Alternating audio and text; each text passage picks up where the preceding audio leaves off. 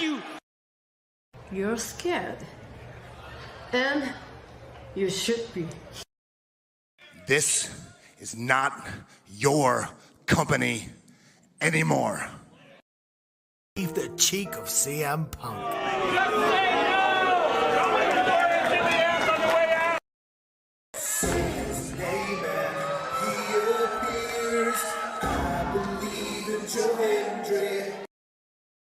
Out!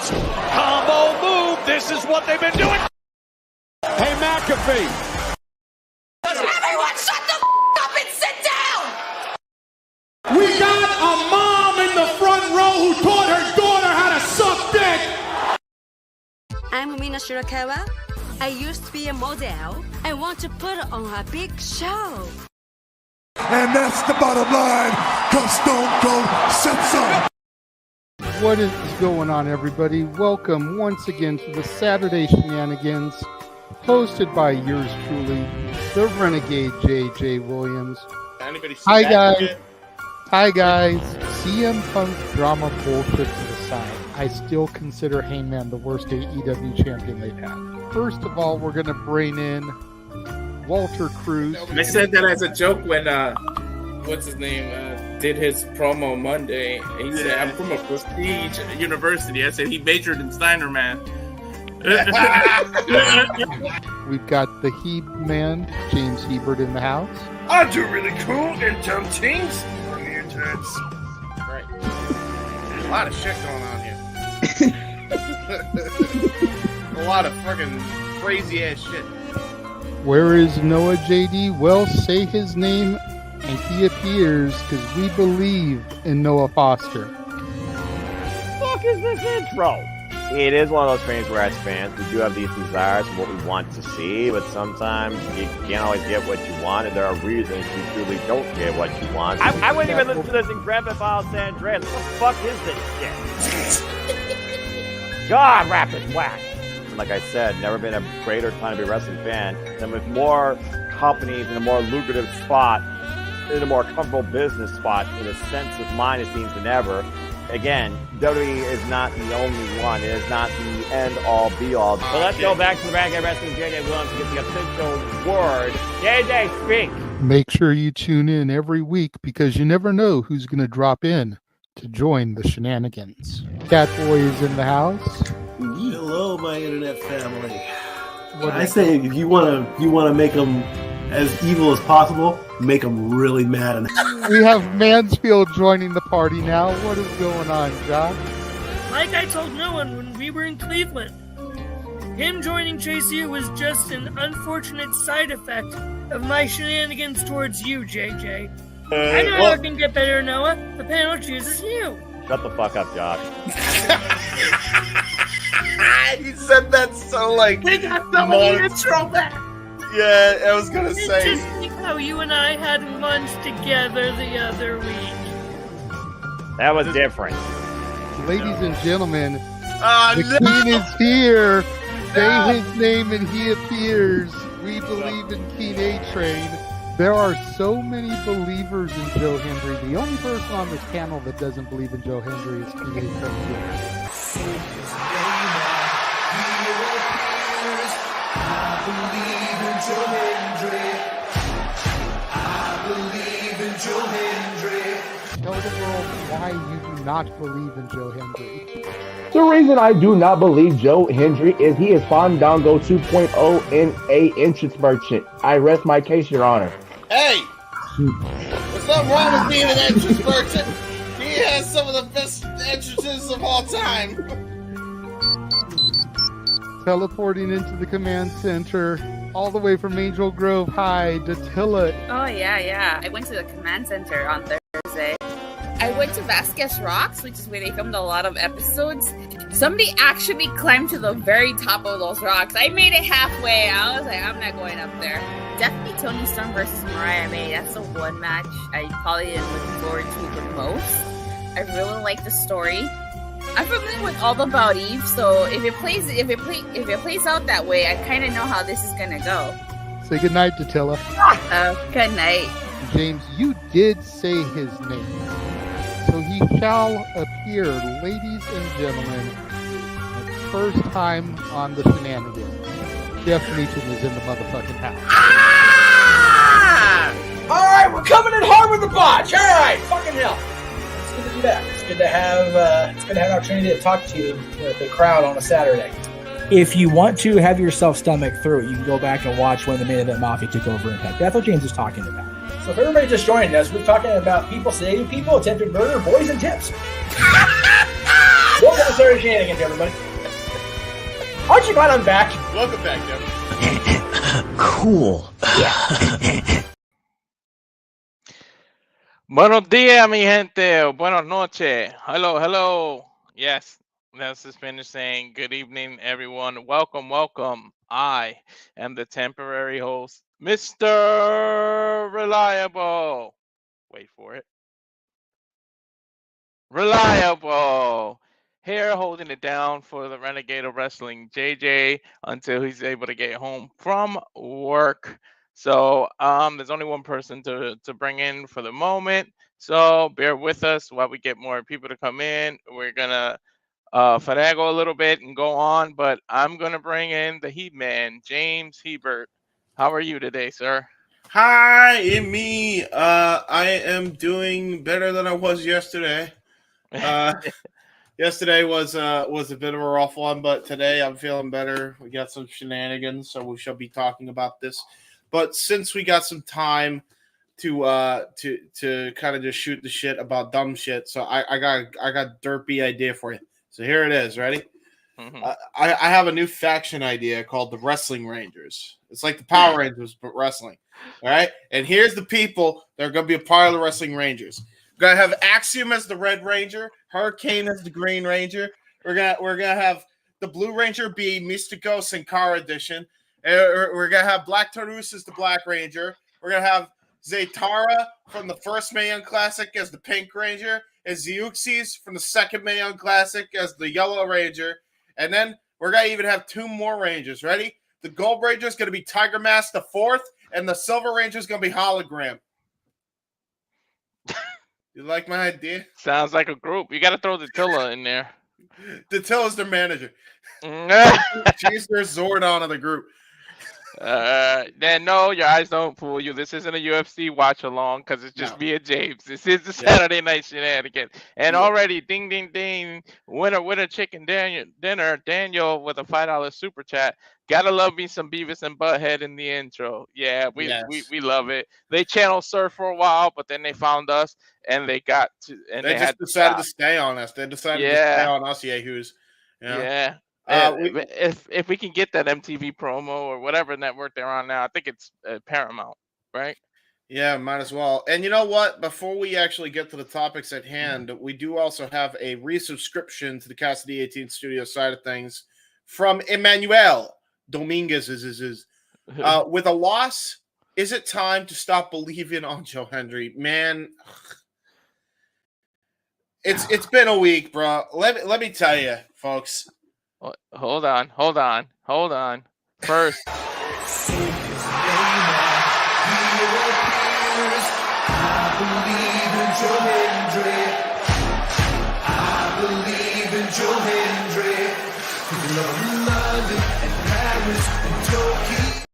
He said his name. We had to do the shtick, otherwise we wouldn't be who we are. But go ahead. That is true. That is true. I was trying to stop it before I got any further and we get clean. But yes, here's the thing. No, I don't stop believing in Joe Hendry. I don't stop believing in Joe Hendry ever. However, if there was two things that brought that damn pay-per-view down, you know what the obvious one is if you know me.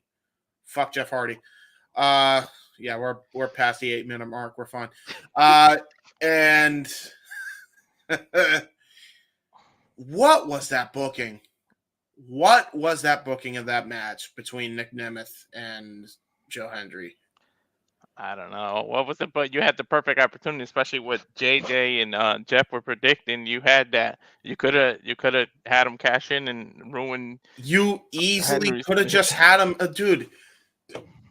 I don't understand how hard this is to understand. Like, the guy was the referee and had won the trophy to cash in at any point to win the championship, he could have hit his finishers on one or both of the guys, then go for a cover and count his own pinfall. And it would have been legal to do so. He had the whole deal right in the palm of his fucking hand. It would have been unprecedented, something different. I don't know why we didn't go with the thing that was so obvious. I don't understand it. It was like right there. Like that was Kazarian's moment. Anybody that didn't see that is nuts. Like, yeah. Like this is why I'm saying, like you really think this is why I said don't have total faith in freaking Anthem because shit like this is gonna happen. Like they have Joe Hendry and Nick Nemeth, first of all, not even main event the pay-per-view, and then they have the random JBL run-in, and he's just assaulting everybody. Dude, they literally did the Big Show No Way Out 2001 booking of this whole match, where Big Show just randomly came in and just chokeslammed everybody, and then it literally did nothing for the match.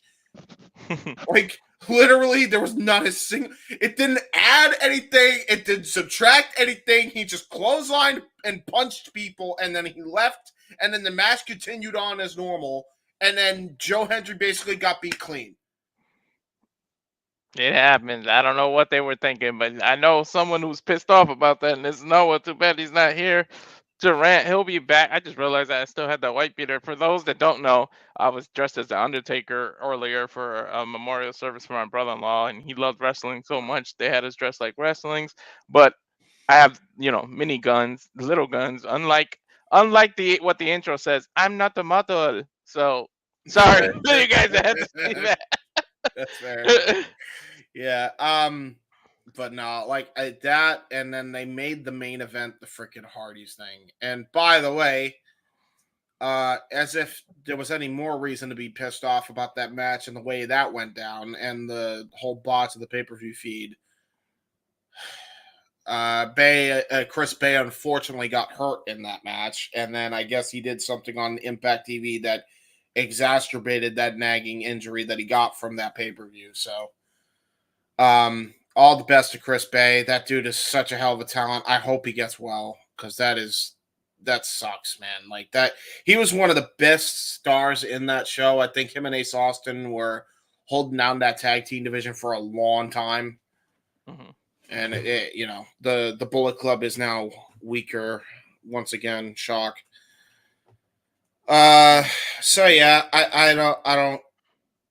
Well, while we're shooting the breeze and we got people watching, let's get into the first topic, because I figure it's going to take a while to talk about anyways. But earlier, and thank goodness it was early, we got to enjoy it. We got to do, even Eric got to do his thing early, and we got to love when WWE is overseas. But we yet had another Saudi Arabia show. We had a show from Riyadh, or it's no longer, I guess, country redacted. But of course, we had Crown Jewel. So let's talk about the fallout and what we think about that. And chat, join in. You can PayPal, you can super chat. Yes. Give your thoughts below. Let me run all the PayPals underneath. Or you can super chat JJ's channel as Emmanuel did. So James, what did you think of Crown Jewel tonight or today? Earlier today. I thought that it was decent. I thought that the two matches before the main event got way too cut for time, and in reality, it's a lot of people have been complaining about it now, so I'll just come out and say it. I think the excessive advertising of every damn event needs to be lessened, and it needs to go. I think 7 matches are the way to go, and they should have made time for all 7 matches and not just axe one of them in just a brawl, basically. I'm over the bait and switches with that, and I'm over them not putting 6 matches on. Otherwise, I thought the card was pretty solid. But yeah, I think just to piggyback off that, 6 is the magic number for them, but I got to give them credit for the way they creatively took away one of those matches. I predicted that might have happened with Seth Rollins and Braun, but so I got a correct prediction with the Raw match, and it sucked. it broke my heart. Even though it was laughing, it's like, man, you said it during the wrong match. It was hilarious, and go back to the archives to see us doing that watch along. But continue. There you go. But yeah, overall, thought the card was decent. I thought the last two matches before the main Ultimate match there, which main evented, I was really surprised that it just went short. Like, I feel like LA Knight, Andrade, and Carmella should have been a bigger deal than it was, like time-wise, and it only got like 8 minutes or something. And then you had the live match, which, I mean, it was going to be what it was. Like, that is what it is. But I feel like Andrade, LA Knight, and Carmella should have gotten way more time than it did, personally. But otherwise, I thought it was pretty good. So, yeah, it was a little short. I agree with you, but it's not the result I predicted. But I mean, I like how they got there, and you made the U.S. title relevant. Much like Gunther did with the IC title. Maybe LA Knight, is the key you need to make this other title feel important. Well, anything was better than Logan Paul, as we found out. So, I mean, better a guy who acts like a megastar than a guy who pretends to be megastar doing crypto scams. I mean, what? Well, I didn't say at least nothing. somebody's actually defending the title on a True. more or less consistent basis. Yeah, and then compared to the other guy who's doing, not for nothing. And I know everybody wants to be like, well, Logan Paul's supposed to be hated as his heel. Dude, he's a dick. It's not a character. He's just a dickhead. This guy literally had his wife just gave birth to their child, and he's promoting his Lunchly product for his kid's birth. No, screw off. That is horrific. No, I'm not okay with that. That, like, it's just unbelievable, like, how tone deaf you actually have to be to think that that's okay. But I'm not surprised, because this dude filmed what he filmed. Mm-hmm. But yeah. Well, with that being said, we have a special guest that's waiting in the green room. The originator who actually grew the tree that branched out into this and what we do now. I bet you he's gonna like that metaphor now. I gotta do something with trees or grass or anything green. But let's bring in the man, the myth, the legend, Jeff motherfucking Meacham. How are you, sir? I mean, I'm gonna be the Chris Jericho in this group. I'll fucking take the ring tree, like gimmick, whatever. Fuck it, why not? I get the Chris Jericho gimmick and the Mick Foley look. I'm just fucking rocking the legend shit tonight. Very good. There you go. Anyway. So yeah, I was not sure if I was going to make it. I ended up not making it on time, but that's okay. Neither is a moderator. So it's okay. Yeah, I've had a day, but I want to talk about what we're talking about on the show tonight, and then I'm going to vent at the end if the moderator will let me. It's been a fucked up couple of days, and nothing to do with anything like personal, just logistical city bullshit that needs to be vented. So we'll get there. But I feel that. As far as what you guys talked about, because I was trying my hardest to get upstairs into the office before we got too far in. So sad for Chris Bay. Oh my god, dude! Like, I can't even fucking process how sad I am for Chris, and I hope that it isn't a big easy to. Oh, we're going sideways, kind of like Chris Bay's career, unfortunately. No, Jesus Christ! Never too soon with me. I don't give a shit. I love Chris. I love Chris. I do, for the record. And I'm not like overly mad at the Hardys, because it's a fucking Hardys ladder match. Like, shit's gonna happen. Like, right? But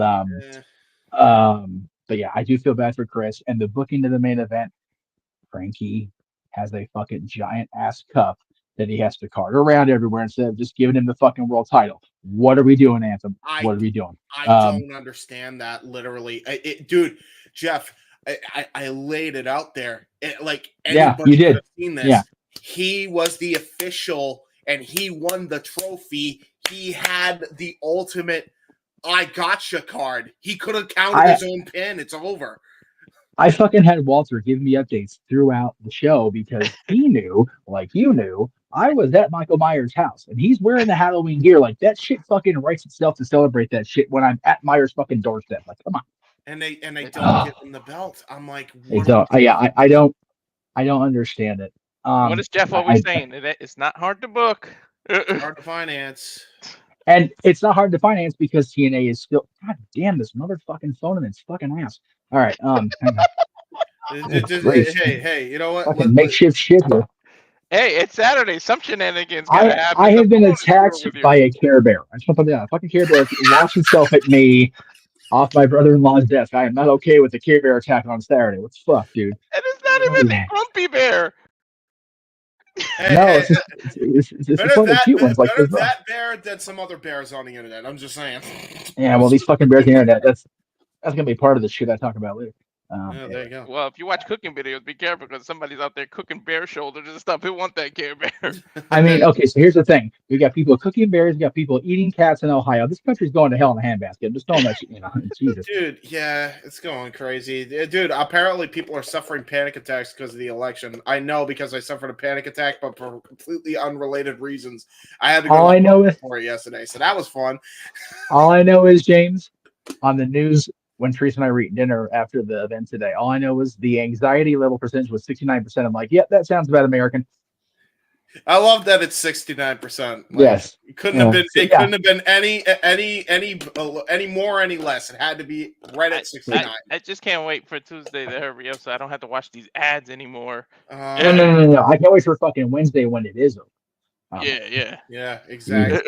But as far as the show this morning, I have not seen the show because I was out the door at fucking 7:00 because I'm a crazy person. But I did keep up with this also. I'm going to watch the show tomorrow, and I know for a fact, JJ, I'll talk about this more when he bumps in, but Natalie is going to lose her goddamn mind at the way Roman lost. Oh my god. Yeah. Like, on behalf of all the gingers worldwide, Roman, we're sorry. Sammy done screwed the pooch. Oh, fuck. Yeah, right. Oh, so crazy. Not surprised they won. I was surprised Cody won, however. I was very surprised that Cody won. Kudos to Kevin Owens for going all in on the repping the Papa shirts. That's tremendous. I love Kevin for that. I love it. What else was on that show? The women's four-way was a clusterfuck. Kind of like the women's four-way Friday night, last night was a clusterfuck, but whatever. They retained, so was it really necessary? No. What's my weather? I was inside for most of the day, and of course, the minute my ass walks outside after the day of days, it starts raining. Then I'm like, because of course, fuck me, thank you, Mother Nature. You're bipolar, huh? Exactly. Anyway, other than that, pretty good up until today. The rain's been threatening, but not been delivering. Today it delivered. Nice. It was 80 degrees yesterday, and now it's cold today. Yeah, that's because New England. That's because Mother Nature's been battling with the McMahons in Connecticut for all these years. Yeah, So, right. Yeah. So all bipolar up there.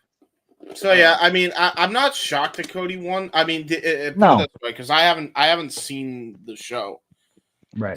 Was there any interference at all? Because I honestly thought this was going to be Cody's to lose just because of the Kevin Owens factor. I can't whistle, but clean as a whistle, that main event. Yeah. I mean, both the title matches, or both the crown jewel matches, I guess, like pretty much went the way we expected. So it's wild, though. The women's one had a bunch of interference, but that's what we expected. Which we expected, like I said. Yeah. To me, I feel like the Kevin Owens one made more sense. I feel like even if you already did interference spots, that made sense to have an interference spot too. Okay, so I'm going to intercede on behalf of my friends today. That's what I'm going to do. First of all, can we get my shit in the bottom, Mr. Producer? Thank you. Yes. But as far as my friend, I would like to implore Paul Levesque and Nick Khan and everybody else not let Adam Pearce work on November 2nd anymore. Okay, 2021, he takes an F5 from Brock Lesnar. 2022, he takes an F5 from Brock Lesnar. 2024, he gets RKO'd. Let Adam Pearce alone. By the way, what's your PayPal, Jeff? /. I don't care. I want it out there.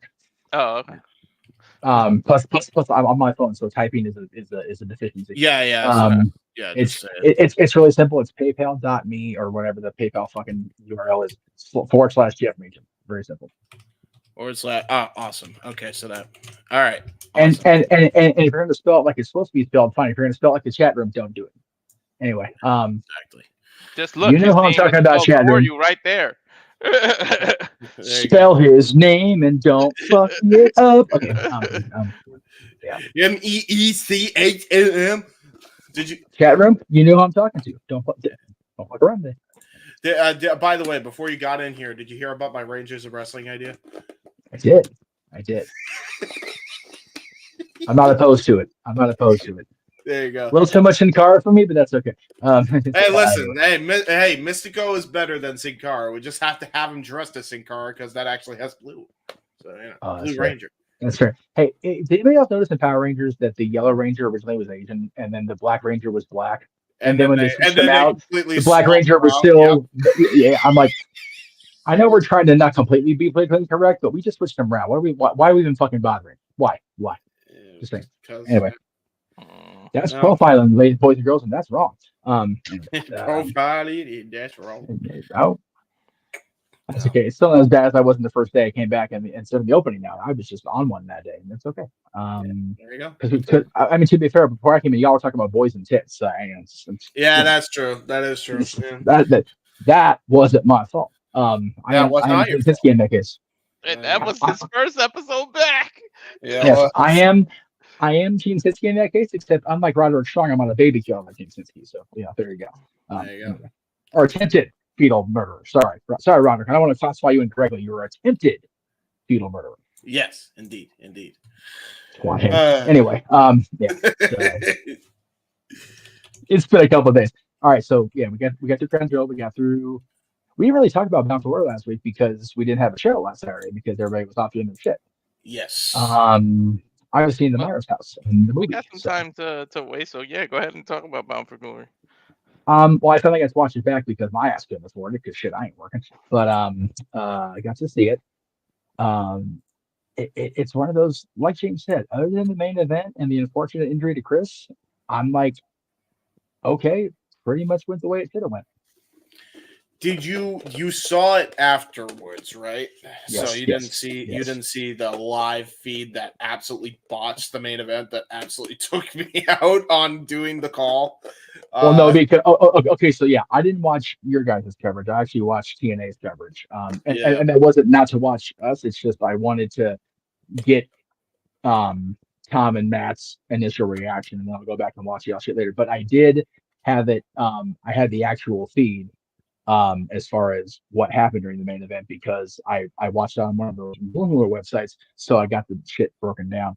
First of all, John Mayfield, what the fuck are we doing? Like, okay, you can hit Nick Nemeth all you want, but you're not, because I don't know why. You can even hit Ryan, because Ryan's a little prick. So yeah, just please beat the shit out of him. Fine, whatever. But why are we hitting Frankie and Joe Hendry? Make up your mind, Bradshaw. Yeah. Make up your mind, man. You just what are we doing? Well, this is after, and I literally said they do the back suplex on the apron for Joe on the Nick Nemeth, and then JBL hits a clothesline, and then he punches Joe Hendry, and then he punches Ryan Nemeth. So yeah. He literally, we're just doing Big Show spots from No Way Out 2001 just for no reason? No, I know. Yeah. Because they didn't even add anything to the match. It's just, then it happened, and then freaking Nick Nemeth retained clean. If the finish is going to have Nick Nemeth retaining with or without Bradshaw's interference, and Bradshaw didn't really do anything enough to Joe to not have to also have the finish done to him, then what the fuck's the point? Yeah, it was like a LOL TNA finish. I mean, really. I remember those. No, I know. And then I know. Here's the deal, right? So that happened, and then I was already not looking forward to the Hardy match. I didn't expect it was going to be the main event, just because my fucking thoughts on Jeff. Well, so I was fine before I was able to get into the match, and then on the live feed, what had happened? You see, what had happened was Jeff. The feed cuts in one of the most important spots, which is that ladder bridge, as we're live. No bullshit. Of course it did. Yeah. At that point, I was over it, and I had gotten 4 hours of sleep, and I was done. Oh and no. I then proceeded to be so done with the match that I just proceeded to crap all over the rest of no. it, and also on Jeff Hardy for almost concussing himself. By the way, because of course he did. I know. Because of course he did, yeah. Yeah. So, and then Walter tried to do everything he could to like reel me back in. Like, come on, don't call it like a golf match. I'm like, I am done. They cut the feet off at the most important part. They deserve every bit of rap they're gonna get. All right, done. I'm done with it. Apparently, they had big, huge Wi-Fi issues. Like Aaron and Noah said, they couldn't even text or do it. So maybe it had something to do with they screwed up the feed because of that. That building has very bad Wi-Fi. Yeah. So James, what we do next time is, if a feed cuts in any of the pay-per-views, we actually put on a golf match, and then take Rob Williams' suggestion to have the soccer announcers call golf.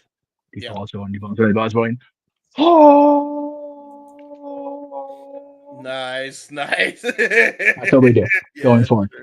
Because if TNA's gonna, and this is not the first time it's happened in a TNA pay-per-view that we've been calling. Yep. As far as like the in-arena signal having Fakakama. So it's literally happened. I swear more times than I care to admit. Yeah. So ridiculous, dude. I'm gonna throw a Care Bear at just because. There you go. Okay.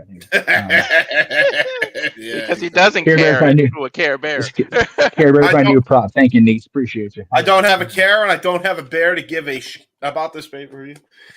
Dude, have you ever seen a bear shit? Bear shit like fucking mad. That's just not okay. Hey, listen, bears when they go go into into- hibernation, imagine how much they These- gotta release. These fucking bears go into the woods and fucking just don't care. Hey, listen, Cocaine Bear can attest. I mean, I'm sure he took mad shits after having all that powder. Dude, Cocaine Bear is a crazy mother. So, Oh, by the way, since we're in Shenanigans mode and like we're not really into the topics for real yet, I'd like to acknowledge that JJ sent me. Thank you. That JJ sent me the links to the 2 Winnie the Pooh horror movies and the Mickey Mouse horror movie and encouraged me to watch it. And I said, "Why you do? Why? Why do you think I want to? Why do you think that I want to see Mickey the Mouse and Winnie the Pooh as horror characters? Like I worked for the mouse. I am a lifelong mouse person. I don't need to see Mickey cutting bitches. Like no, I don't need to see this. I don't need to see this. Five Nights at Mickey's. It is bad enough we've got Mickey beating the fuck out of the Jonas Brothers in that clip. Like for real. Like that's enough for me. Yeah, like Jesus. You got a problem Let's put Jonas Brothers. No, Mickey the Mouse. We need to get that meme back in this, by the way. No, we do. We have to. I was so disappointed. I went to go use the little tot in the car seat. Abu shit, and it fucking like cropped it wrong. I was like, oh, I'm Dude, sad now. I like that it's cropped wrong. There's an interior. I know. It's just fucking like all you see is half the kid's face going, Abu shit. I'm like, what the fuck? Dude? I warped this poor child more than his parents already did. Clearly. Oh God. Oh Lord. But anyway, yeah, I am content in life not knowing that Steamboat Willie and Winnie the Pooh are cutting people. Like I'm okay with that. Yeah, I am 100% okay with that. I'd rather be ignorant to that fact, to be honest. But yes, ignorance is fucking bliss. And speaking of fucking bliss, what the hell is this dumb shit getting scammed $1 million on a Bliss impersonator? Did y'all see this shit? Yeah, he spent $1 million because he thought Bliss was asking him for stuff. Freaking he got catfish so hard he smells like fish from all that catfish, and he's got goddamn my God, $1 million. Fuck. Bro, he got catfish to the point he became a lobster and got put on the roll, bro. Jesus Christ. Yeah. Yeah, you fucked up, dude. Like my God.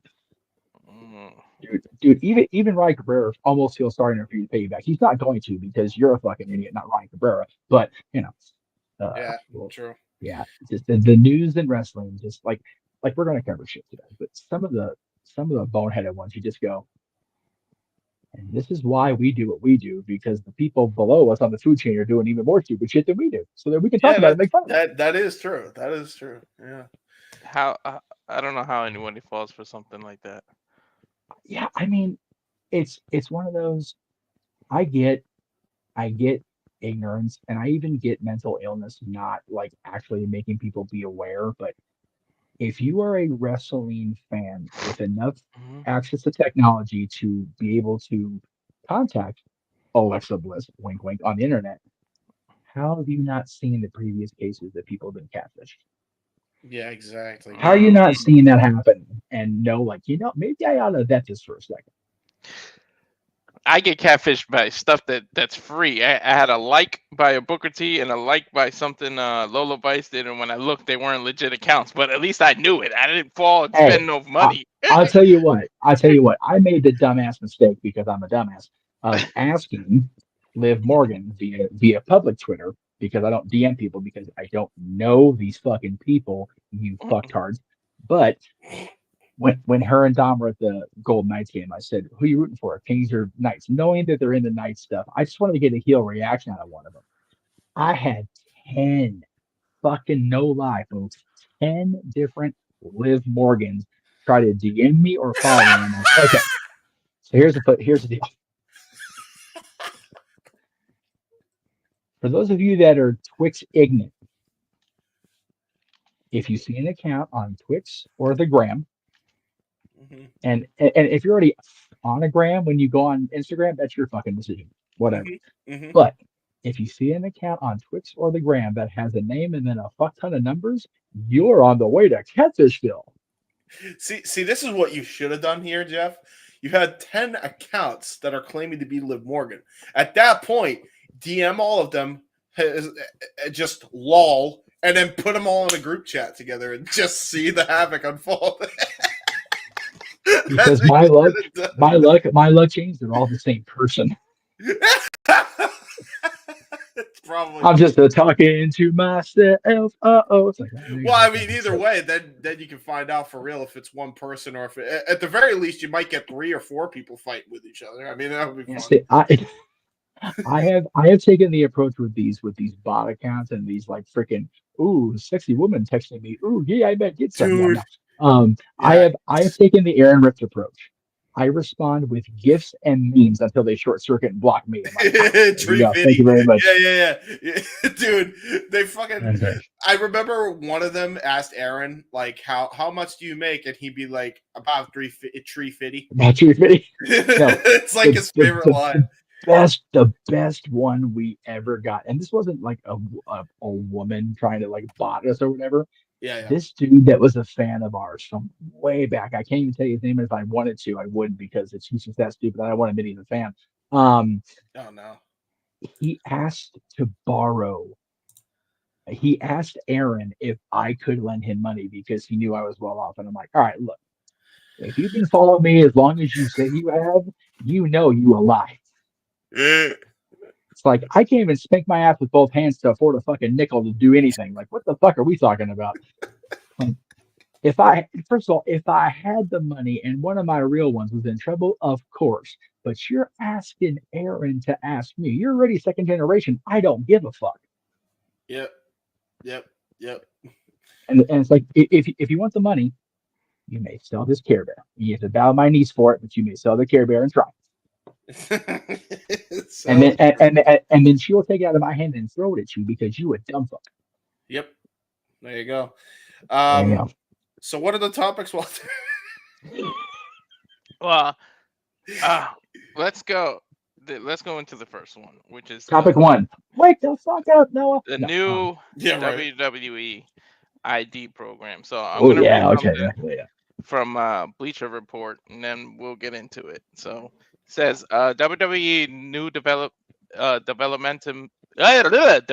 program sparked conversation online this week as fans and insiders question what this could mean for the future of independent wrestling. If my thing could, Walter types when he talks, folks. Give him a second. On October 29th, the company unveiled WWE ID, a new initiative that would provide up-and-comers with the path to join global juggernaut. It's the latest advancement in talent development following I got it right that time. Following the introduction of the NIL program, which is the Next in Line program for those who don't know, in 2021. As a result, the company has partnered with Booker T's Reality of Wrestling, Cody Rhodes' Nightmare Factory, Seth Rollins' Black and Brave Academy, Elite Pro Wrestling Training Center, and Rikishi's Knox Pro Academy. Details about the inner workings of the new project are scarce, But this announcement prompted drastically different perspectives from wrestlers and onlookers. Still, it's unclear how WWE ID tag and contract status will affect the indie scene yet, and many want to see how this plays out. So that's what the Bleacher Report is reporting, and then they go on to give their opinion of the pros and cons. So I won't get into that. Yeah. But let's start off with Jeff, since Hebert, obviously it was only two of us, but you had to go first. But let's go with Jeff and how he feels about this. So, first of all, the key phrase. Wow, close up. Hi. Okay, we're going to review now. Got it. I was thinking I was going to do key review, but okay, it's a solo shot. Scream Jeff all day, all night. Okay, anyway. This is what we call the Jeff ID program right here, folks. Okay. Jeff, I'm trying to back it up since you were close and I hit remove. Go ahead, Walter. I'll handle the buttons with the. I got What happened was shit happened. All right. Somebody figure out who's at the fucking button. Okay, now, anyway, the key phrase Walter said was, "Let's see how it plays out." Yes. They had this one independent promoter go on there and go, it's like, it's been an hour, dude. Slow the fuck down. Calm your tits. Like, Jesus. God, dude. It's so bad. And seriously, just scoot back, get up from the office desk, go outside. You see that green shit down there? That's grass. Touch it. Fuck me. Golly. And if you're in Walter's neighborhood, go to his house. All around the place there's grass. Smoke it. Chill the fuck out. Golly. Now, I said that part because that was the funny bit. Okay. Yes. I actually am in favor of this, and people are going to crawl up my ass about it. _ Jeff Meacham on Twitch and Instagram. Not that I'm going to answer you because you're fucking wrong and I'm right. But just like my dad said, it's my opinion. It should be yours. Yeah. The thing is, WWE has always tried to, when they bring people in, dissuade people from, oh, well, they did it this way here, and did it this way here. It's like, one of the big people that had a problem with that, and I remember this because it was on the first season of Tough Enough, was Harvard Chris. Yep. Now, I love and respect Dr. Nowinski now. Major help. That's all I'm going to say about that. But when he came in, he was trying to coach the Kowalski way. And freaking Al Snow went, no. We do things this way here. WWE getting at these kids from jump will create an environment where they are set up for success in WWE. And I say it like that because we have a similar terminology with my son in high school. We're doing everything we can within the system of adults that are helping the different facets of his educational and personal life to set him up for success down the road. You get a kid 17, 18 years old that comes into Knox Pro, which, by the way, having Knox Pro is awesome because not only do you get Rikishi, Gangrel's an instructor of that school too. Yep. For the record, love me some David and Keish. Solid that they're part of this. But you get somebody that gets into Knox Pro or Reality Wrestling or the Nightmare Factory, and WWE has eyes and hands on them from day one. All they can do is grow. Mm-hmm. The flip side is, yes, there'll be no more toiling on the indies and feeling like I paid my dues. Like everything else in wrestling, ladies and gentlemen, things have to evolve. What did Triple H say to us in 2003? If you don't evolve, if you don't adapt, you perish. Yep. And yes, is this the potential death of the indies in its current incarnation? Possibly. But let's all be real. WWE is already partnering on many levels with TNA. TNA has recognized the reality of the world. AEW, as long as the fanboy with the curly hair is in charge, they're never going to understand that they will never be anything more than a distant WCW 1993 level number 2 to WWE. Yep. They're just not going to be. And that's not me purposely trying to shit on them. That's the reality of things. They had an opportunity 5 years ago, but they are now in WCW 1993 land. They are never going to get, they might as well be number 22 instead of number 2. That's just the way it is.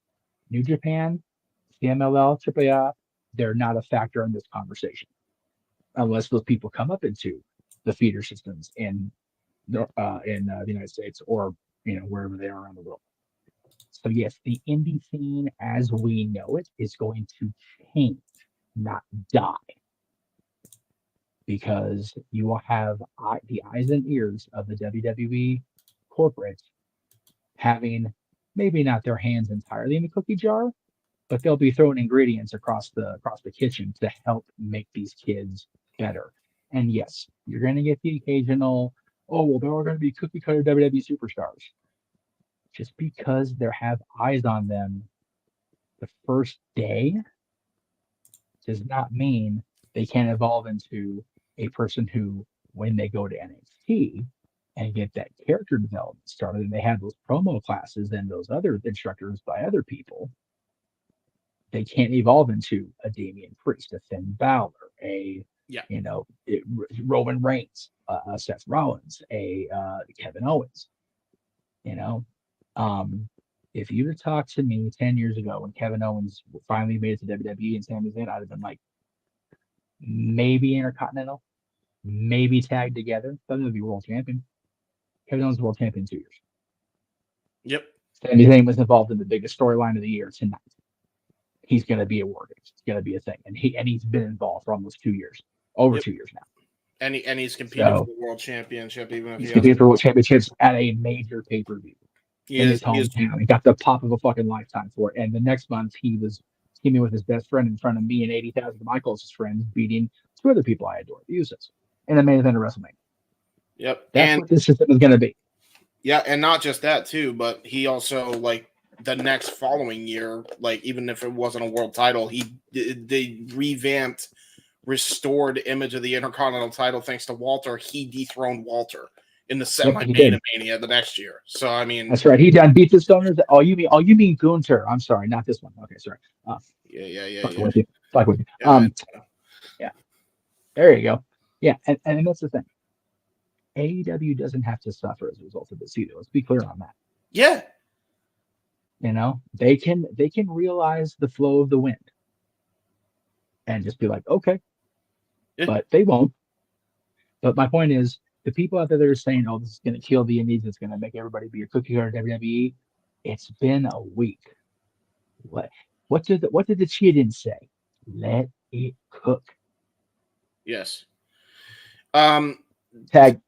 Yeah. To add to your point as also because I want to make it very clear for people that don't already know this. This has already been a thing for the last 3 years. It's only now been named, but the ID program has already been a fucking thing. That's the bottom line. It hasn't. I like that. There you go. It hasn't. Oh shit. Yeah, you're fine. It don't be glare. It's fine. Heavenly Jeff. The spotlight. Wait, hang on. There you go. Good evening. You know who I am. That's your chance, Jeff, to go in the year 2000. Oh no! In the year 2000. We're old folks. Well, I think only me and Jeff know what that is. That said, yeah, you probably are because I'm lost. I'll be honest. I'm the no. Conan O'Brien. Oh, okay. That makes sense. Now I get what you're talking about. Never mind. I like Conan. Conan and Andy together. Yeah, anyway. There you go. So no, this has been a thing for the last 3 years. It's just now being announced. So your indie darlings are still gonna be wrestling wherever the hell they want to wrestle, and they have been already. And they're going to continue to do that because that builds experience and grit and determination into getting into the WWE system because you want to learn these other skills. That's been the case for a while now. So this isn't going to be something that's going to screw over the independents. If it was going to screw over the independents, it would have already by now. So people jump the gun immediately because they assume that WWE wants world domination. And trust me, There was a time where that was the case, but at this point, they're making money hand over fist, and I don't think they want to jeopardize that for any reason, especially with public relations nightmares. They don't want that. So trust me, I think we're good. I don't think the indie scene is going to be blown up because of this, because this isn't an NXT UK situation in fairness. Plenty of guys have been on that and like ID program already that they have looked in. Jay Malachi was one of them, and he was like the biggest star in DPW. And now he's wrestling under Javon Evans, who, you know, just had a match with Randy Orton. So yeah. Like, we're gonna be fine, guys. It's gonna be okay. Okay? As Jeff said, go touch grass and smoke it if you need to calm the fuck down. It's drink a little drink, smoke a little smoke. Yeah. Oh, and another thing too, for those who are going to be like, well, WWE, they're doing this and they can try to blow up the industry. Blah, blah, blah. AEW just had an agreement with their partnered promotions that if you go to one of our events, you cannot go to WWE within the calendar year. How about we talk about that? You want to do, but no, we're not going to talk about that because, you know, we got to hold one company to a freaking standard and not the other company. Like, listen, if WWE starts blowing up the indies, we're going to be the first one to tell you it's bad. Okay? Because we have before. For years now. It could be both and, or it could be one or the other. It's very simple, folks. Neither company is perfect. Do you own a stake? I sure don't. Stop it. Get some help. Yeah, it's honestly one of those things. And I've said this from the beginning. You guys at home, we at home, the fans at home, the fans in the arenas, make their decisions with their wallets and their ability to maneuver a remote control. Yep. Nobody is telling any of us to sit there and watch WWE, Raw, SmackDown, NXT, the pay-per-views, pre-live events. And by the way, as I've said, if somebody is holding a gun to your head and making you watch these shows, and especially our shows, because fuck, if you're having a gun to your head watching our shows, god damn, what the fuck? Get away and call 911. Like, seriously, you guys all have a choice out there. Yep. You don't have to watch these cookie cutter kids from the indies being groomed into WWE superstars. You can still watch AEW and have the 5-star matches if that's your prerogative. Mm-hmm.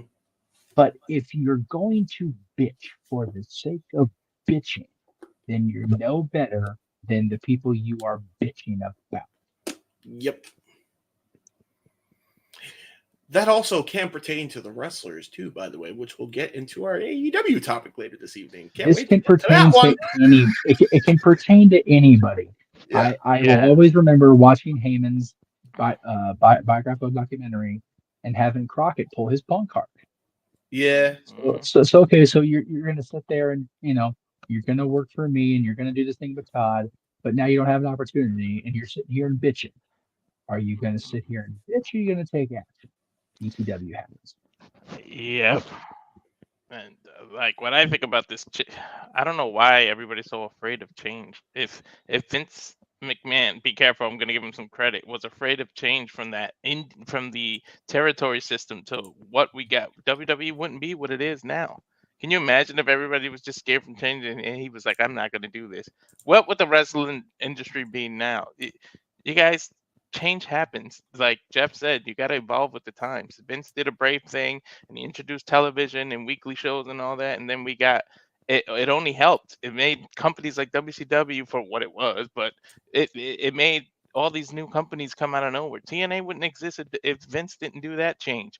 So like change is going to happen. It has to come. And besides that, why is everybody losing their shit when there's no details of coming on? Like, how do you panic and you don't even know what the hell this is? Yeah. Like, and also it benefits NXT when you think about it. If people come from there and go into NXT, they're already television ready.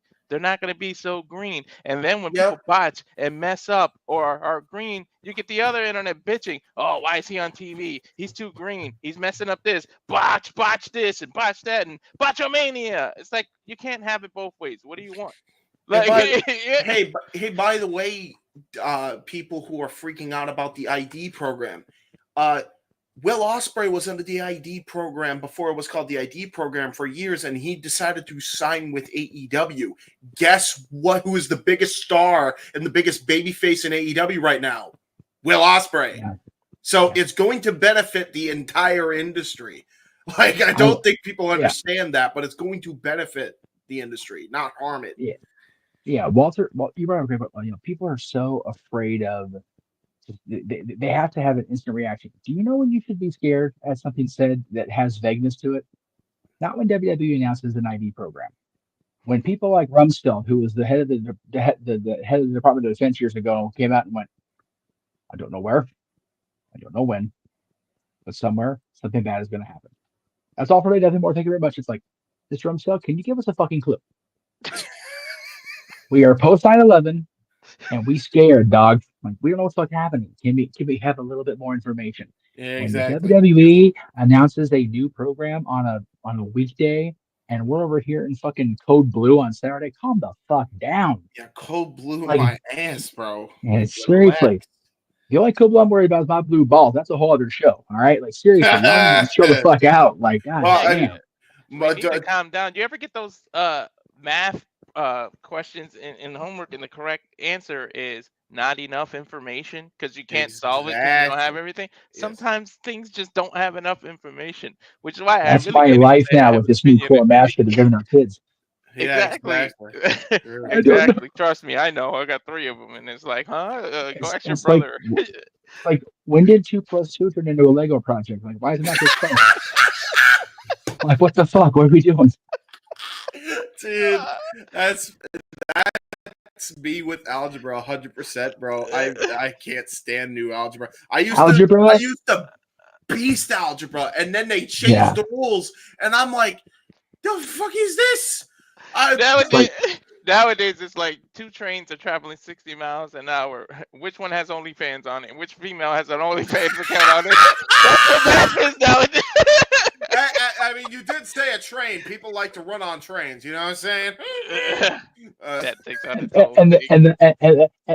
the true question is this the Ho train, and why is Godfather driving it? What are we doing? Exactly. And yes, the fat. And Undertaker likes it. What were you gonna say, Walter? Go ahead. I said an Undertaker likes it because we know that Undertakers like hoes. Hey. Well, I mean, he's a married man now. To be fair, I don't know.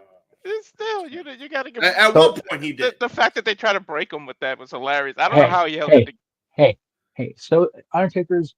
So is his new favorite politician, and we know he ain't above getting the hose. Well, yeah. Hey, listen. I'm taking this show off the wrong rails. I'm gonna fuck it up. Trains. Yeah, he hit the switch and went the different rail. Donald Trump's probably a first-class ticket, unfortunately. Dude, I will tell you all this right fucking now. My Monday stream, the day before the election, is gonna be dude. I'm gonna have everybody hate me. I don't give a fuck either. Yeah. So, my pre-election stream is gonna be one that's gonna like probably ruin friendships because I'm so over this fucking shit. I am. I swear to God. Yeah, but like it's even hard to get back on track to a full opinion when you don't know details. So it's like, that's the bottom line. We've literally had this news in the pipeline for a fucking week. Just settle your goddamn tits. Like, golly, man. Yeah, sometimes sometimes us older folks like me like to just go on a drive and clear your mind. You don't need to exactly know where you're going. Just enjoy the trip and travel and adventure. Seriously, after the 2 days I've had, I got a beer waiting for me at the commercial break. I'm gonna go get that fucking beer. I'm gonna sit here. I'm gonna enjoy the goddamn beer because sometimes you just need to fucking kick back and drink the alcohol. WWE with this program, by the way, not only just literally like helped their own bottom line, but they actually just benefited the entire industry forever. Forever. Like you mean then, now, and forever? No. Yes.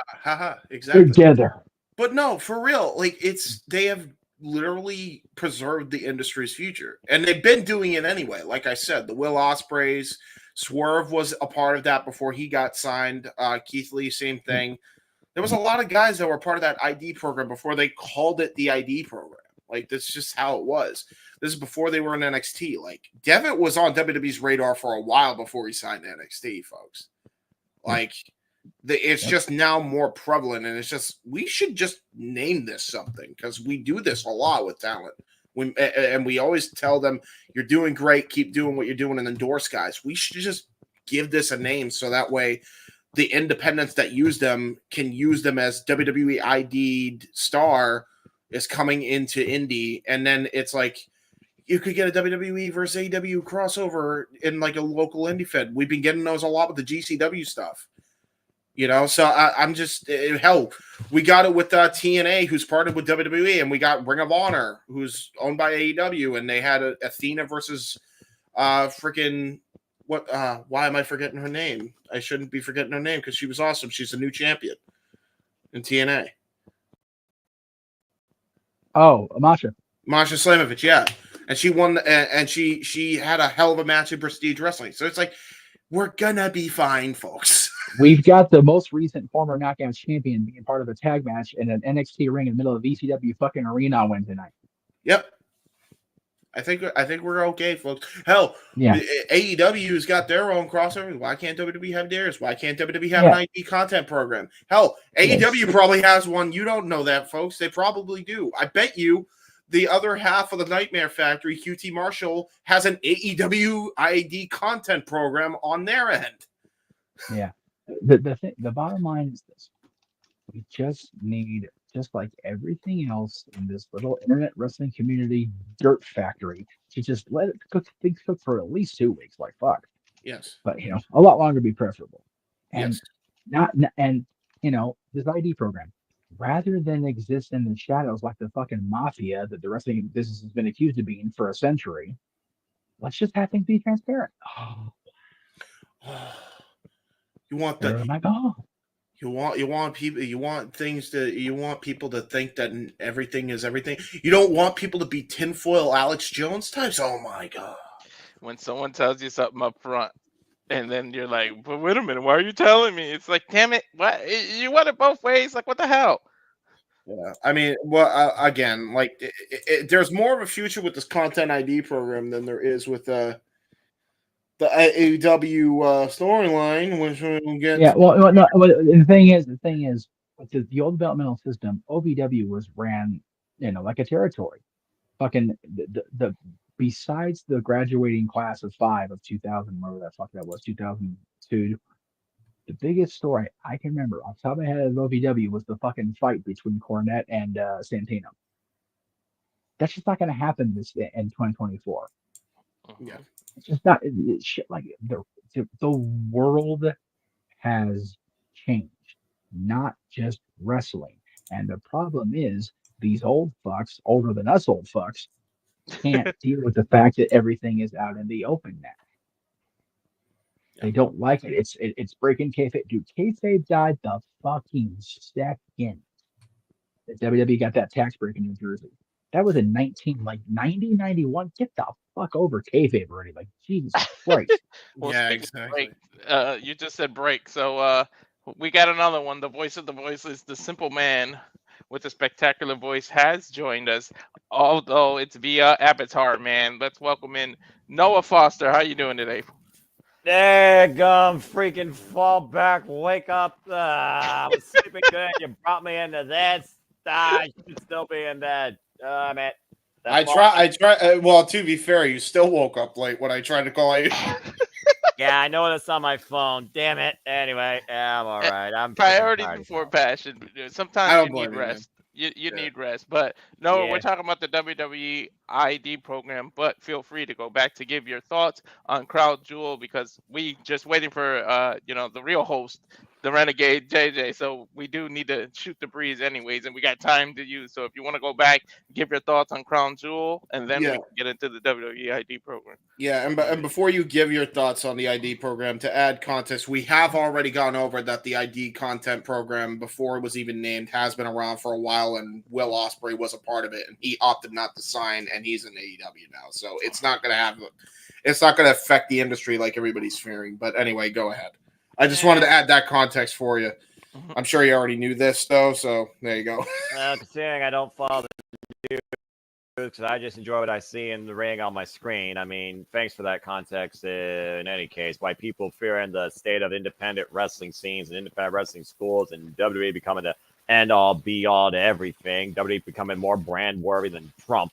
It feels like that to me. This is just WWE's extended effort to try and recruit for the ongoing future of their form of professional wrestling. I mean, led by Seth Rollins' school, Booker T's Academy, Cody Rhodes' Nightmare Factory, the first of three, the more to come. It just feels like to me it's developmental territories or factories for future WWE superstars that probably will be promoted from any of these to NXT. For me, it just feels like another ploy for WWE to once again spread their W as far as they can across the world in any way, shape, or form to expose WWE. I don't necessarily see a fear, maybe an annoyance, but that depends on who you ask versus those that just watch the business versus those that work in it. So that's my simple take on that. I just hope it means, if nothing else, more opportunity in developing professional wrestling. It just doesn't have to be underneath WWE. As far as Crown Jewel, I will say this for the Paul Triple Deck era. This arguably was the most comfortable, enjoyable Saudi Arabia show I've ever seen associated with the letters WWE. And that goes to the degree of work that Paul Triple Deck has put into restoring that trust in the fan base to the letters and the company WWE. So kudos to him, who's not even 1 year into this genesis of the new era, if we forgot, since the start back of WrestleMania. But come, freaking see TNA Bound for Glory live last week, freaking Halloween Havoc NXT under the new banner of Silver and Gray Sunday, freaking see Dynamite Fright Night live Wednesday night, and now you freaking see a WWE PLE Saudi Arabia show. All four of these shows deliver. It's been a wild ass freaking 7 days for the wrestling industry, to say the least. Yeah, I've but a loved good every week. minute of it. And now, and we're going to cover NXT at the ECW Arena on Wednesday, Noah. What the hell? Right? Well, I mean, Crazy. Yeah, the NXF&T goes to the place of ECF&W. It's going to be very interesting. The women definitely are going to carry the show, as NXT usually does. But the card is looking quite promising. And I'm looking forward to seeing this, whether or not I'm doing the coverage for it or I see it the next day on the CW app, because, again, I have no services with CW on it. Yeah. We'll work on that for you before Wednesday. Don't worry. No, So Noah, are you? I do want to also point out that for those who are worried, and I mentioned this before, but I'll mention it to you as well. What? The whole ID program thing. Not everybody technically has to sign if they don't want to in this. Correct. Right. AEW, I think, I forget what the name of AEW's is called, but they also have a similar program, I believe.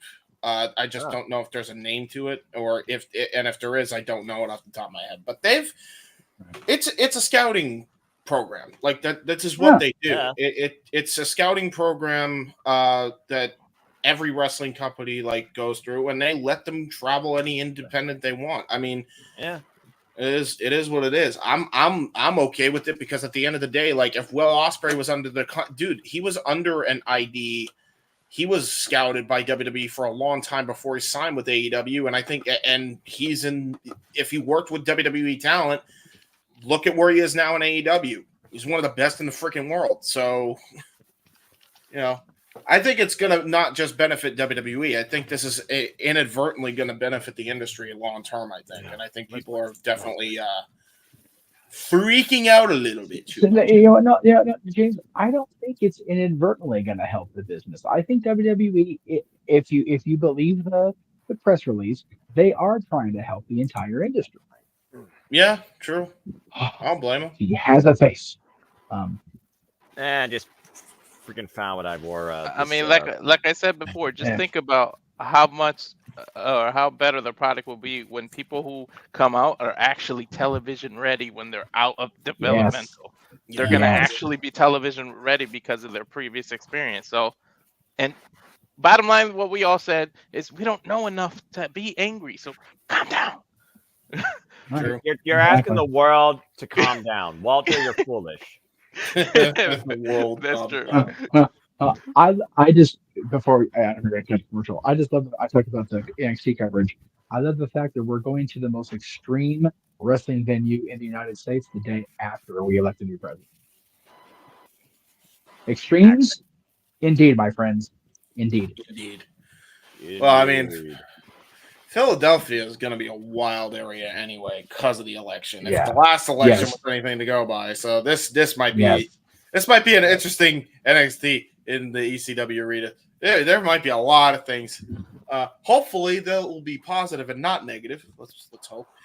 Yes. Well, when you go in the world, someone's always going to try and turn the negative into positive and vice versa. It's just a matter of which side does more of the other versus the other. And hopefully it's more of the positive than negative, as I live by. But again, people are always going to assume, judge, reach a certain point without any real reasoning with some of them. And others are just going to see how things go until everything's made official and they see actual results or, failures from the fallout. We'll see what happens. Like anything else.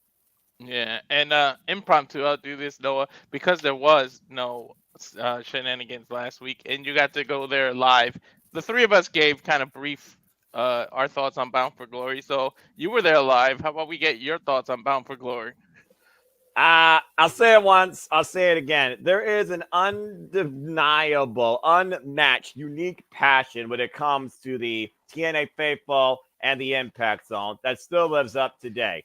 That little field house of 3,000 plus people felt like a stadium, and they were stomping and bumping away on the bleachers. You couldn't find a bad seat in the house. I've never seen a more unified front than when Joe Hendry came out and everybody's singing because we all believe. It was an atmosphere like anything else. I absolutely loved the show. TNA Bound for Glory, not even just as a bias standpoint, it was my show of the month. And that's saying a lot considering I watch all forms wrestling. Shout out to AEW family. But it was a phenomenal night. I thought it was very humbling. The honoring of Rhino and Bob Ryder. Great speech by Eric Young and Detroit's own Rhino, sporting a red jacket for the Detroit Red Wings. Go figure. The color shot gauntlet, it was what it was, but it was a fun little way for people to count down all the way from 10 to 0 and do their own buzzer noise as Aaron and Caitlin have ambitions to get to the actual Royal Rumble. I wish enough for the best on that because that's a hell of a ticket. I think also, again, between the TNA Knockouts World Championship match and the X Division Championship match, those were matches of the night. I mean, again, the X Division always sets the bar so damn high. And for a while, it was pretty close. It was pretty mild. I enjoyed the grudge matches and the Monsters Ball. It's a Monsters Ball. What do you expect? And as far as the TNA Knockouts tag, I kind of wish there was more that came out from the Winnie Chu and Rosemary dynamic that night. I know more came following the tapings, but I was kind of surprised with how easy it felt like that Spitfire got the win that night. And then, of course, like I said, things truly picked up in what they call a triple main event. Again, the TNA Knockouts, despite them not having the quantity that they used to, the quality is still there for the most richest prize across all women's wrestling. Sorry, Roxanne Perez, it is what it is. TNA Knockouts World Champion on the line. Marshall Slam is going to a different level with the Avalanche Snowplow beating Jordan Grace. Mutual respect, of course, to both following that, hobbling on one leg. That goes to the testament of how much Masha and Jordan Grace have grown as both incredible individuals. I love that match. Talked about one of my greatest women's matches I've ever seen live.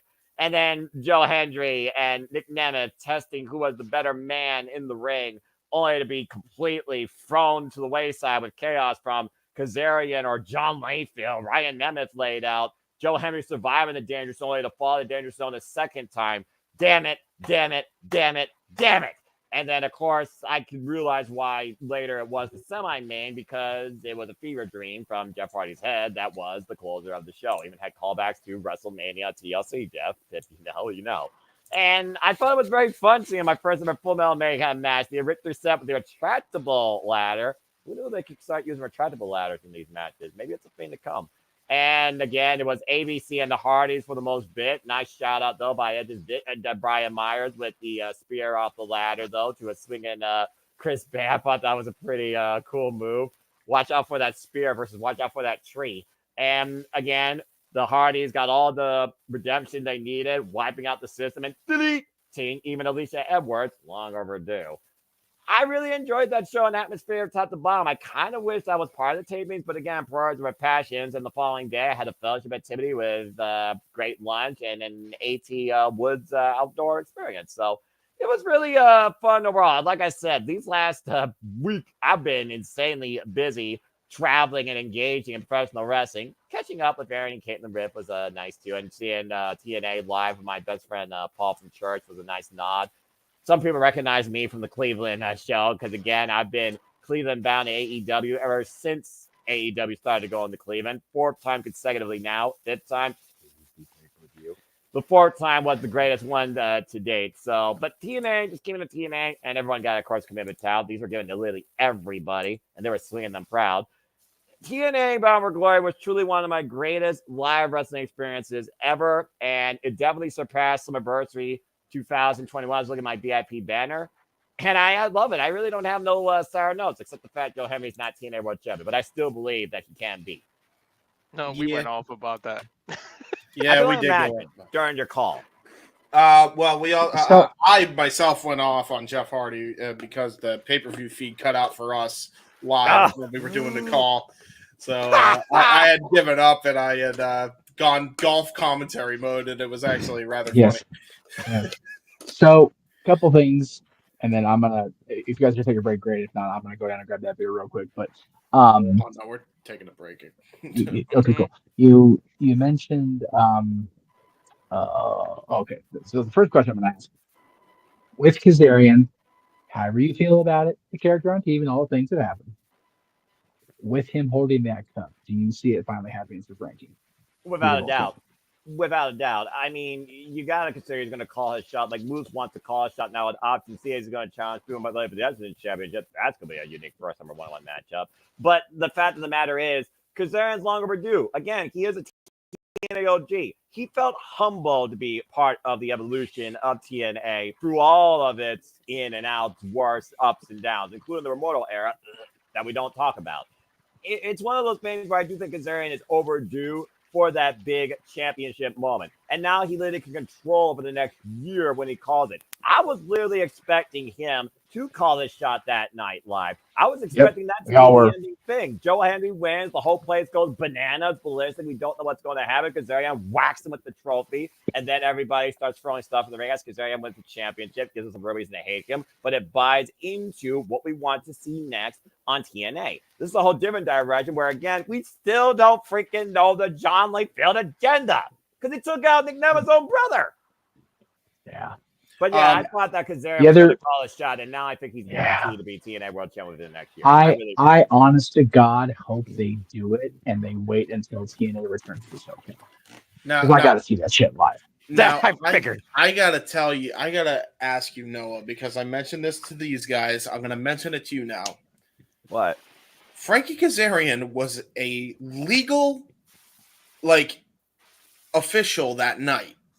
Yeah. So my question is, why didn't he cash it in and have the ring announcer announce it?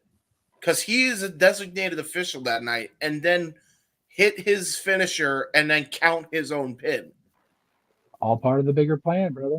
But I don't make sense to me because the bigger it's right there. I just don't think that a even registered special guest official can count his own decision in a match that he chooses to make official. You can't basically wear two different hats. So he threw away the referee banner to try and become the competitor, and John Layfield wiped out with a clothesline from Hell, Michigan before he could call his shot.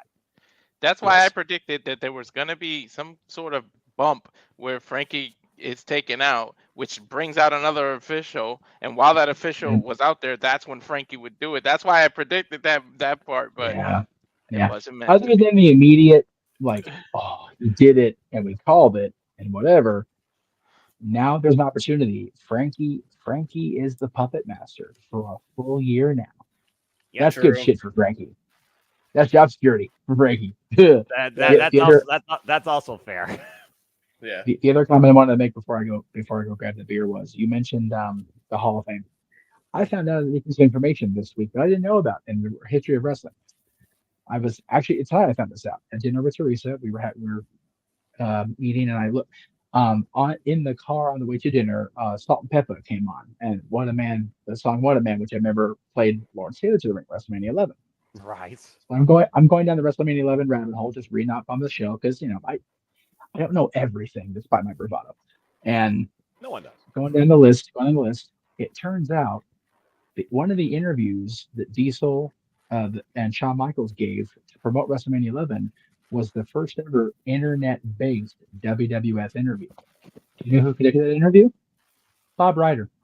Oh wow. Okay. Wow. Man. Bob Ryder. I wasn't part of the Down for Glory broadcast. I didn't get to speak my piece on Bob. In a time where Aaron and I and our co-host at the time was just trying to get anybody to throw us a fucking bone for an interview. Bob Ryder was the guy at TNA that kept throwing us the bones. Jeff Jarrett, Dusty Rhodes, Frankie, different people within TNA. Yeah. The years we were. Yeah. Well, no, AJ and Chris we got later on our own. I'm talking the first 2 years we were doing just audio, and we were just having people call in to do the interviews, but we weren't going live to. Oh, okay, yeah. Right. Bob was our point man because he was the internet guy. I heard, shit about Bob Ryder later in life before he passed or whatever, and I refuse to believe it because there was no greater advocate for the no DQ brand, which was a different name at the time that I'm not allowed to say because there's litigation and shit. But there was no bigger advocate for the no DQ brand and us getting an opportunity to just make something of ourselves by interviewing these stars of the past, of today, and tomorrow than Bob Ryder. So him getting any sort of recognition by the company in front of their hardcorest of hardcore fans at their biggest show is so fucking cool. And I was so happy to see that happen. I saw it on delay because I was out watching my Kings win and out getting my ass scared at the Myers house. But it was so fucking rewarding for me after 22 years to see Bob Ryder get his induction. And on a different level completely. Good for fucking Rhino, man. I love me some Rhino. So that was Who's cool the to see man? Now the Hall of Famer. Yeah. I was really thinking he was gonna spear Tommy Dreamer, I mean, like I was waiting for it. I mean, he got DDT by freaking Rave. I mean, he called himself the freaking, the Bryce. Yeah. I was like, yeah, come on, Rhino, gore him. Aw. Yeah, it's one of those. I think everybody should spear Tommy Dreamer at least once in their life. We predicted. There's simply predicted. We just thought that when Rhino came out, Tommy Jr. was going to be the next entrance, and that's when you spear him. That's what we were. Right. That would have been fun. Well, but I mean, no. Hey, Tasha Steelz gave him a moment during the Call Your Shot Gauntlet, so there's that. Yes, but I am so happy for Bob and his family that he got the recognition because, once we kind of lost our way to have continual contact with all these wrestling promotions to get the interviews, it's like really didn't get it's the hip terminology now. Didn't get a chance to give Bob Ryder his proper flowers. So I'm glad that TNA did that last weekend. Yeah, and again, you saw the people. Yeah, you saw the people that honored him during the video package, the TNA alumni and OGs, the current roster, and it goes back to that impact, pun intended, that Bob Ryder had not just for TNA but the wrestling business. However, Young always called him the most humble man, the man that picked up the check. God bless him with that. When it came to those gatherings and those dinners, and him not even having like that family atmosphere for himself, but wrestling allowed him to have that. I mean, it was very telling to hear all this because as somebody that looks at all things wrestling, I sure as hell don't know everything, but I'm happy to engage in everything and learn about anything. That's why I look at different wrestling, even in my downtime when I'm not looking at the mainstream. I'll just go on YouTube and watch like Pro Wrestling Eve do a stream of one of their Wrestle Queen shows or what. We got Power Struggle Monday morning where freaking Shiga Takagi's challenging Zack Sabre Jr. for the IWGP Heavyweight Championship. So I can't wait for that. And the conclusion of the Best Super Juniors Tag League and Taiji taking on David Finlay. I mean, there's just, again, wrestling is limitless, to take a quote of Keith Lee. It truly is something where there is no boundaries towards what you can see, engage, believe, or find a connection with in this industry. And Bob Ryder kind of bridged all of that, and you bringing that up just further cements that statement. So that's really cool. Again, the first ever internet-based WWF interview, the guy that really spearheaded WCW.com, the guy that freaking built TNA's digital brand from the ground up. Yep. He's all famer just on those defenses alone. Basically, Eric helped Young- you guys out with no DQ, yeah. Eric Yeah, Young's I- speech really tugged at the heartstrings. No, it did. It was again, even staying in character knows a piece of crap. I hate to call himself the king of TNA. This is really good. It's like, you know what? In the context of the Hall of Fame, yeah, Bob Ryder, Jeremy Borash, who I love Jeremy, and Double J and Jerry Jarrett. Without those four guys, I don't think we're sitting here talking about TNA having bounced the water last week. Nope. Amen. True that. All right. And there you go. Walter, we got to get a commercial break so Jeff can get his beer and I got to go potty. Right. So we'll be back after these words from our sponsors, who are us. And We're self-sponsored. This is weird, but okay. No, it's everything you can catch here in the Simply Reliable Studios. I don't host this. I don't host this outside the anniversary. Don't look at me. And before you go and hit it, Walter, I'll end it with this before we get to that trailer, folks. We are our best advocates. And now for a taste of things to come.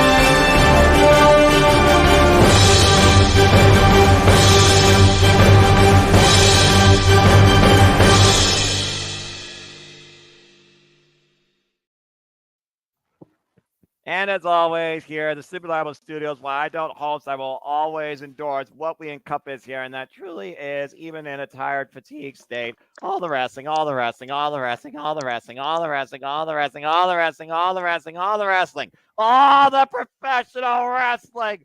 Damn it! And other forms of combat sports and other sports. Again, congratulations to the Dodgers winning the World Series. I was listening to that all night at the bar I was at in Cleveland after AEW Dynamite Fright Night. Damn good shit that show was too. It was.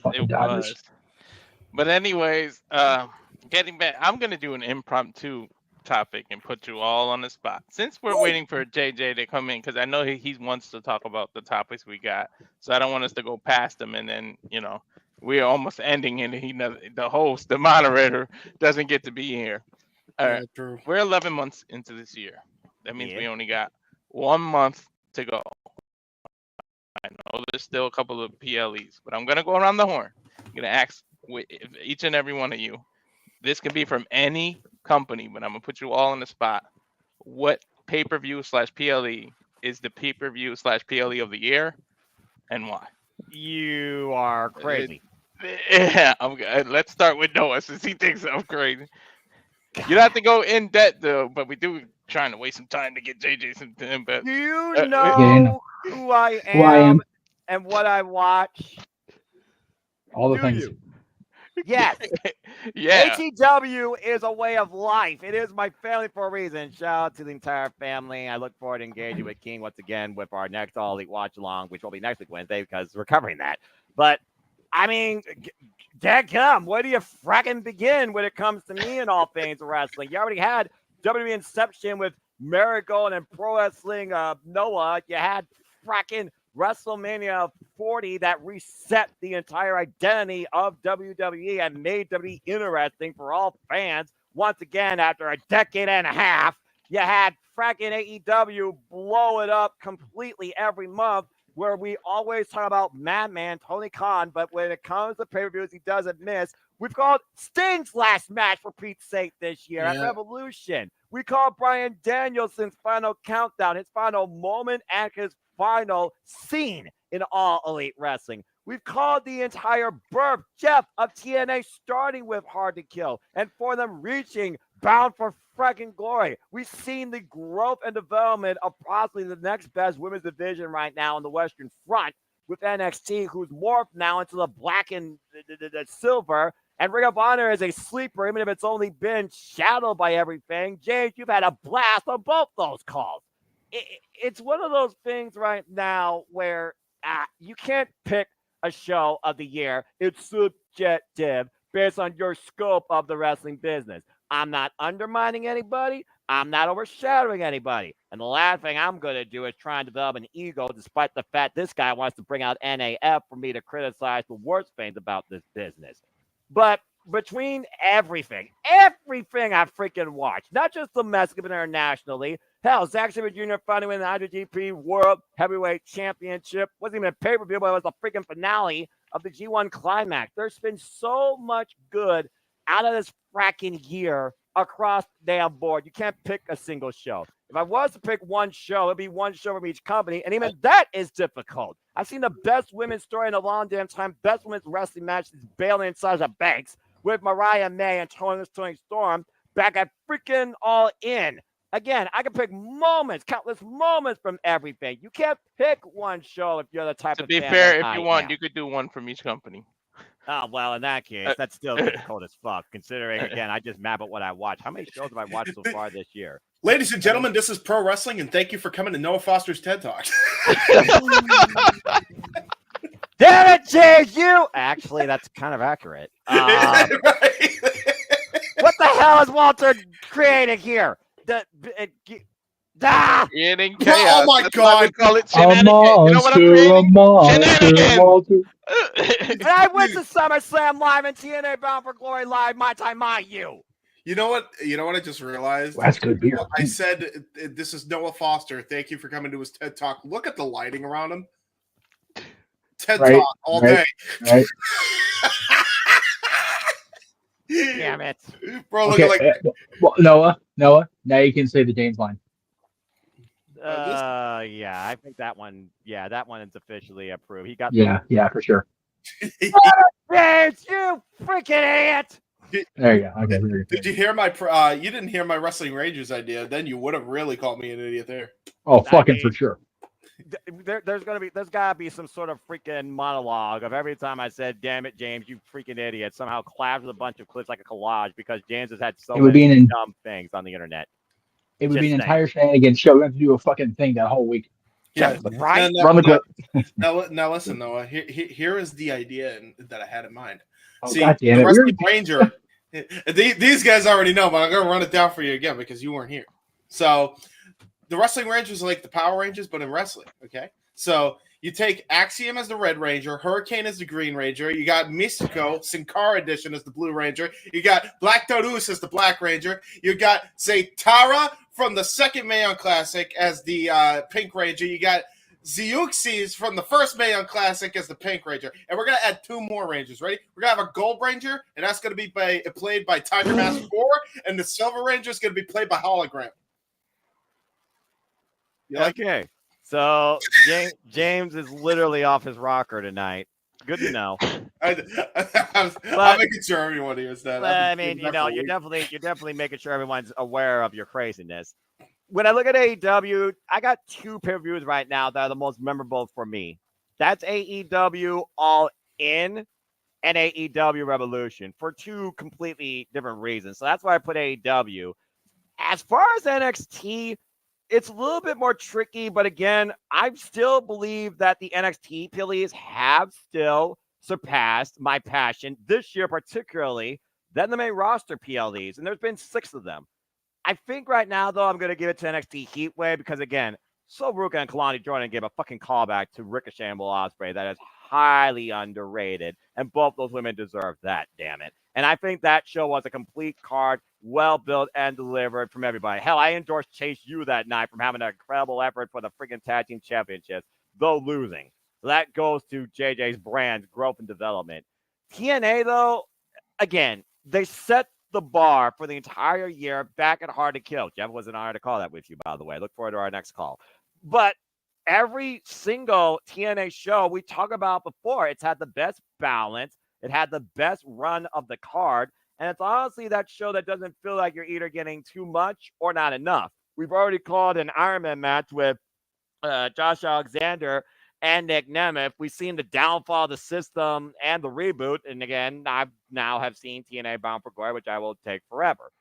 If I was going to pick one from TNA, though, that's a little bit more tricky. But I think I got to go with Hard to Kill just because, again, it restored the spirit of total nonstop action in its greatest form with those letters. So I think I got to go with Hard to Kill right now just because, again, TNA has not missed a beat. And as far as WWE, I'm not going to lie, all the international shows still felt more like glorified house shows. Each had their moments, but if it wasn't for the audience, what were we really watching outside of Monday Night Raw or SmackDown-driven roster experience? I'm just saying. I think for me, though, it's got to be WrestleMania 40. Again, it's the reset. It is the genesis of WWE for anybody that wanted to see pro wrestling and inter wrestling in the same sentence in this company, not associated with 3 former letters, which will be a topic when the Renegade Wrestling JJ Williams gets here for a different purpose. But I got to give it to WrestleMania 40. Again, complete top to bottom card, 2 nights. Each thing I feel like definitely served its purpose to a degree. There was a couple matches like, why is it here? Why is this at WrestleMania? Why is this card on this card? And why are we doing with the 49, the fuck football? I don't know that team. Anyway, it's one of those things where I think WrestleMania 40 really restored a lot of faith in me as a fan of WWE, especially with JJ getting to call Cody finishing his story. And I will never take that moment away from him and I that we were allowed to do that night. So as far as the main companies, I think that's where I stand. If I were to go on everything else, you probably would be here for another 25, 35 minutes. Okay. All right. Well, thank you for that, Noah. I guess I'll go left and then that way make some odd shape because that's not even an X. But let's go to Jeff next. Yeah. Oh, okay. Perfect. Okay, so we're going back to the left. Got it. Okay. Screen. Anyway, Yeah. Recalculating route. Slide to the left. Rerouted. To the right. We are not doing the cha-cha slide. Shut up. Anyway, go ahead, Jeff. I can do the cha-cha. No. I can do the truffle, I can't, but nobody wants to see that. Fuck all the way off. Anyway, first of all, they don't sponsor us like the Watch Launcher that does. We sponsor our fucking selves. But I will recommend Belching Beaver Brewery. We're in the Honey Blonde Ale. This shit's good. Anyway. There you go. And yes, it does say Belching Beaver, and I belched while I was muted. So there you go. Anyway. Interesting, but I'll stick to Mountain Dew. Anyway, please continue. It's somehow less lethal for you than Mountain Dew because Mountain Dew is just diabetes in a bottle at this point with caffeine. It's crazy. I'll do that when I get there. Well, I mean, you're safe, Noah, because you got the freaking greatest metabolism on God's green earth. I don't know how. And we hate you for it, but we love you. Anyway, damn it. All right. I'm a fat, fully looking flannel motherfucker with my beer drinking. I don't really care. Anyway, hey, listen.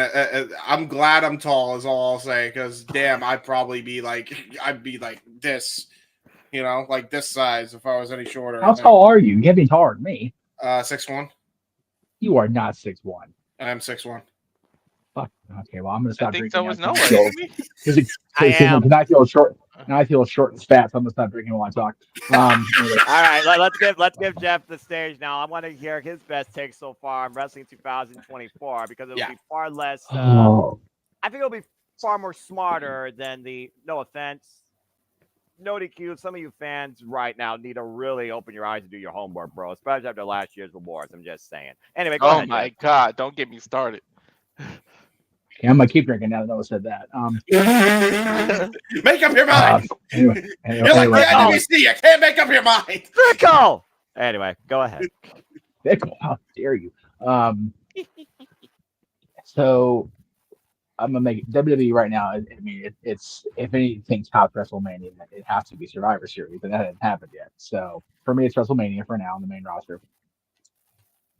NXT, I feel like a lot of the TV specials have really delivered.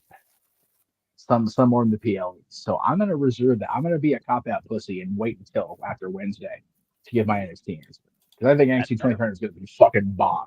Like I really do. I agree. AEW, I have to go with All In for very personal reasons, but I also thoroughly enjoyed Revolution. Again, for personal reasons. But All In, I still haven't shown Teresa Bryan's entrance, and I think I'm going to get all back to again when I show her because it's such a beautiful thing. TNA, that's hard only because I haven't watched them all this year. Because after I got my little slap on the wrist from Google, I kind of just stopped watching the pay-per-views because I had to pay for them. That's fair, honestly. I'm just being honest. But of the ones hard to kill. Other ones I saw, I think Hard to Kill would be my And again, knowing I got to call it's fucking awesome show from top to bottom. It's such a good show. And again, even though Scott D'Amore's exit was nigh almost right after that, it was still a solid return of TNA. And whatever we believe about the relationship, that show was also, I feel, the beginnings of the TNA NXT partnership, which has just been so fucking cool to see evolve over this last year. So By the way, how fitting is TNA to have a name like that? Because I call it the little engine I could, because there's just no dying in this company. It is truly hard to kill. This company just keeps on it is. sucking. Yeah, that's accurate. No, it is. Yep. When you think about how many times that company either could have or quite honestly should have died, besides the Hogan era, let's just stop beating up that dead horse already. Because God, my foot hurts from kicking that poor little fucker. When Tessa Blanchard became the world champion and all that shit went sideways in a hurry. When the Carters came in and had to take financial control because HealthStop had that slightly little scandal. Just everything in the last 22 years. There is no reason this company should still be going. And they are. Once I read Scott D'Amore was leaving, I thought that was going to be a nail in the I thought for sure. They was going to come back and it was fucked. Yeah. The guy that brought TNA back to life is taken out of the company. That is a testament to the support that TNA gets from their fans, and the support, all honesty, that Anthem gives that company. We don't have to like Anthem. Yeah. And their corporate bullshit to recognize that without them, there is no TNA anymore. That's fair. So the TNA, WWE, NXT. I really like the Prestige show we called, whatever show that was. That was up in Portland. That shit was fun. Yeah. That was so much freaking fun. So much fun. Oh my god. You talk about off the fucking rails. Good grief. Right? The best use of Alan Angels and Evil Uno that AEW's used them. You know what? To give an honorable mention, you can throw Bloodsport 10 in there too, or 11. Was it Yeah. 10 or 11 that we? It was 10. It was 10. 11's coming up. 11's coming 11's up. coming up. It was 10, and you all had a blaster in that. Yes, they did. Bloodsport 9 So, ruled too. The Shane Baszler versus Slamovich match. yeah, 9 was good. Ruled. 9 was good.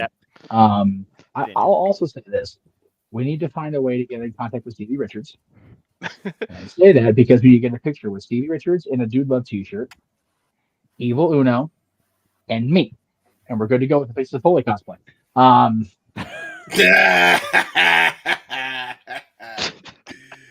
True.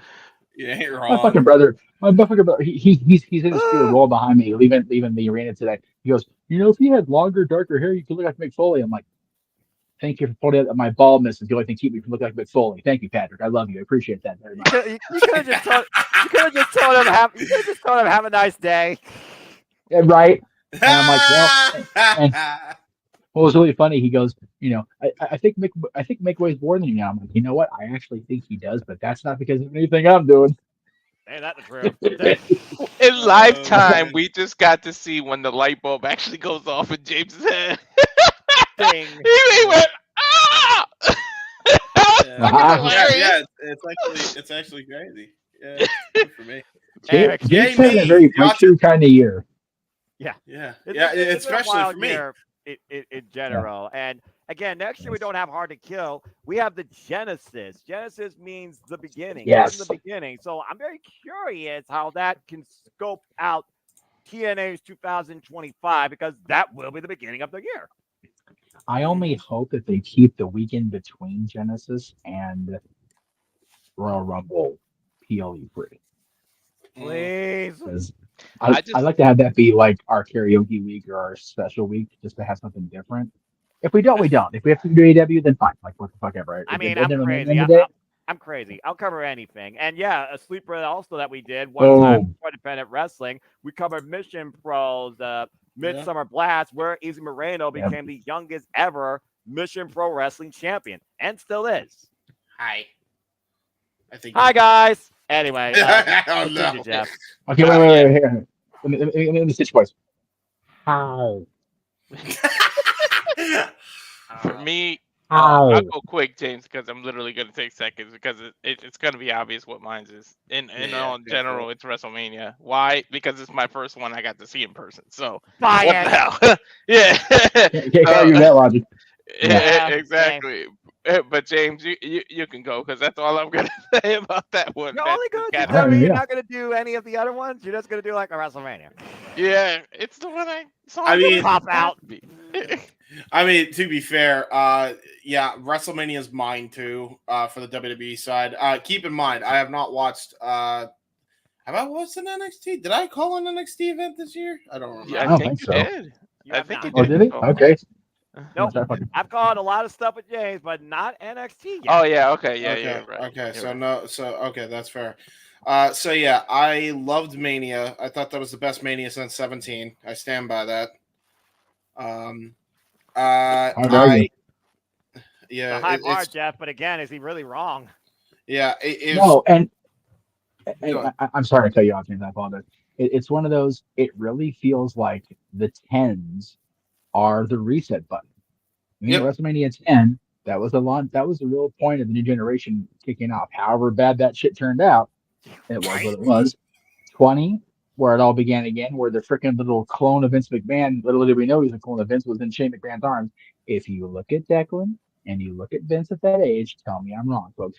And then WrestleMania 30 with the with Daniel Bryan. Yes, it wasn't the fairy tale ending for Bryan, but WrestleMania 30 felt like a passing torch. You started with Hogan, Rock, Austin, you ended with Daniel Bryan beating Evolution. I mean, that just felt like a moment. And now this one with 40, the first full Papa H WrestleMania. It's where it all has begun again. I love it, dude. I love how Star talked about WrestleMania 30 or 40 being in March. I don't foresee that not ever happening. Like, WrestleMania is going to be on March. It's going to be a thing. Yeah, it's got to be. Yeah, Anyway. What's hilarious about that too is like it feels like not only is like 40 or the 10's the reset button, but then you get like the 7, 8s, and 9s. Like they're always like, what a weird time because like you see in the roster change to that reset point. It's kind of interesting. you think about 7 was like really starting to show that Hulkamania was starting to taper off. Yeah. 8, he stepped away for a while. 9 was 9. 17, as you mentioned, the greatest until this year. 18, solid show. Could have been laid out differently. If you Yeah. think about it. Yep. 19 is the one I really regret not going to, if I'm being fucking It was honest. so good. I still hold good. 19 up as probably before 40. I still hold 19 up probably as one of my most favorite WrestleManias ever. Yeah. 19 was going to be the first one that Team No DQ attended as a team, because it was just up the road in Seattle. It was like we could have gone, and we just didn't. But yeah, 27's touchy, right? Well, 28, yeah.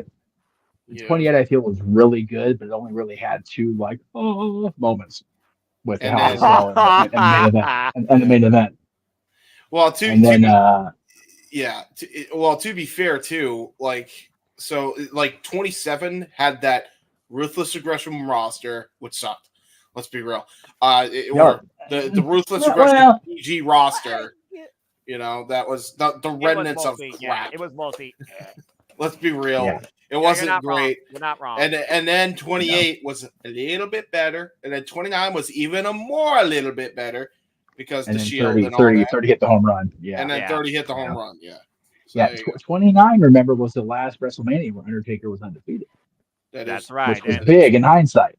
And 30 caused a lot of people to drop off because of said incident. Only to anger them further when Undertaker was brought Including back my for father. a couple of redemption spots. And then there was 33 that most people don't talk about for reasons.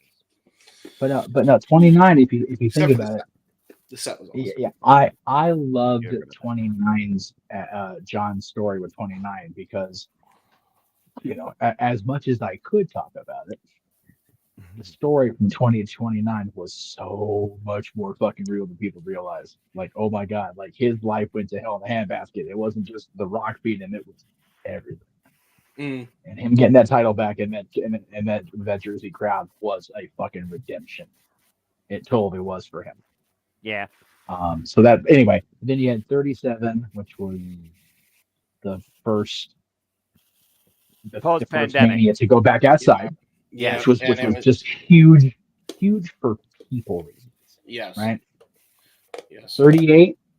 Again, 38, the one in Texas again. Texas, AT&T Stadium. The first it was one the first we all WrestleMania that we called here when we established this internet community together. Which was a good, solid show. Yeah. 2-day show, and then 39 I will be forever biased because I was there for both of those nights. And it led up to a really awesome 40, probably the best. And 39 people will shit on the ending. Let's all remember the post show with James. But right. I felt it was a good 2 nights of wrestling, a 2-night WWE show. Yeah, it was.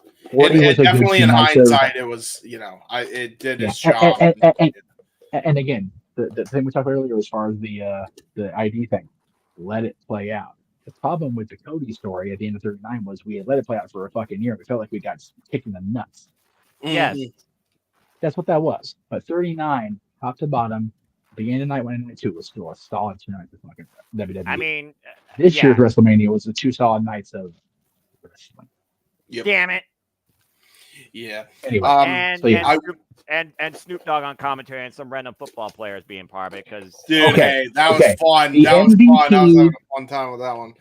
The MVP of television this year, not just WWE, not just anything. The MVP of television this year is fucking Snoop Dogg. I will die on that hill with a blunt in my hand. Yeah, amen. With Amen the Olympics, with everything. The only bad thing That motherfucker's having so much fun. Yeah, way too much fun. Yeah. Seriously, I will say too. I will. My 2 favorite Mania matches from that entire time was specifically. I think the last 2 things that Vince booked that I really enjoyed was obviously Bianca Belair and Sasha Banks. Yes. And that triple threat banged. Which one? Roman Edge and Bryan? Yeah, man, like that was unfreaking real. That honestly, and I still consider it like like as much as I love Danielson and everybody, I thought it's the best work rate wise, the best triple threat match of all time. And it's one of those things like it feels like that match like exists in another like universe now. Yeah, right. Because the other two, It's like Roman banished him to AEW. Oh, no. Fucking Roman stacked him and jacked him, and it felt like he fucking toe tagged him and sent him out to Jacksonville in the process. It was like, whoa. To be fair though, without that being the case though, Danielson wouldn't have had that year. We would not. No, he wouldn't have. Let's just put it out there. We would not have had the fucking American Dragon back in professional wrestling, giving us some of the greatest moments we have seen since ROH 2009. I still don't know. This out there, Dane. Go ahead. Are you ready for this? Brian Danielson / Daniel Bryan. On the first run before he got hurt, last match was against Seth Rollins. Yep. On the second run, last match in WWE was on Roman Reigns. What was his last match in AEW? John Moxley. The Shield. The Shield destroyed Daniel Bryan's career. He really like. He's like, hey, this is how I'm gonna end my career. Can all three of you just beat the shit out of me real quick? He's a glutton for And think punishment. about it. And think about it.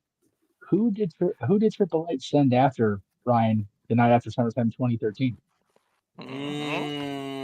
Papa H wins again, kids. Papa H wins again. Yes. You son of a bitch. Now I will Son of a say, bitch, Triple H. but no, You seriously, bastard! You rat bastard! guys, I'm serious. Like the Danielson run of 2021 is the greatest run I have ever seen. How he never won Wrestler of the Year to this day boggles my mind. From every publication, he should have been Wrestler of the Year. 5-star matches across the board. The only time he shouldn't have been Wrestler of the Year is obviously in the PWI magazine because they go by kayfabe. Well, but you know what though? I'm pretty sure Meltzer's award is now co-named after him because he's won it so many times. No, I know. Okay. Yeah, but I'm saying like he did get the Bryan Danielson award, but did he get the Wrestler of the Year award? Because I feel like he should have. Isn't that what that is?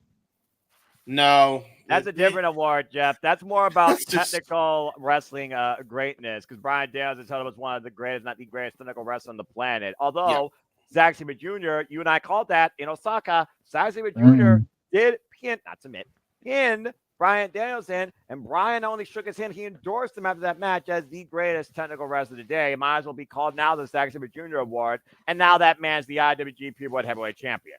So if Meltzer's award that's co-named for Bryan Danielson and Ric Flair is not the Wrestler of the Year, this is why Dave Meltzer confuses me, ladies and gentlemen. Yeah, because he's a confusing person. The male Wrestler of the Year is not the same as technical wrestler. I don't get it either. Okay, and then he has another section for best mic talker. So there's so many. That's different. Like that's different. But it's like you have male Wrestler of the Year, best technical wrestler, and then like I don't know. It's confusing. Women Wrestler of the Year, of course, was Timeless Tony Storm, who sent us. That was for PWI, though. Yeah, it's PWI. All right. So anyway, so we're back to the original topic. Sorry. What a freaking segue! While James only talked about his WWE show of the year, but that was still good shit. Yeah, what else did you like this this part year? 2 would take us a lot while to talk about. Love Mania. More impromptu than my ATW view. Good grief. Exactly. JJ, save us. Mania 40, great, like I said. For AEW, oof. Considering you've called pretty much every one of them, I think, except All Out. I gotta go with All In. Yeah. This year's All In was so damn good. You lost your damn mind when Nigel McGuinness came back. Yeah, we all did. Fuck. Yeah, that was that. It is a toss up though. I say it's 1A and 1B. It's the other one is probably Dynasty. Ooh. Yeah, I'd say Dynasty mainly for the Ospreay Danielson match was so that was good though. Yeah, I mean, Ospreay versus Blank this year. Pretty much, yeah. Right? And any match with Ospreay, or but the thing with that is like that whole card of All In is like great top to bottom. Even by the way, Yes, that includes the Mercedes Britt match. I don't think it was as bad as nearly as people are saying it is. Nope. Cry me a river. And also, I like the short car crash that Darby and Jack Perry was, even though it was Jack Perry. Right. So, like, and work rate, you cannot deny that even the Young Bucks delivered. Like, the show slapped on all fronts. So you got to give them credit. And now Private Party finally beat the Young Bucks on a new AEW World Tag-Team Champions, and I saw that live, and I couldn't imagine your reaction to that when you were calling it. Yeah, you know what my reaction was? I'll give you a reenactment right here. Thank God. That was my reaction. We all knew that had to happen. Yeah, you needed to. It's one of those things where if it didn't happen, you were going to break up a team that was there since day one, as Avatar Man just popped in the back room and gone again, back again. It's one of those things where it had to be their moment. They literally have been like the first team on the Young Bucks radar when the Young Bucks signed them to AEW from HOG. It had to be their moment, and I'm so damn glad I got to see it. Don't do it. Oh, for the fuck's sake. If he doesn't get here by freaking, and let's keep in mind, I already fall back, but you guys are officially going to fall back here soon enough, so technically this could go even longer.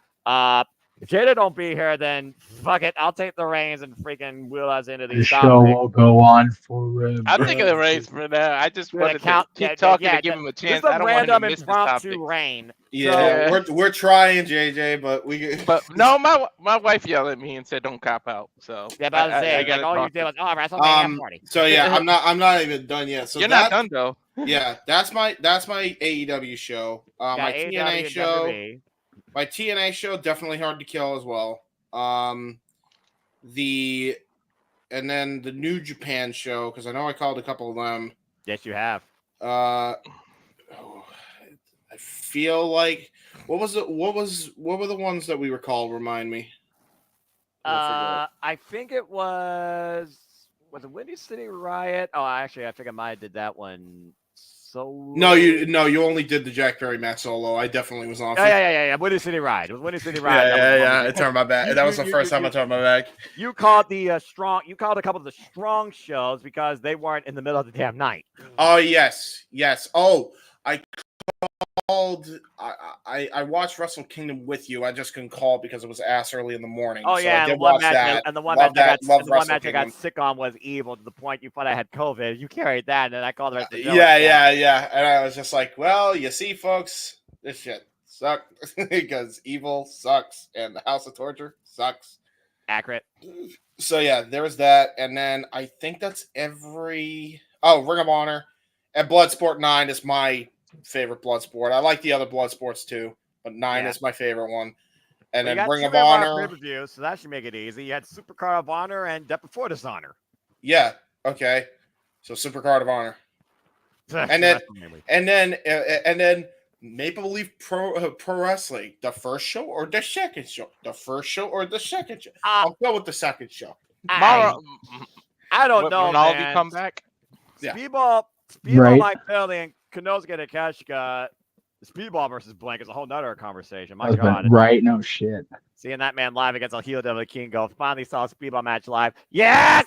Oh yeah, Godspeed to Vikingo, dude. I hope he heals up too. Shit. Yeah, dude. Him getting hurt, and then Bay got hurt, and then there was one other person they got hurt. Right? Vikingo will come back from that. Chris is still. He's a Viking. He'll survive. Yeah. I hate to bow out, but I have been asked to bow out. So Walter, if you want to give me the topics really quick, I can run through them real quick just to give everybody a perspective on my. Sure, hang on. The next one is Vince McMahon's new endeavor. I'll believe it when I actually see it, a press release from Vince's front himself. Until then, it's all hearsay and bullshit. I personally, look, if he's not directly involved and they're literally just financing it, who gives a fuck if his name's on it? Like, honest to God. Yeah. Hold on. Let me give him all. Let him give his points, and then we'll go back and. So a certain journalist put his foot in his mouth twice this week. You know what he's talking about. You know who he's talking about. NorCal or Ohio? It's Meltzer. Okay, fuck it, Meltzer. Next. Okay. Fuck it. Forever fucking. we kind of touched on it, but new AEW World Tag-Team Champions. Is it too late? And what will be the repercussions of the former champions leaving Dynamite? I don't think it's too late for Private Party because they actually pulled the fucking trigger and gave the title. If they hadn't done that Wednesday, it would have been over, no doubt. Because them together, I like those guys, but they are greater together than the sum of their parts. Yep, Sorry, absolutely. that's what it is. As far as the fellows who live down the freeway here from where I'm at right now,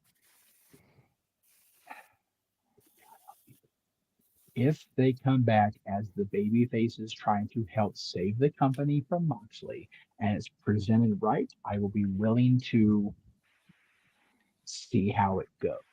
Oh my God! I'm never ever going to come back from me disliking those two guys again because I felt personally like they got too big for their own britches regarding my involvement with them, right? Like, I'm never going to shy away from that. That just is what it is. But I'm a big enough person. Obviously, I wear the flannel very fully-ish.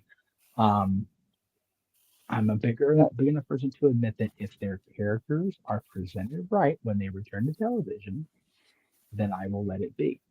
Whisper words of wisdom, as JJ's dad would say from their favorite band. Let it be. I'm willing to let it be. But if they come back as the Young Bucks again, and all that AEW talk still is predicated on Tony Khan being this guy behind the Moxley stuff. If he's the fucking higher power, I'm done. Imagine if it's the Young Bucks that are the higher power the whole time. Okay, that would be even less okay, more okay with me than it being Tony. Like, I would not be surprised if it was the Bucks. Right? That wouldn't bug me near as fucking much. It would. Save your rent. Save your rent because we're I'm trying. trying. Wait. No, real quick. Yeah. Swap you and Noah. I actually swap me with Noah and then put me above James. It's okay. It's okay. It's a good James. That's a good James. It's okay. I like it. I know. The young Bucks ruined everything. Oh, no. Okay. Hey. I am never going to cheer Matt and Nick Massey again. No. But if the Jacksons can stop out Jacksoning the original Jackson 5, I'll be okay with them. Anyway, as far as there's where you can find me doing my own version of cool and dumb things across social media. Monday show, which is the day before the election, I'm just using this. I am prepared for the reality of torpedoing half my friendships because I am so fucking over that fucking Agent Orange piece of shit motherfucker getting away with the shit he's been getting away with. So I am gonna go off Monday. I am wearing my freaking anti-MAGA hat, my Meet Mania shirt, and fucking watch the world burn around me. And then I'll see everybody Tuesday. You got me so good with that Kamala hat the other day too. That was. Is that not the greatest fucking thing? Like, I want to wear it on every show I'm on, but I've only got one more till Tuesday. So it's like, I mean, whatever. But I'm an agent. Dude, I am the Joker. I am Heath Ledger. I will watch the world burn because I'm so fucking over this shit. I'll leave you with this joke. Then you know what the Trump and the world champions of baseball have in common?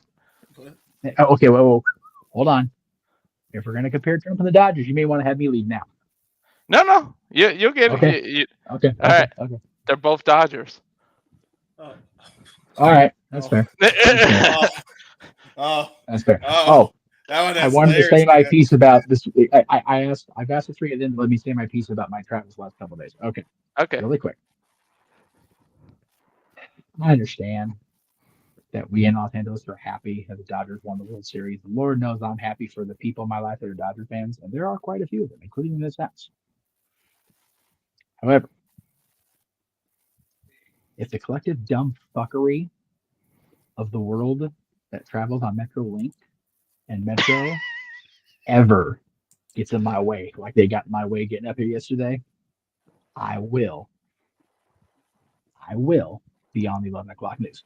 Now, as far as today, I'd like to publicly, verbally thank Answers Entertainment Group, the Peacock Theater, the folks at NBC Universal, and the organizers of the Days of Our Lives anniversary event today. because the collective dumbfuckery of you four entities made this the worst day of days ever. There was line cutting without repercussion. It was so disorganized. I thought sure the Kings were actually running the event for AEG. And I was brought to the point I hadn't been brought to in nearly 15 years. I was about to hit a woman in her face. Because this bitch line cutted me and had no fucking qualms about it. No, and the Karen energy. Dude. I would have called Karen Jarrett in to de-escalate me. This bitch was about to get got. All right. Oh. So I'd like to thank the four entities I mentioned for collectively just screwing my pooch today. Thank you for that. Appreciate you. And oh, by the way, across the street, the Kings fucking blew it 2-0, leaving the loss 4-3 in overtime. So fuck you, Kings, for screwing my Saturday even more. On the other flip side, thank you to my dear sister for a wonderful island dinner that I helped pay for and for this awesome beer. Go out to your local grocery stores and buy Belching Beaver, must be the honey blonde. This shit is good. There you go. And with that, I will see you Monday. JJ, I'm sorry I missed you. More importantly, I'm sorry you missed all this shit right here. This shit right here. So have a wonderful rest of your show, kids. All right. See you, Jeff. Bye. Why? Don't kiss me. Don't kiss me. So back to the improv. Oh wait, I think he wants to come back. I will kiss you if I want to, and you will like it, motherfucker. I didn't consent to this. And Anyways, then there were three. Good damn. So obviously, let me go back to what WWE. Obviously, I said WrestleMania, NXT. I got to give it to Heat Wave. Heat Wave was very, very good. I think I don't think any of you mentioned it either, so I got my own one. Heat Wave. Oh yeah, you did. That's right. Myself. Yeah, Heat Wave. There was just nothing on it. And then the other two, I'm just gonna agree with what you guys said. TNA, Hard to Kill. It was just freaking awesome. And then for you did AEW, Bloodsport 10 for GCW. Yep. And now AEW's next. Yep. AEW, like, what else can you say but All In? I mean, but I gotta give it AEW. They just hit on all cylinders on every pay-per-view, to be honest, except for the damn time. Except for the little ending that we know. I'm not gonna get into it, but we know they're referring. But other than that, the pay-per-view itself was still awesome. And then like AEW may not do television perfect every week, but damn it, they know how to throw on a pay-per-view, and every single pay-per-view was worth the $50. Like, I don't care what anyone says. Yep. I mean, again, I put All In as one of my favorite calls this year with you guys. That was such a tremendous fun show, and I loved our chemistry. But yeah, it's just one of those things where, again, quality versus quantity, your aspect of those two terms and what you watch in and out of wrestling, it, sways the wallet. Even if you're having trouble with it. Then again, they're trying to get Ring of Honor a TV deal using the Nueve now. So again, it is what it is with that. But yeah, I mean, again, Fright Night, you guys called Fright Night, just to continue going segueing here. Again, JJ, we're going to give you a countdown at this point. If you don't go up, bro, because we're going to fall back here in a moment. It's still going to be 1 o'clock. Yeah, remember, we're falling back. Yeah, I know. I did that prematurely. That's why I wasn't here, folks, for the hour. Sorry again. And again, I've been up since 9 a.m. I have all the excuses in the world. I'm the hardest working man people know, apparently. But I can't call myself that. But Fright Night was a really fun delight. They started with a couple of dark matches. We got Nyla Rose in action. She planted somebody that screamed like a siren. We had Serpentico going one-on-one with Cleveland's own Rumble, Batman Rumble, Shane Taylor, 216 represent.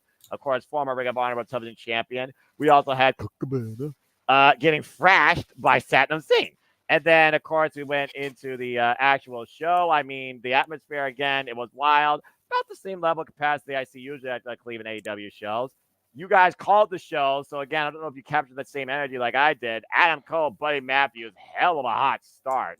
Love that match. I love the fact that Buddy was pushing Adam Cole to once again find what he was when he was undisputed and prove that he wasn't fragile. Now we're running back out to Malachi Black and Adam Cole. This should be interesting coming this week, Wednesday on Dynamite. Orange Cassidy's promo was well received, talking about how AEW found me, I found it. I am AEW. Interesting challenge put out there. And again, he still doesn't have a catchphrase. If someone has a catchphrase for Orange Cassidy, I encourage your creativity now in the chat. James, I'm the hold your breath. juice. I'm the juice, you son of a bitch. Of course. And then again, I like OJ. not the football player. That's well, he's gone now. Not the football player, clearly. Yeah, not the very bad criminal. Anyway, well, yeah, it's a different conversation. It's the pits.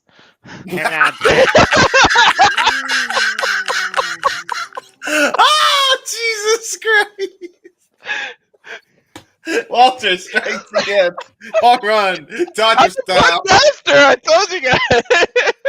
Get him, Walter, you freaking idiot! Hey, we both got one. Yeah. Oh, I'm surrounded by idiots. Why am I not at the top here with both these buffoons? I'm stuck in the middle with these two loons. Since I'm the only mature person on this stage, well, I guess there has to be two people on the top. Hi, James. Anyway. I know. All right, back where you belong. Anyway. What do you mean? Hey! I take offense.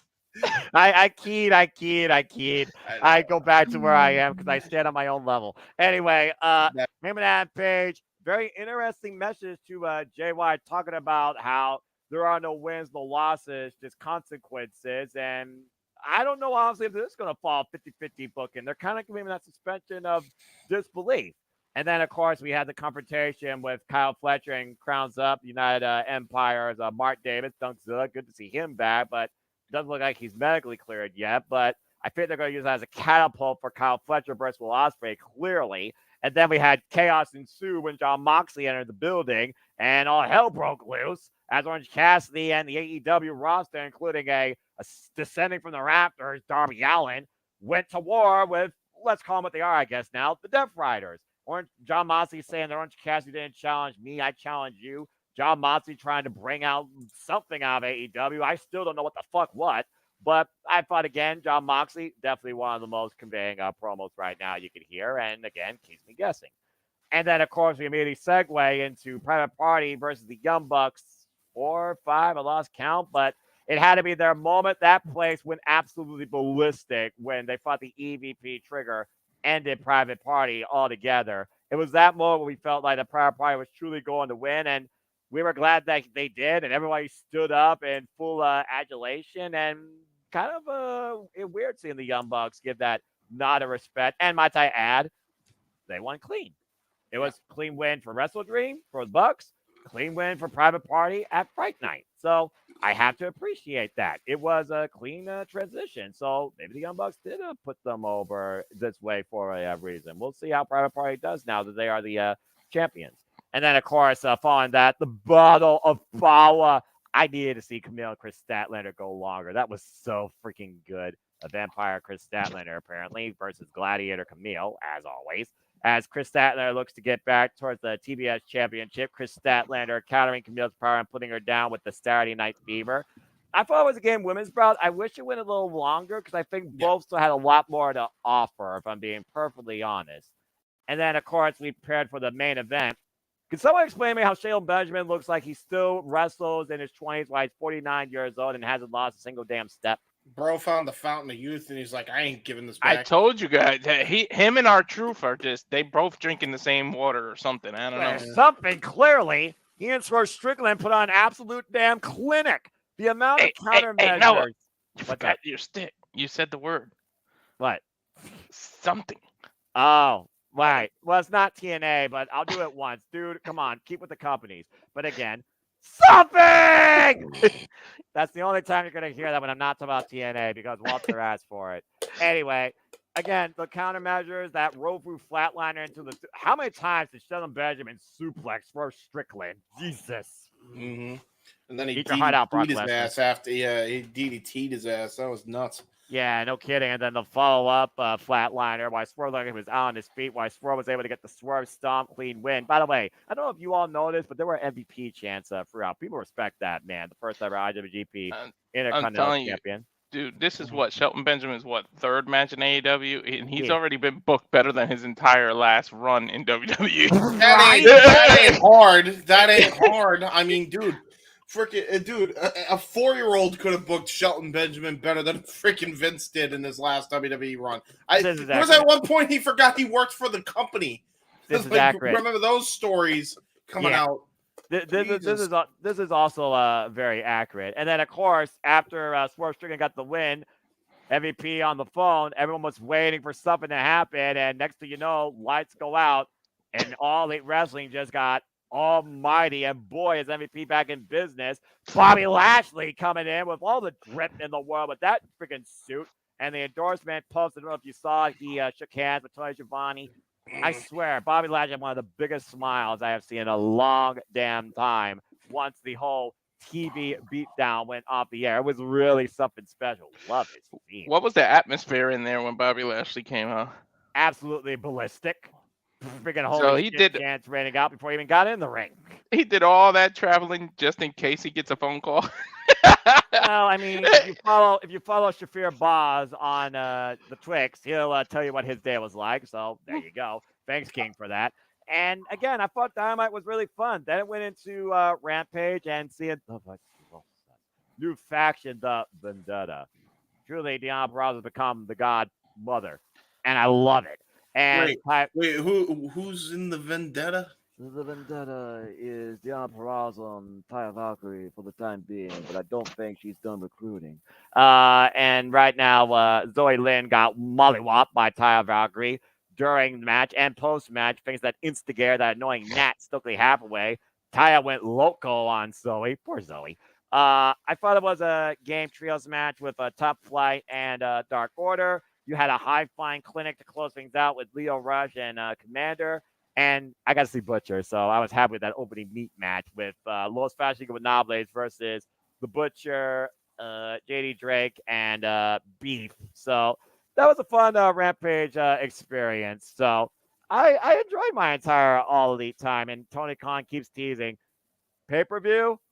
Well, I think we could definitely do a pay-per-view here. Well, do it already, man. You've done 4 damn shows here in Cleveland. Come on. But definitely that was my best All Elite Cleveland experience. Thinking about going to All Elite Wrestling in Columbus, but haven't Cleveland decided. rocks. I'm thinking Damn about right. coming to Bridgeport, and I'm thinking about going because the tickets are mighty, like perfect pricing. If you saw me far off on the right hand side, there's a section of the ring. I was in the section to the right of it. My ticket was only $20. That's what I'm saying. Like their tickets are awesome. Like I almost just want to go. They're almighty prices, pun intended, with with the newest edition. Right. And again, I have not seen Collision yet because I'm hashtag spoiler free. And again, I needed sleep. So I need something on my Sundays or my Monday night. So I have that on DVR. So I'm looking forward to seeing Anna Jay versus Mariah May. I'm looking forward to seeing Harley Cameron versus Amara Thunder Rosa and Commander versus the new Protostar Kyle Fletcher, and seeing what we get to call on Wednesday night with our simulcast. But you guys got to call AEW Dynamite Friday night. How was the call on the show for you guys? It was good. We had pretty good fun. I will say there were some things that didn't translate as well on TV. I thought Camille could have been utilized better, and this match should have been pay-per-view quality considering the 2 caliber talents in the ring. Mm-hmm. And then they just did what they did. It made Camille look weak, beyond weak at this point. That's one miss to me, but everything else I think was pretty damn good. There might have been like one other thing I didn't like, but I don't remember now, to be fair. It was Halloween Eve, to be fair, as well. So yeah, and plus I was already. My sleep schedule's been all over the damn place, so I don't remember shit. Welcome to my life. Yeah, I remember your rant on. You might as well go on it now about what the new tag thing. What? Oh wait, no, because it's actually a topic. Never mind. Because you're gonna rant. Don't explode the Hebert. I'm just saying. No. We'll get to that later. Out. Yeah, about to say. He has a short fuse. Yes. Well, but put it out right now before it blows up. But that being said, yes. Walter, you got to call up Friday night. What was your takeaway on Wednesday Night Dynamite? I didn't call Friday night. You did? No, JJ called it. JJ did. Walter had World Series duty. Series, yeah. Oh, that's I had right. to The do the World Dodgers. I'm Series. sorry. Yes. Yeah, if you're in the Cleveland area, go check out Corner Alley and the Clevelander Bar. Very nice venues. Anyway, but yeah, I mean, I enjoyed my time in Cleveland, my time in Detroit, Tina Bound for Glory, AEW Dynamite Fright Night. I've seen Collision, Dynamite, GNA pay-per-views. I've seen SummerSlam. I've had a hell of a 2024 for a live wrestling experience. It's good grief. I gotta go to a TNA show. Well, You they do. never. I don't You think they're do. anywhere near me ever. Well, I mean, they're going to center stage in Atlanta, Georgia for Final Resolution. Of course, we ran the trailer. Again, folks, City Predicting will be back here. I'll be moderating, whether it's with these guys or another gaggle of folks. City Predicting, of course, still to come for AEW, Full Gear, WWE Survivor Series War Games, and TNA Turning Point for the conclusion of November. We still don't know officially if we're going to get Ring of Honor Final Battle or NXT Deadline. So stay tuned for more on that, folks. But that will conclude the City Predicting for the year 2024 as far as I can tell. So, yeah, there's that. All right. So for now, before we get into the rest of the topics, we could take a short commercial break in case people got to take a Liaki and what else. Hey, I'm JJ now, so that's what he calls it.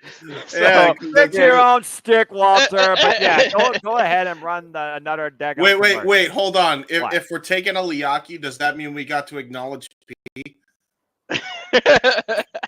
Run the commercial before I go back to sleep. And now for a taste of things to come.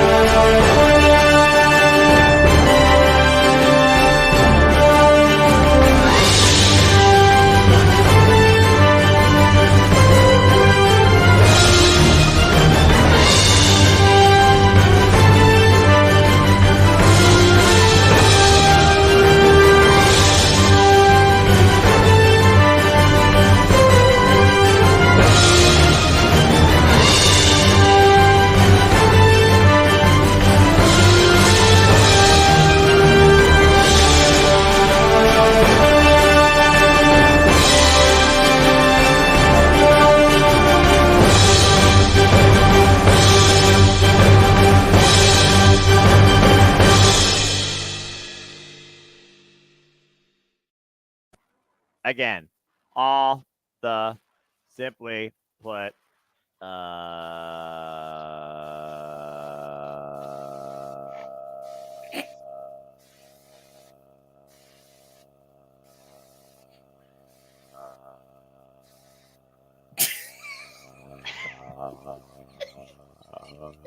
wrestling, damn it, and other combat sports and other forms of sports and entertainment that we cover here. Joe Henry for TNA World Champion. Oh wait, I said.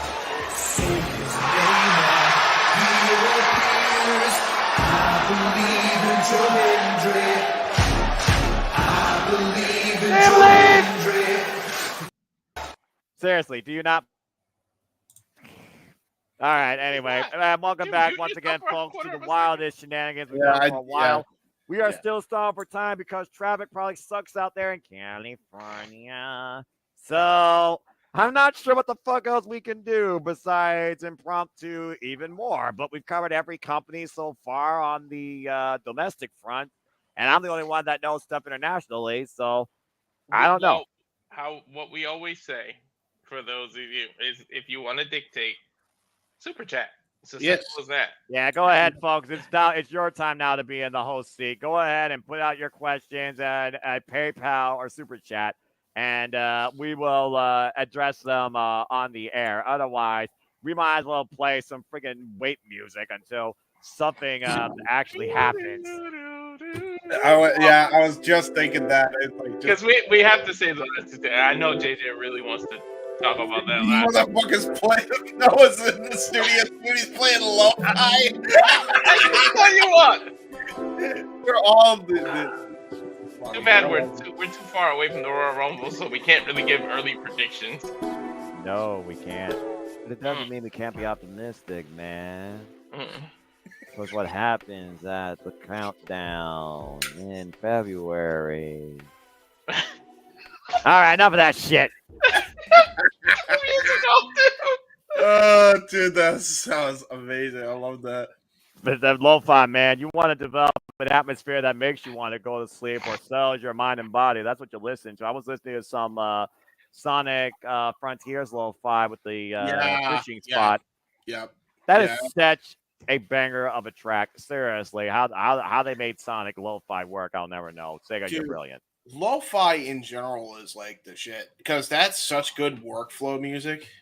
I didn't realize how much. I didn't realize I needed lo-fi in my life until I just started flowing as I was listening to lo-fi. It's like, ooh, this is helpful. And here I find Angelico was the only cool vibe. Boy, was I wrong. But yeah, I mean, between various lo-fis and also during long car rides and bus rides, Japanese city pop, I've been much more relaxed. I also found like a courtesy of Ghost Chill, 2-hour compilation of water video game soundtracks. Very relaxing. Yeah, those are good. Yeah, I feel like the ultimate water soundtrack is still Dire Docks from Mario 64. I don't think there's another one that surpasses that. So. Dude, anything in the Mario 64 sound font is tremendous. It's like this is accurate. I mean, again, OG game. What is it? GameCube gaming. Although I did love the Astrobot soundtrack. I just It was N64, but you're close. I didn't grow up on that side of things. I've been a PlayStation guy my whole life. I've followed every generation. I was PlayStation solely outside Xbox 360, and prior to that, I was Sega Dreamcast. To this day, I still want to go back and play Power Stone, the original Crazy Taxi. I still listen to the awesome soundtrack. I love the Sonic on the Dreamcast version. I love that game. Sonic Adventure. Yeah, and of course, they made a couple of Sonic Adventure tracks for freaking Sonic X Shadow Generations, but this economy fucking sucks, and I don't have that type of money. So it's like, and everybody who plays 2K and loved those games, Dreamcast started that. They were the original people that started that. That's fair. I mean, I have W2K24, but I have not even played it yet. I just downloaded it because I was a PS Plus member, but I haven't played a WWE wrestling game or a wrestling game since freaking SmackDown vs. Raw 2010. I kind of fell out of the series when the 2K thing started. I'm surprised you didn't like 11. 11 was a really good game, actually. I was in a different mindset back then in life, and I wasn't into wrestling video games back then. I honestly don't even remember what I was playing back then, to be perfectly real with you. I'm trying to download the WWE game, but I need some more memory on my PlayStation. Well, here's what you do. You need to go ahead and back up your save data to cloud storage. You need to look at your game library and figure out which games you've already played enough times and remove them. It's not that difficult. And the thing about it is, I love the PlayStation 5 because 0 load times. You got to consider, again, how much speed and processing power goes into today's consoles. I do play the classic Nintendo games. Nintendo Online. All these systems have this backup archive for a fee, and it is cool going back for that nostalgia. But I think for me, the biggest thing I appreciate about it, the freaking rewind button or the save button, because I don't have to go all the way back to the damn beginning. Now, truth be told, does it limit the challenge? Yes, but we've all been through that. We wanted to get to the end of those games we never got to, or freaking, go back through and maybe find those endings for those ways that we didn't, I spam that rewind thing on Mega Man when you have to beat that big yellow guy. I spam the hell out of that rewind so much. Absolutely. Yeah. I wish I had that with Mega Man 11. I don't know how I finally beat that game. That game was ridiculous. You know what I think is such a Sonic game that gets such a bad rep is Sonic Heroes. I really do. What? I really did. Yeah, you would be surprised how many people really didn't like Sonic Heroes. Are you kidding me? Sonic Yeah. Heroes was the first real definitive evolution of the Sonic 3D genre. Sonic 2006 sent it back in the dark damn fucking ages. Dude. Oh my lord, dude. Sonic 06 started so promising, and then it just went. Oh, dude. Shadow the Hedgehog was even worse. By the way, don't even get me started on Shadow. Ever beat that game, and it still pisses me off to this day. Dude, the Shadow the Hedgehog game is like the controls are wonky. It's garbage freaking play. The right You get stick hit never every 2 works. seconds. Yeah, by any enemy known to man. And like you thought Sonic Heroes was bad with those enemies. Dude, you ain't seen nothing until you played Shadow the Hedgehog. Jesus come Christ. on. Sonic Heroes was not that damn difficult. I beat that game easily. I enjoyed it. I think the redundancy factor was probably the biggest, downfall to it because you were playing the same stage 4 damn times just to get to the final story where, spoiler alert, you beat friggin' Metal Sonic as Metal Overlord with all 4 teams. I enjoyed that game because it gave me a different dynamic of the 3D Sonic where I could play all the characters, even though there was 2 teams. I was like, why do these teams exist? Dude, Sonic versus Mario Olympics is underrated too. That is, yeah. I give the you original. that. The original is the very original. fun. I don't know about the second one because again. Oh, Winter Games is really fun. Winter Games is actually really fun. That's a different segue though, a different season, so it's a whole different form of sports. I mean, so I'll give you that. I mean, I look at how many times they reinvented Mario Party for Pete's sake. Yeah, dude, Mario Party. Mario Party to me like peaked at 7, the one on the GameCube. That was like I got kids, so I love Mario Party. Well, you got kids, and so far your kids don't hate you. Apparently, you must not stolen stars from them. Oh yeah. No, we do it. We do it to each other. My kids love stealing stars from me. On Sonic Heroes, the Team Chaotix was like my favorite, but that Amy team is ass cheeks. That Amy team was for babies. Are you kidding me? Bro. It was. I mean, it was the easiest one, but well, that's the whole point of it. If you want to get the Chaos Emeralds, you play Team Amy, Team Rose, whatever the fuck that was called. Team Rose. That is fair actually, because like that's the only way you could in the Sonic. If there was one downfall of that whole thing, dude, getting the Chaos Emeralds, even with Team Amy, was a pain in the ass. Yeah, being down that tunnel trying to get to the damn emerald on time. I'm like, you fucker, mine. Like whatever happened to the old school way of getting a Chaos Emerald where you could just tilt the map and then you just land into the emerald? Like it was just so much simpler then. To Safet's comment though, the classic Nintendo. I don't know why this isn't on a lot of stuff. Yeah. My favorite Nintendo game, and people don't, is Legendary Wings. I don't think it gets enough love. I don't know if you know what that game was. Is that an RPG? To describe it.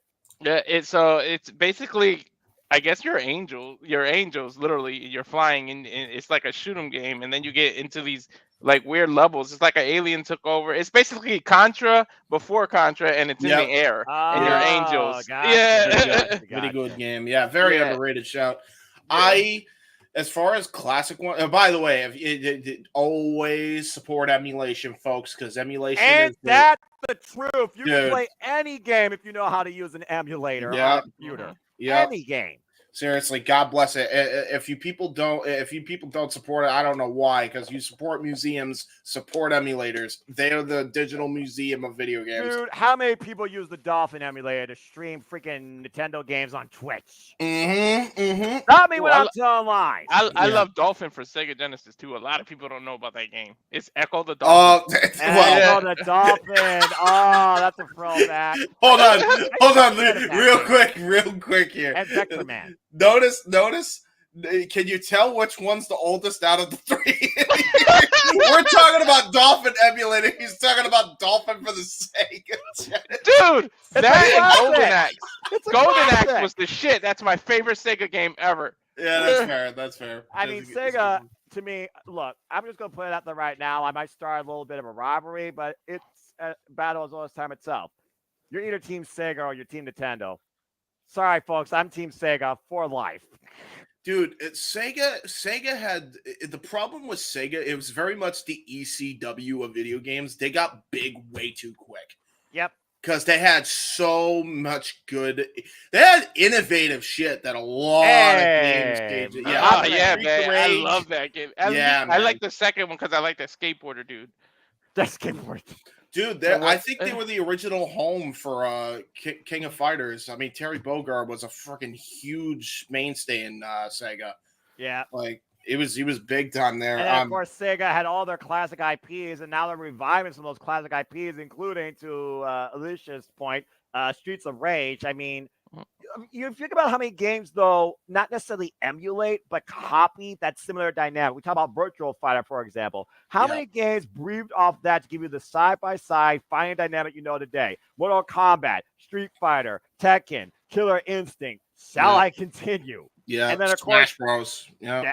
Smash Bros. Defined Oh my its own God, genre. Killer Instinct. Oh. Open world play. Streets of Rage, Double Dragon. I cannot wait for Double Dragon Revive. I'm always going to be a fan of Marion and Double Dragon Neon. They need to make a redo of that. Wait for it. Get your ass on that. All right. Damn it. Shout out to Megan McDuffie, by the way. Incredible composer. What's it? Bill, Awesome. Bill, and I'm trying to think of the Double Dragon character. I know one of them is on. Bill. He's Billy. blue, right? Billy. Billy. Yeah. Who's the other one? I'm putting you on the spot. Think of it. I can't think Come of on. it. I know one's Walter. Billy. Damn it! You idiot! It's Jimmy! Billy Oh, and yeah. Jimmy! All right. Can you tell that we're really being impromptu here, folks? Yes, we are. Yes, we Yeah, are. I and mean, the hell, people who aren't Team Sega, you wouldn't have had Sonics without Sega. So think about that. I mean, about to say, I can name every Sonic game in existence, and I didn't even start with Sonic 1. I started with Sonic 3 and Knuckles. Oh, yeah, God. true. Remember the Dude. code? There's a code in the original Sonic where you can choose your levels.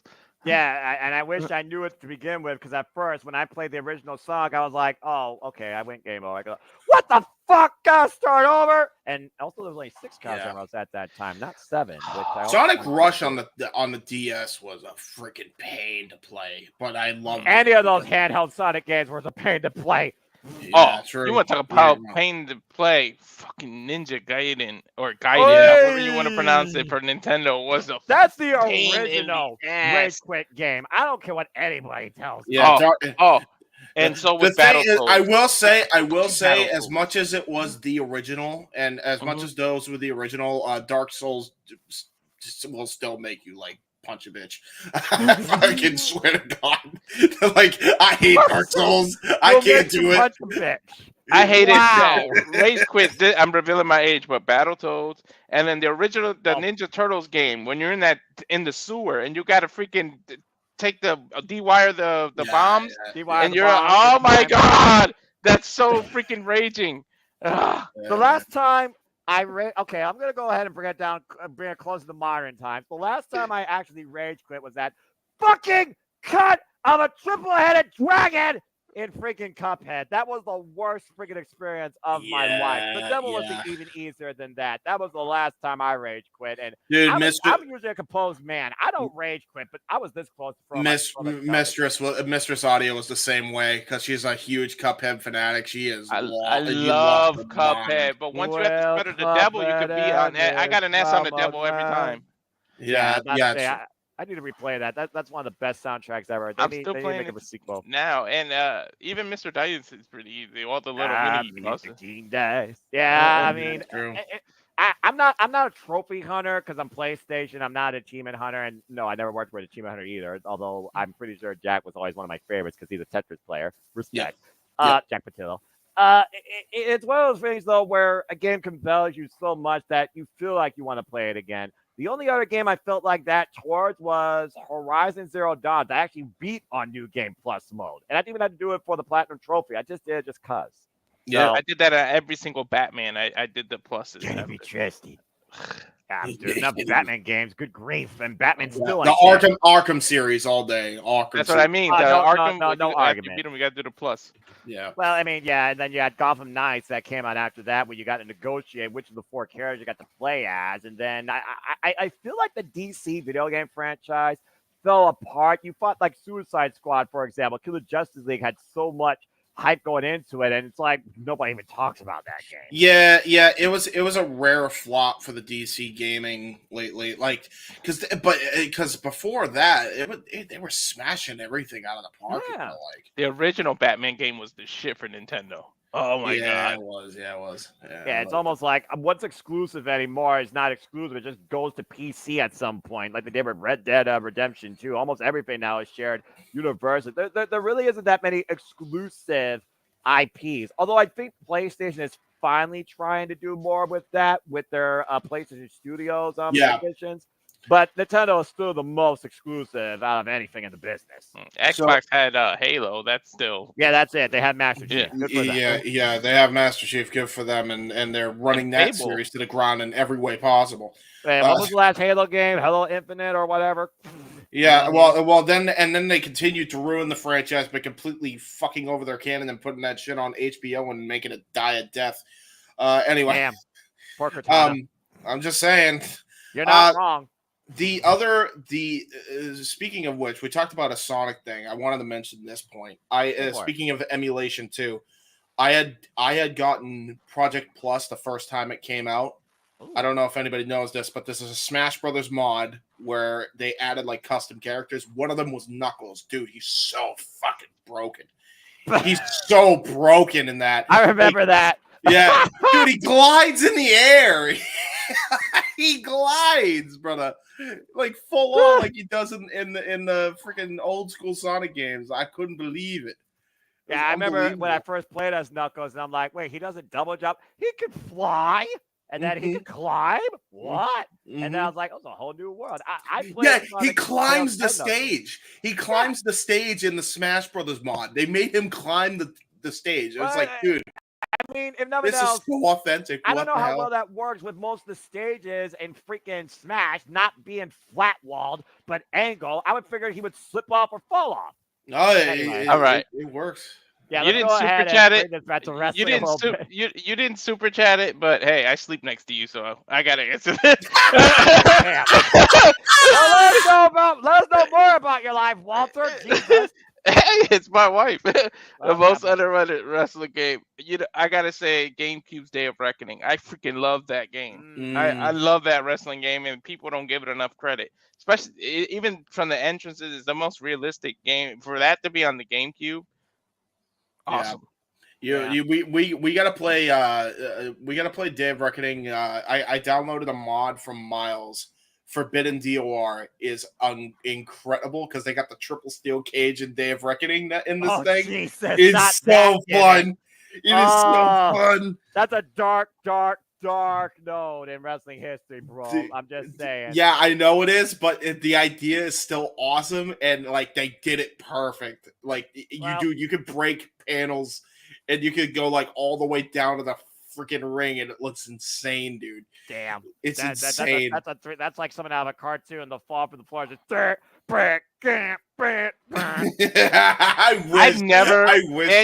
never played Crush Hour. That was like the WWE racing game, right? I never played. Oh my lord, yeah, it was. People extremely rarely ever talk about that because you don't put racing and fighting together when it comes to professional wrestling. Then Mad Max existed, and then you really blur lines between deathmatch and racing. So I mean, but most underrated wrestling game, that's tricky considering my first wrestling game, I don't think I played in the underrated ones. I think I still play one of the GOATs of all time in SmackDown Here Comes the Pain, but on PlayStation 2. Yeah. But all the GOATs was WCW versus the World. Yeah, I did hear things about that, but again, I didn't grow up on WCW. I grew up on WWF because my mom was a fan of that back then. So, dude, when you hit the Z button, you used to be able to steal stuff from the crowd. That was like the first time they. No Mercy is a great shout. Here comes No Mercy's nostalgia gold and goat. Yeah, I love them. I love Here Comes the Pain, but I do agree with you, Walter, that I think the WrestleMania 19, Day of Reckoning 2 are such underrated gems. Like, it's actually I'm a little bit upset I never got to play WrestleMania 19 because I'm a guy that appreciates nostalgia. I don't collect or let it get or dust. I play and engage in it. Hell, I still played the original Frogger from Konami when Frogger he's back. What's that freaking game on PC? I still play WrestleMania 19 and the day of I have the GameCube, the original GameCube. I have it with the memory cards, all that. I still have it. Yeah, and hey, as long as it works, I still miss my PlayStation 2, my greatest system of all time. Oh man, my game archive from that, I tell you what. Yeah, dude, the amount of mods that are on like No Mercy alone is nuts. What's not modded at this point? Day of Reckoning, the roster alone, man, it was just yeah. Dude, Forbidden DOR, they added the 19 roster into Day of Reckoning. It's great. It's so great. They have, dude, Brock Lesnar looks insane in that game because he still has that model from 19 where he just looks like a freaking action figure, bro. I say it looks like an action figure because how big he was. He was the original model for WWE Superstars. I spam with Kurt Angle on Day of Reckoning, man. I love Kurt Angle on Day of Reckoning. It's like people that play with freaking Melina in Mortal Kombat and spam every move that makes her teleport behind their opponent. Hi, that's me. As far as a favorite game, I mean, I agree with Walter. That was my goated stuff. But I'll segue this into another modding topic. Do you guys? So I mentioned SVR 11 before. Yeah. So there's a guy named Youngboy11, and he is actually in process of making SVR Anthology. And for those who don't know, that means he is importing the entire rosters from SmackDown versus Raw, the original, all the way to WWE 12 and putting it in SVR 11. And not only is he doing that, but he's actually going to put the Rumble Roses characters in there as well. He is going all out for this. I'll tell you what the worst wrestling game was when Xbox tried to do crazy. WWE games. Holy I shit. know. The Xbox Raw, was it called Raw? Yeah, it was called Raw. That's like the worst game ever. Oh my god, dude. I played Raw 2. I played Raw 2. Dude, it's very much like the SVR Sonic the Hedgehog 06. It starts so promising because the graphics are ace, right? Like you can and the creation suite is like ahead of its time. Like there's so many creative options you could do in Raw 2 that it's insane. You could do different lightings, you could have all sorts of shit.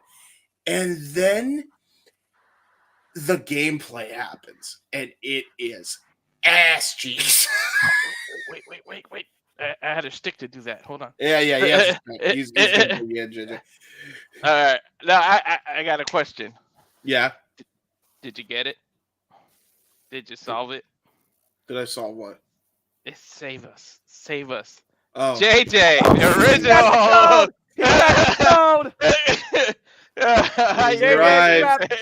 You're not going to believe this. We somehow. That was weird. Yeah. Is that like? I don't know. Hold on. JJ, do a testing 1-2 of your mic real quick. Check 1-2. Check 1-2. Okay. JJ, get out. Yeah, you're re-row. Come out and then come back in. You sound like a robot, yeah. You are a robot too, as he says. Beep boop bop. He took the red pill. Humans are batteries. I, for one, welcome our overlords. Anyway, the red pill. That's my favorite movie ever, Matrix. That is an underrated movie. Okay. Well, anyway, I mean, again, how many Matrix movies have there been? Go ahead and get the movie with the filibuster here. There we go. You're all set now, JJ. Check. Proper there you spot. go. All right. After an hour of video game talk, we're going to pull the plug on this and insert coin for the Renegade Wrestling JJ Williams to finally steer his show to the finish line. JJ, welcome finally to your Shenanigans. Good grief. Okay, what have you guys talked about? Well, we BS out of the topics. I don't know about that. Yeah, Crown Jewel results and the WWE ID. Yeah, that's pretty much it. Okay, so you guys didn't go over any of the other stuff. Nope. I knew you had a lot to say about it, so I didn't want to get into it. Yes. Okay. Yeah. Okay. We were waiting for you because we wanted you to have your thoughts on those three specifically. Yeah, moderate your show, damn it. Okay. Yes. Okay. Crown Jewel I thought was a solid show. Yes. Highlight for me was the women's tag, if I'm being honest. I was really looking forward to that match from the jump. I made that more than clear on Simply Predicting yesterday, and I thought they delivered. I thought Lash and Jakara specifically really proved that they deserved to be in there with the main roster. Yep. I get that.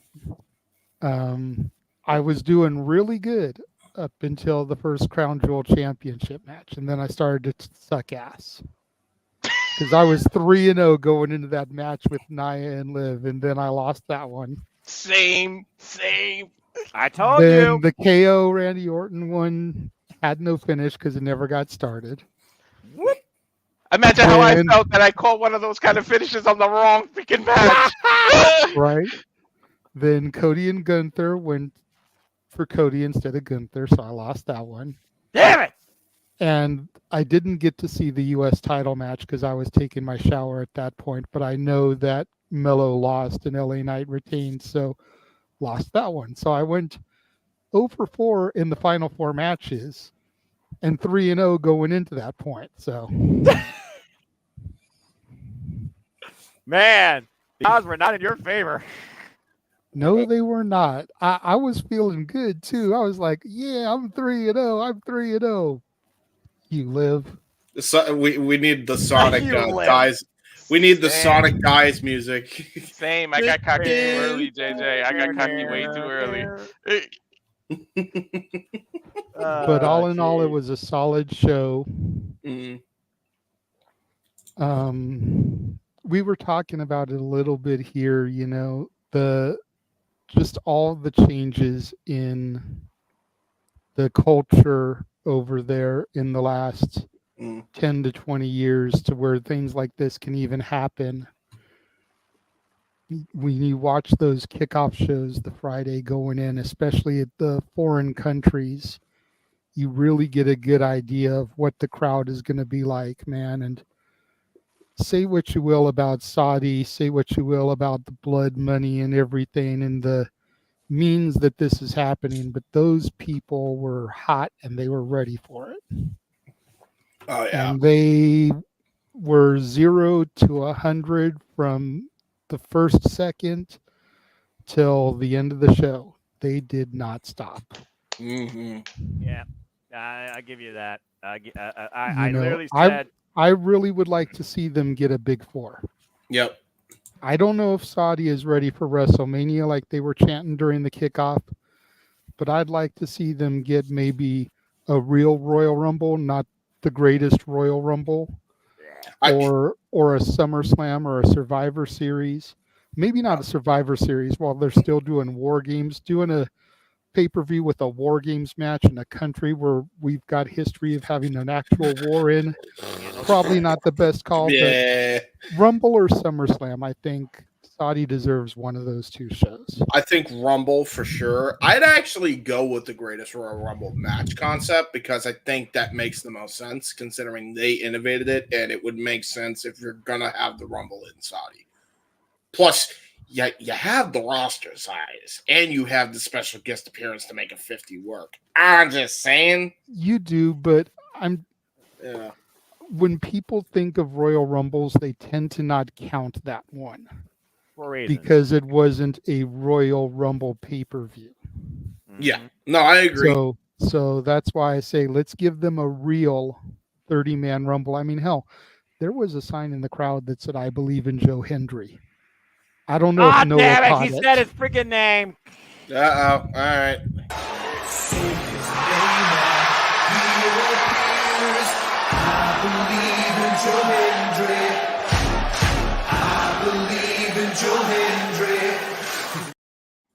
Nice. I didn't do it for the cheap pop there, but my point is that the Saudi fans are knowledgeable about more than just WWE. I'll give you that. If you watched the kickoff, they wanted NXT to come to the point where Triple H said, I'm going to have to talk to Sean. and they wanted WrestleMania. And Mhm. then there was the sign in the crowd for him at the show. So it's like they want it all. Wait, hey, JJ, to your point, if Saudi is innovative, right? They're doing innovative things. Why not do your first ever actual TNA WWE crossover pay-per-view in Saudi? Worlds collide, yeah. Worlds There collide. you go. we keep lobbying for that in this NXT and relationship. So I mean, NXT started that with NXT versus NXT UK. Worlds Collide is their baby. So I mean, with NXT being its own brand, we talked about it during our call here, and we talked about it during Super Predicting, where NXT is looked at differently than Raw and SmackDown. It would be a unique first, and it'd be a unique first for NXT in Saudi Arabia. Mm-hmm. Amen to that. As far as the WWE ID, yeah, I'm really looking forward to this. Yep. I think this is a huge plus. I know there's a lot of people that are down on it that are trying to say WWE's monopolizing, what's the point of NXT if they're doing this? This is the, trying to see who's ready for NXT. Yep. This is scouting. Yep. The territories that they're working with, Booker T's Reality of Wrestling, Rikishi's Knox Pro, the Black and Blue for Seth Rollins, the Nightmare Academy, and then I forget the name of the other one and the guy that runs it, but the guy that runs it trained Tommaso Ciampa. He's trained a bunch of the guys that are currently on the roster. So it's like his pedigree speaks for itself. So you think of Reality of Wrestling, you think about Roxanne Perez. Yep. I know that La Princesa works for Reality of Wrestling, Tiffany Nieves, who I've been high on. Mm-hmm. I think she also has a contract right now with the NWA, so we'd have to at least wait for that to end. Correct. But this is going to be, I look at this as when WWE travels and they have their dark matches, these are the people that are going to be competing in the dark matches to see if they're ready to get signed and sent to NXT. Mm-hmm. Get sent to the PC. And then go through the PC system in NXT to come to the main roster. Yep. That's fair. That's fair. To add context as well, JJ, and I brought this up when we talked about it, the ID program has already been around for a few years now. They just didn't have a name for it until now. Will Ospreay was a part of this. So there's a very good chance that they're a part of the ID program, but they don't necessarily have to sign if they don't want to, which is another aspect I don't think people are taking into account. Which means if what happened, that we know why Will Ospreay is one of the best in the world now, because it makes sense that he was a part of the ID program. If that is the case, that's going to be a net positive, not just for WWE, but for the industry as a whole. So I think people are overblowing the ID program as being a killer for the industry. This isn't an NXT UK situation, folks. Relax. We'll be okay. It's going to be okay. It's not global localization or WWE worldwide domination type tactics. If that's what people are trying to conspiracy theory about. Continue. No, it's very much a throwback to the old territory system. Mm-hmm. Yep. Oh, I brought that up. And it's the same thing that NWA is doing. NWA is getting a bunch of companies, granted, ran by the people that worked for them, EC3, Kenzie and Kylie Page, etc., and making them NWA territories. Yep. I told you guys, JJ, and I think alike. Yep. don't count on it because Mission Pro is owned by Thunder Rosa, who's contracted by. If anything, it would become a developmental for AEW. Well, contracted by Arena Empty Wrestling. Oh, oops. Oh, Jesus Christ. Oh, cut that out, Walter. We'll get to them in a little bit, but I tried to get through the WWE stuff before getting. I was going to actually end with AEW. Yes. But in fairness as well, I actually agree with Daniel's assessment, and I only say that because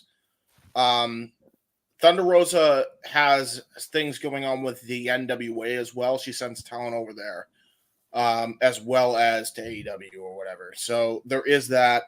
Booker T is infamous. I just feel like it would be a conflict of interest.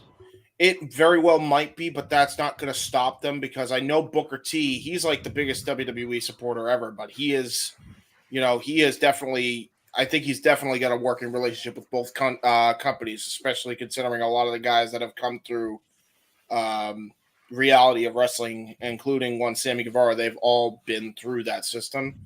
A lot of those guys came through. Ember Moon's from that system, and then you have Roxanne Perez is from that system. So I think I think AEW has something similar. I just don't know what the hell they call it. But the point is, this is nothing new, folks. It's nothing new. They just have a name for it. WWE found a name for it. Yeah, Ring of Honor had the Ring of Honor dojo. WWE finally has given their own identity, and then there's the underlying identities of the rest, whether it's mainstream wrestling, NWA, TNA, etc. TNA had like the boot camps, for example, British boot camps, and then you got all these other independent wrestling promotions that have their own little niche ways of shaping out the future of the business. In my opinion, it feels more so about the independent wrestling, the smaller, less funded parts of the business that need it the most. We talk about all the time, support independent wrestling. I think they might feel the pressure on this more than the big companies, and I just think it's fans that are blowing it out of proportion. Yeah, for sure. But yeah, good stuff. Yeah, definitely. So they need to relax. There's not even enough information out there to even cause all this panic. Like, relax, people. Yeah, exactly. Yeah. Everybody needs to stop expecting Izzy Moreno to go to NXT, just like everyone needs to stop expecting Moose versus Obafemi. Hey, Moose versus Obafemi is an actual possibility. Shawn Michaels. You're the one that keeps telling people to stop on that, to give up the dream. Let's call him work. He might be working us. We're talking about Shawn Michaels here. He's the chef. You're a chef. Let it cook. I think it could happen.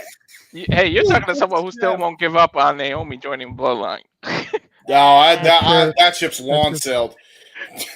And if we're being real, again, I would rather see Izzy go to AEW. Yes! That's where Mercedes is. Follow That's where the long-term story is. Yeah. Don't need to say anything else. Yes. That is true. Like, even if it's only for a year deal or a 2-year deal so they can work her up to Mercedes and then she can leave and go to WWE to be with Bayley. Like, we need to get Izzy versus Mercedes now that Izzy is a legitimate wrestler. Exactly. Wonder what the progress of Brody Lee Jr. is. You think they're going to do a weird love angle storyline with those two? Wrestling's done weirder. James, Yes. what the fuck, bro? I'm just saying, they've done fucking weird wrestling. I have been back for maybe 15 minutes, and you've already got me what the fucking, bro. He's been on something all night ever since I came in an hour later. By the way, JJ, I came in an hour later because I fell back early with daylight savings, and I literally woke up 5 to midnight, and here Walter's lobbying me to be back here, and I've been stuck with this madness since before you came. Hey, I feel like I did a good job hosting, and I was able to go off on other tangents to save time. Yeah, you did. I'm going to have to go back and watch. And then we talked about video games for By the an way, hour. I got to show JJ this because he didn't get to see it because he left early, and I didn't even know I was going to get it, but that's the other belt he left me. Nice. Well, yeah, you're doing a Kali and having it upside down. There you go. I forgot Very you got to nice. do it backwards in the camera. Yeah, and of course, I talked about that during our Crown Jewel watch. The bottom line: people lack patience and lead to assumptions, and it's foolish. Well, Let's see what happens. I'm apparently All foolish. right. Well, we already knew that, So, James. so the next topic was Vince's newest endeavor. And I put Endeavor in all caps because of Endeavor, WWE Endeavor and everything. See what you did there. But apparently Vince is starting a new company, an entertainment brand, not supposed to have anything to do with wrestling. Details are still sketchy, but I just kind of wanted to get everybody's thoughts on basically Vince trying to get back into business here after everything that's come out about him. Whether it's true or false, we are not on the jury. It is not our job to cast innocence or guilt. But is it even smart for him to try to start a new business endeavor this soon after allegations come out about him in the entertainment industry? Noah. You're asking the guy that only for entertainment, professional wrestling, and game shows to talk about this first. Yep. Yep. Okay. Because I'm hoping you'll keep it simple. Yeah. Nope. Not a smart idea at all. I mean, you want to talk about putting yourself out there in the public eye. You want to keep breathing controversy. You want to put the word business before common sense and even your own family. Nope.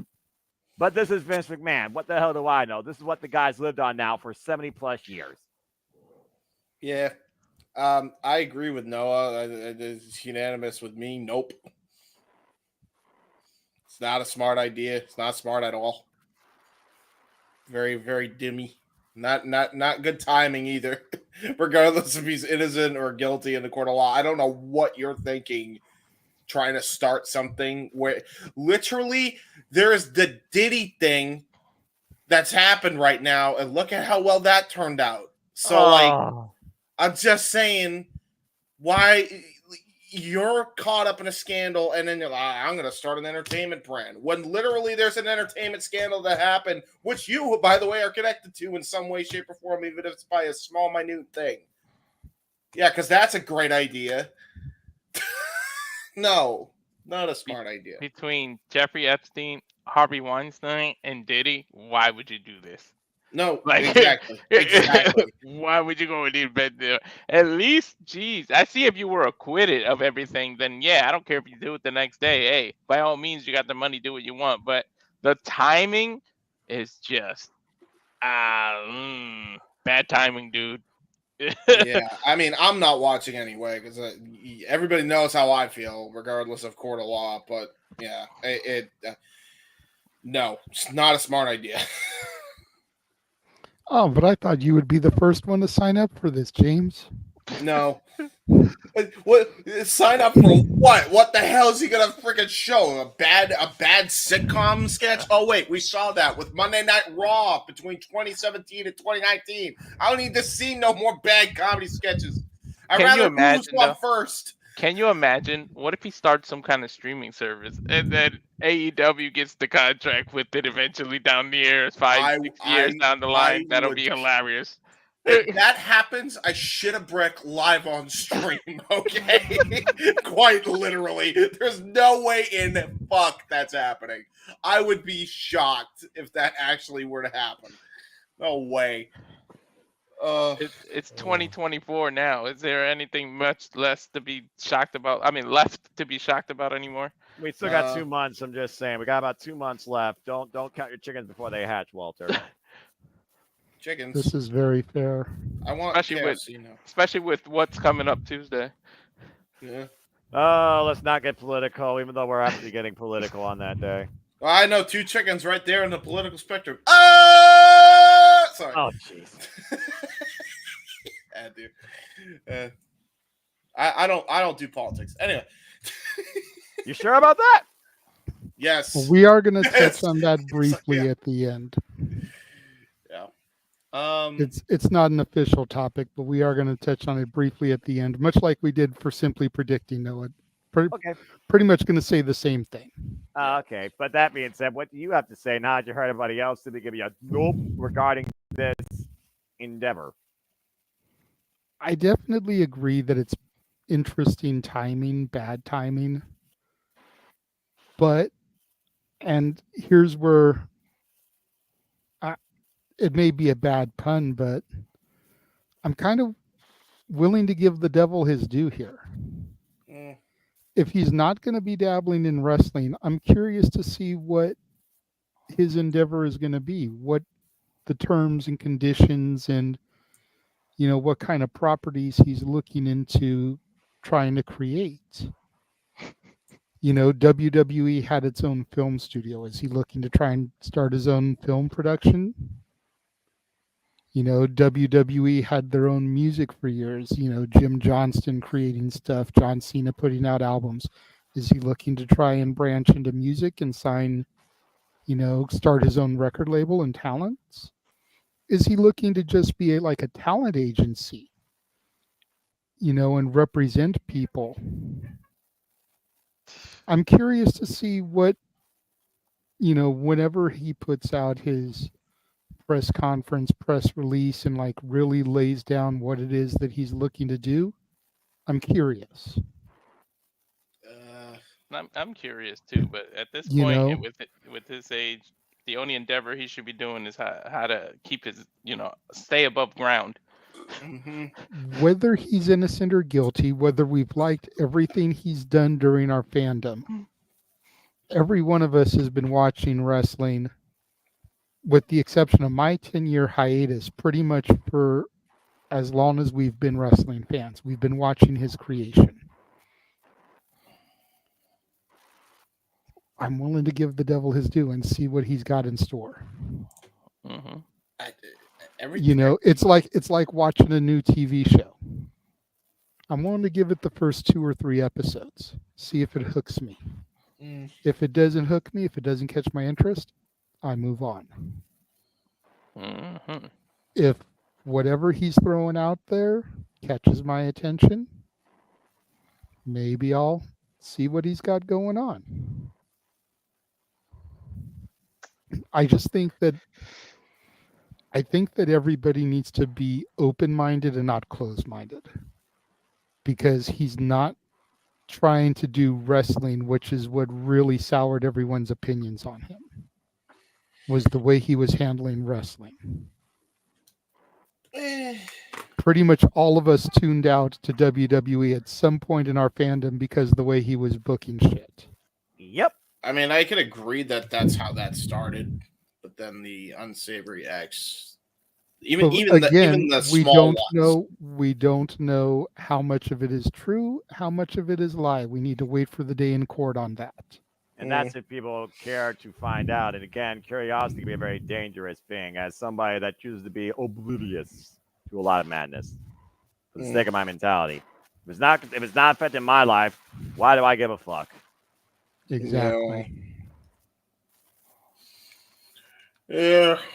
Speaking of not affecting our life, a certain journalist on social media put his foot in his mouth twice. Oh, here we go.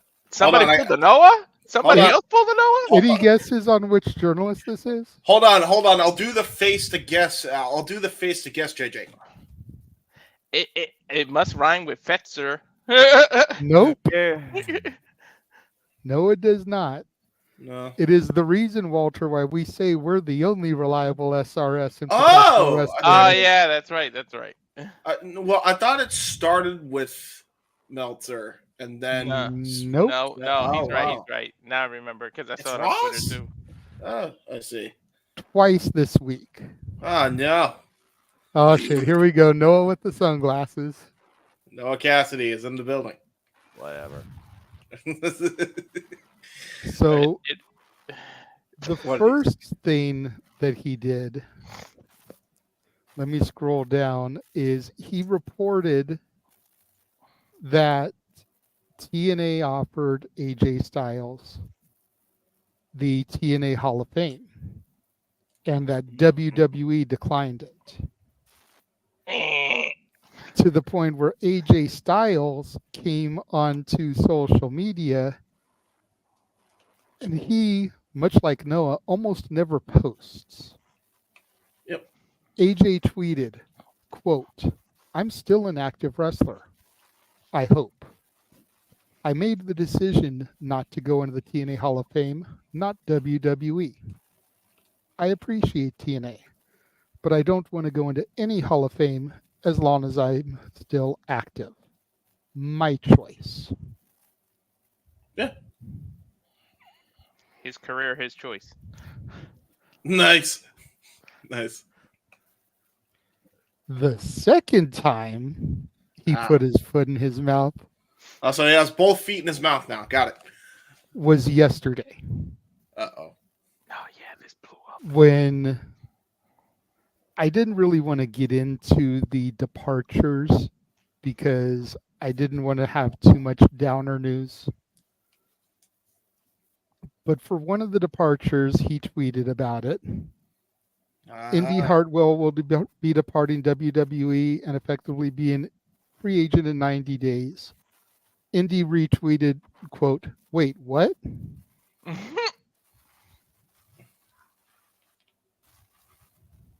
Nice. Wait, so she's Yeah, still as if to say, I'm the talent and you know something before me. Get the F out of here. Wait, so is she with the company or is she just gone still? I have no See, idea. here's the thing. He's trying to claim that she's joking. But pretty much everybody is saying that she found out that she was released because of his tweet.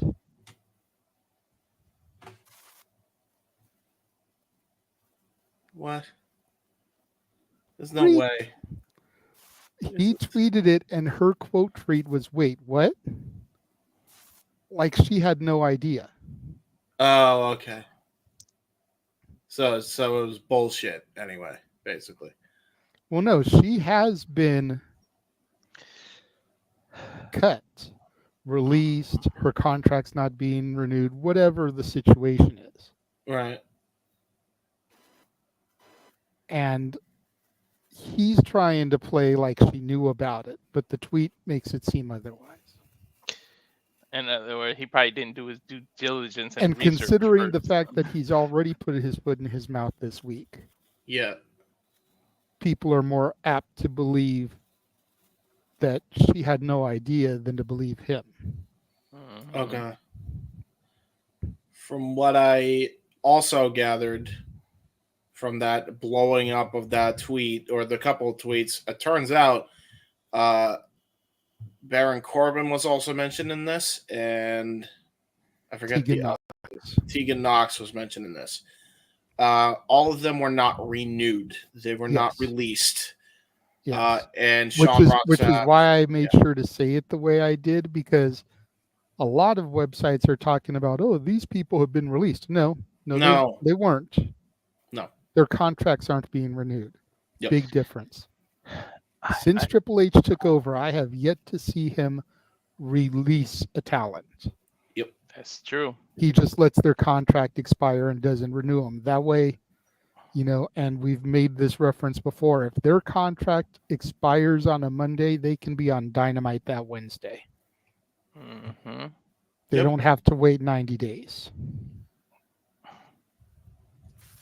Hell, if it's a tape show, they could pull a Rick Rude. Right? like yesterday. Could you imagine if Rampage had been live and she had shown up on Rampage and she had a taped match with Candice LeRae tag teaming against Bayley and Naomi? Let's not get ahead of ourselves, JJ. They need to get over 200,000 viewers first before anybody gives a fuck. I'm just making an example. Sorry. Yeah. We already see Noah with his "don't give a fuck" glasses on. Okay, let's not rag too hard. I'm just making a point. SmackDown last night was canned because they taped it before going to Saudi. Indy was on the show. Indy and Candice teamed up to take on Bailey and Naomi. Mm-hmm. So if Rampage was a live show, then technically we could have had a Rick Rude situation. Mm-hmm. True. That's the point we're just trying to make. But Rampage Nice. was also taped. Rampage was taped when Noah was there for Fright Night Dynamite. Yes. How were those matches, Noah? Good. I'm trying to engage you back in the conversation by getting away from the topic at hand, bro. Come on. He went work off with me earlier here. about that with the Fright Night. He Yeah, was that's so the happy. thing. Yeah, that was the thing. That was the thing. Yeah, he did Damn run it. that card down. Yeah, but I don't mind talking about that again because that actually makes me happy. Fright Night Dynamite was an absolute fucking delight. I freaking love the show. I mean, Adam Cole, Buddy Matthews, Physical Clinic, Swerve Strickland, and Shelton Benjamin. One of a kind matchup. Shelton doesn't age, doesn't do anything wrong in that freaking ring. Ended Dynamite being all 90. The power of the bout of power with Camille and Chris Statler, which was given more time. And I enjoyed Rampage, especially learning about the new faction, the Vendetta, which she truly has become her own godfather. And I want to see how big this Vendetta becomes and how deep it stretches. So I really enjoyed myself. And the dark match was fun too. And by the way, fuck the concierge in TNA. Justin Roberts did justice to Pee Wee Herman. Yes, JJ. Quick question, since I don't really watch Rampage anymore. Who is in this faction with the Virtuosa? Vendetta. Taya. It's Taya Valkyrie and Diana Parado. Yeah. That's it. So it's a tag team. It's not a stable. It is supposed to be. She may be pulling an MVP in recruiting. Yeah, That's fair. because That's fair. They've been scouting Anna Jay, and of course I haven't watched Collision yet, but Anna Jay, of course, had her match with Mariah May, and of course I need something for Monday night to watch or Sunday night, so I'll watch that tomorrow because I got Power Struggle middle of Monday morning ahead of work, so I got a lot of wrestling still ahead. Anyway, continue. See, and that, okay. I don't want to go down the path of Tony Khan booking, but shouldn't he have put the not the Virtuosa, excuse me, we were just talking about Deonna Purrazzo, but shouldn't he have put the Thunder Rosa match that's on Collision on Rampage since Friday was Dia de los Muertos? You would think. Yeah, That's but the problem. Tony doesn't. Here's the other problem. Also, Rampage 200,000 viewers, a little bit more on Collision. I think she'll take Collision. More than I'm likely. just saying though, like they're billing the match as a Day of the Dead match that should have been on Day of the Dead. November 1st. Hi, guys. I am the Learning Tree. The Day of the Dead is honored the day after Halloween on November 1st, while Saturday marked November 2nd. So remember to adjust your calendars culturally accordingly when you figure about those that you lost and you're part of that culture that celebrates that holiday. Thanks, guys. Oh, my God. And just to run with the gimmick one more time since we brought it up, Feliz Dia de los Muertos to everybody except Ernesto de la Cruz. Fuck that guy. If you know, you know. Go F yourself. I mean, I could also think of Pablo Escobar. Is that bad to say? Fuck him too. Have you not seen Coco, James? I don't think he has. He doesn't get it. You need to watch Coco, and then you'll understand. Even I understand that because my little Ella. I was gonna say it had to be something with Ella, dude. Ella's the only time you will actually see the actual light in me. And it is extremely rare that I see my little Ella. So that's why you don't see it that often. So when when you watch these movies with your little Ella, do you sing Remember Me to her? I do not, but there's certain moments during that song that hit both me and her. Or should we just let it go? No.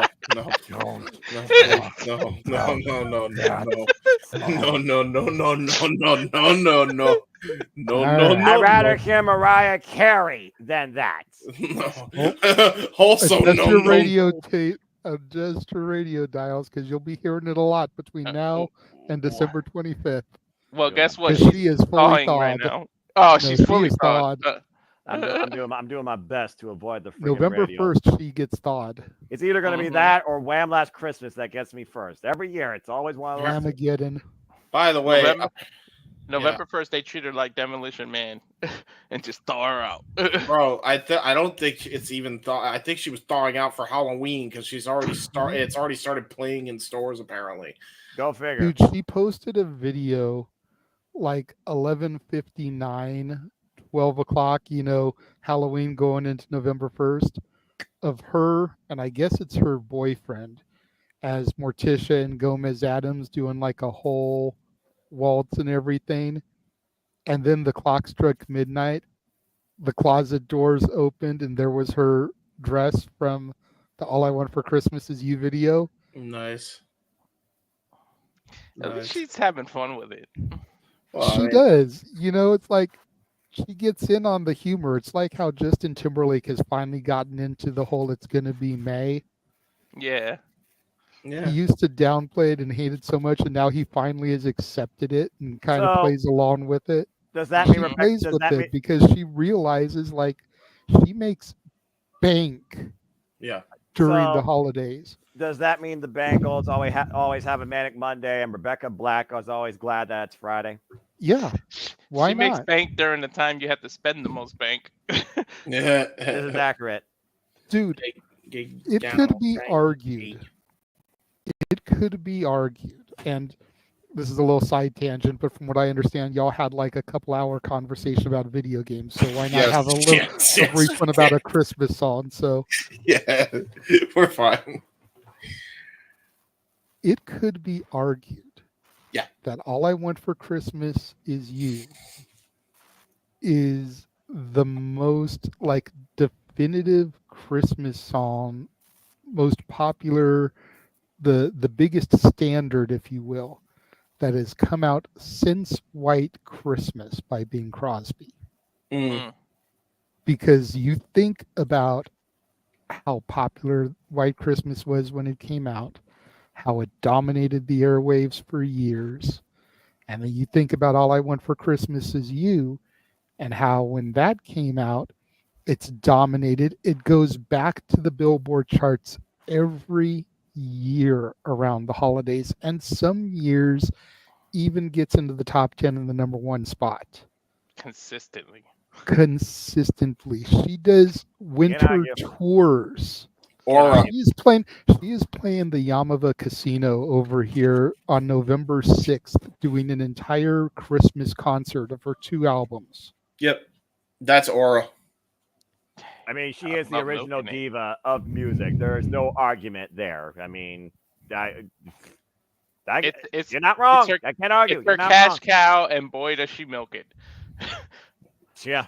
And, she And doesn't good age on her either. for it, because she realizes it. Like, she can do tours the other 10 months of the year and play her greatest hits because she's had almost a 35-year career. That's fucking insane. Her debut album was 1990. Jesus. And then she can tour November and December playing just the hits from her 2 Christmas albums and make just as much bank. If not more. Yeah. Good for her. God bless her. Good on her. Still All right, so- one of the most annoying songs ever. Anyway, now back to our regularly And scheduled. she's got her Vegas programming. residency. Yeah. So, Okay, side tangent over. We did touch a little bit on AEW. That was going to be our main event. Yep. Okay. Take your glasses off. It's more James I have to be worried about than you, Noah. Yes. Oh wait, are you still on topic 4? Or are we moving on to the next? No, I we're just want to going say to one last thing about AEW. it before he moves on. Okay. Okay. Yeah. Just all I have to say, could you please respect the talent enough? Can you let I know you got a deadline and everything. I know how news work. But could you let them put the news out first and then just report on it after? Like, can you respect them enough for that? Instead of just trying to be the first one to put it out. Like Chris Brown getting with every man's woman. He don't give a fuck. I have an idea. If you don't know the answer to something, you could just say, they are gone from the company. We don't know if it was a release or they're letting their contract expire. The more you know. that requires more writing, more words. People like to say things in less words. Do you want him to actually do research? Yes. Yes, I do. Yes. Because you know what? That's what is required with a journalism degree. Unless you rely on Meta AI. I don't. I rely on the Simply Reliable brand. I was about to say, yeah, that's the only SRS that matters. And also, don't use Meta AI. Don't use Chat GBT for your research, people. Come on. Right. The world's becoming more and more lazy as we speak. I do. All right. So our main event topic. Yes. We had new AEW Tag Team Champions crowned on Wednesday. Mm-hmm. The $1 million question here, and I'm going to start with Noah again because he's still the one man on the panel that truly has AEW running through his veins. Plus, he was there. Damn right. And I will say, I'm glad that you had as much fun attending as me and James had calling it. Because despite, the shtick, me and James really enjoyed this week's Dynamite. Yep. Until we started to hear some of the stuff online after it. And we're going to briefly touch on that in this as well. But oh, great. New Tag Team Champions, is it too late to really get some mileage out of Private Party? Because I feel like their time has kind of passed them by, kind of like the Acclaimed says. And then what are going to be the repercussions of the Bucks, the former champions, and the way they left Dynamite? A lot of people are saying they're going to take a hiatus, probably come back beginning of the year. Once things are all ironed out, once Kenny comes back, because Kenny's supposed to be part of one of the shows in Japan. Power Struggle this Monday morning. Oh, okay. Oh, wow. So, coming back with Kenny, the takeover angle that they were trying to run failed. Babyface Elite, which I know James has thoughts on that because he's very, very explicitly detailed it in our group chats. So he only needs to speak if he truly wants to, because I know how he feels about that. But I do want him to touch on the Private Party at least. His fuse is when it lit. gets to Trust me. When it gets to his turn. But yeah, we're going to start with you, Noah. What do you think? Is Private Party's time past? And do you think that the Bucks are going to come back as baby faces? And what will your kind of reaction be if that's the way they go? A little bit of 3 questions there, so I'll keep that focus there. It's hard to say whether or not it's too late for Private Party, considering they said new year, new Private Party. They've already changed the theme. Now, there have been the teasers of the idea of Stokely Halfway talking about the potential of single run for Isaiah Cassidy. But, hey, look what they're doing with the New Day when it comes to Xavier Woods and Kofi Kingston. I don't think it's too late because they haven't had a chance. Why? The Acclaim, they've had multiple chances in both tag and trios, and I think both those ships have sailed. If nothing else, I think we give new reset possibility for the AEW Tag Team division. And with a lot of young and hungry tags we talked about before, such as the likes of Top Flight, for example, and seeing the tensions grow up in Top Flight, I think Top Flight and Private Party can be a very interesting program. I don't think necessarily it's too late, but I think it's been long overdue to see Private Party finally get the run that they deserve since the Young Bucks endorsed them, at least since day one. The Young Bucks were the ones that signed Private Party in the first place to AEW. And again, Wrestle Dream, Young Bucks won clean. Private Party, Dynamite Fright Night, Private Party won clean. That has to mean something when it comes to both these teams' respect for one another. What I think the Young Bucks are trying to endorse Private Party as. So I don't think it's too late, But it's going to be interesting to see how far this goes and if the party ends earlier than it should. At least the party continues. Congrats to Isaiah Cassidy and Mark Quinn. As far as the Young Bucks coming back and the Elite's identity, it's very interesting to consider what that could be because originally the Young Bucks said they're coming back to Japan Pro Wrestling for Wrestle Dynasty, January 5th. But they're no longer the Tag Team Champions. So what sort of stakes or claim do they have to be part of that show and for somebody to confront them? Not to mention, Kenny Omega is already talking about being alongside Hiroshi Tanahashi, go Ace, and maybe a tag team match on January 5th at Wrestle Dynasty. He will not be involved in a wrestle capacity Monday morning. He will be a special guest at Power Struggle. And maybe that will lead more towards what Kenny Omega might be doing towards January 5th if he's medically cleared. Again, diverticulitis. You're never the same after that. That's Brock Lesnar. But we saw how Brock Lesnar came back badder and stronger. My mother has that, and she's not an active wrestler, so I know this true. God bless her. As far as your third question, Babyface Elite, I don't know necessarily if I can get fully behind that, considering all that tension and fallout with Kenny Omega and the Young Bucks, not to mention there's unfinished business with Kenny Omega confronting Kazuchika Okada one more time in an AEW ring. As far as Jeff Perry, whatever. They're going to see a team out from him. I don't consider Jeff Perry elite, period. So I don't know necessarily what to think about the Elite right now because when I think about the Elite of the Elite, I still put Kenny Omega at that standard because he truly is the better of the sum, even the generic sum. It's one of those things where I don't think I'm ever going to see the Elite as baby faces, but I can see a change in the Elite's dynamic again that could lead to Kenny Omega once again being associated with them, if not just for one night. But as far as confronting Jon Moxley, I just don't see Jon Moxley right now being viewed as the villain if he's put in front of the Elite, babyface, gimmick or not.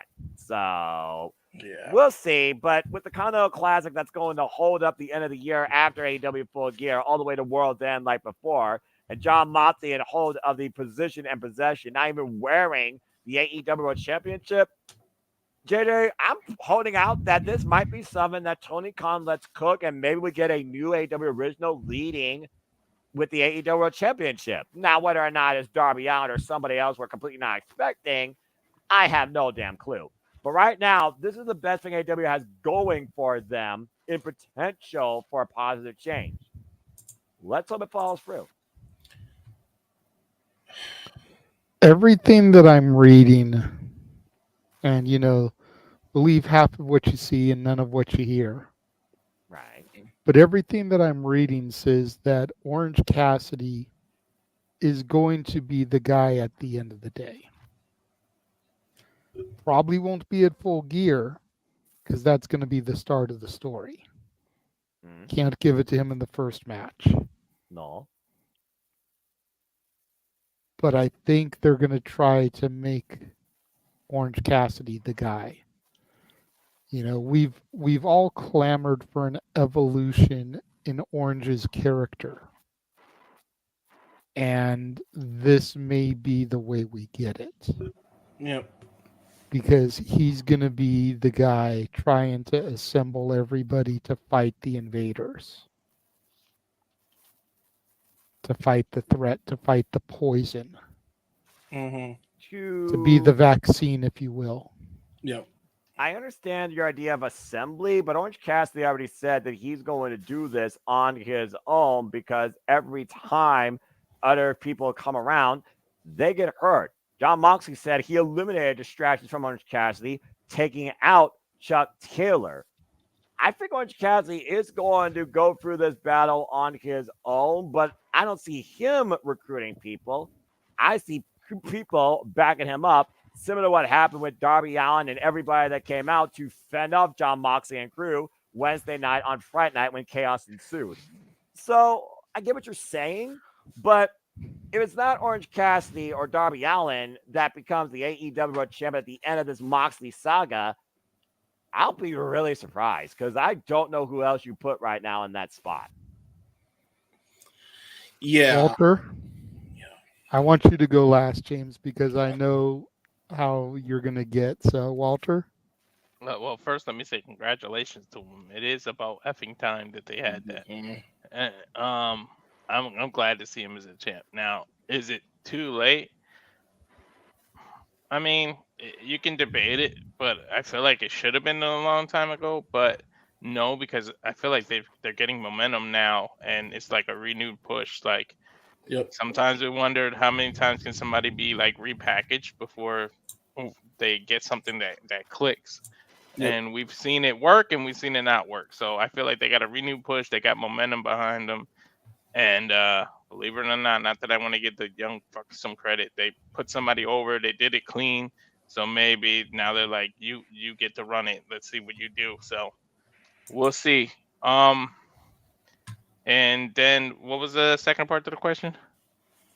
The elite.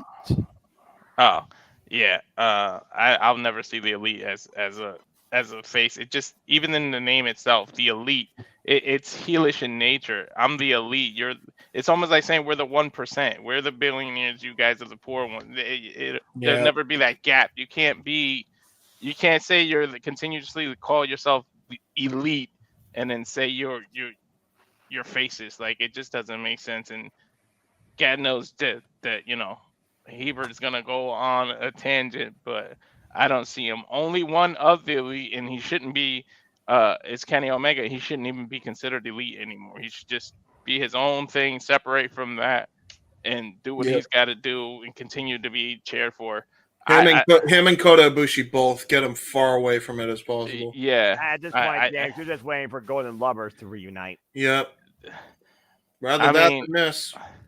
I just don't think. Yeah, as fickle as fans are, I know any of us, you're not getting us to cheer for the young fucks. Sorry. Not after what they did. Don't even try it. Like, I'm just the unbiased play-by-play guy. I look at the monitor, so I exactly. We'll respectfully call it, but like, geez, and like I said, it just doesn't make sense with that name. It's already implications in the name, the elite. It's like we're better than you. So how can that be face? Mm-hmm.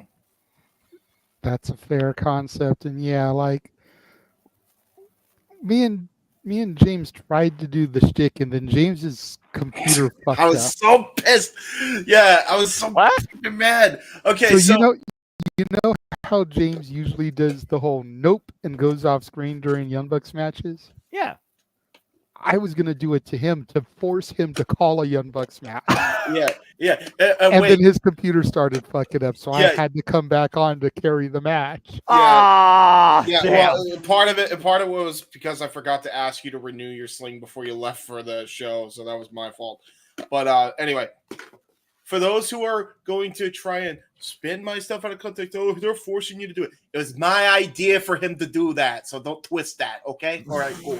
I just want to point that out there because some people are out of their fucking minds in my personal life.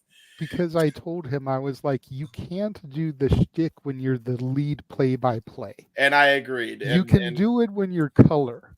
Yeah, but when I'm play-by-play, when you're lead play-by-play, you can't do the shtick. And with Noah at the show, he had to be lead play-by-play. I gotta be honest with you, JJ.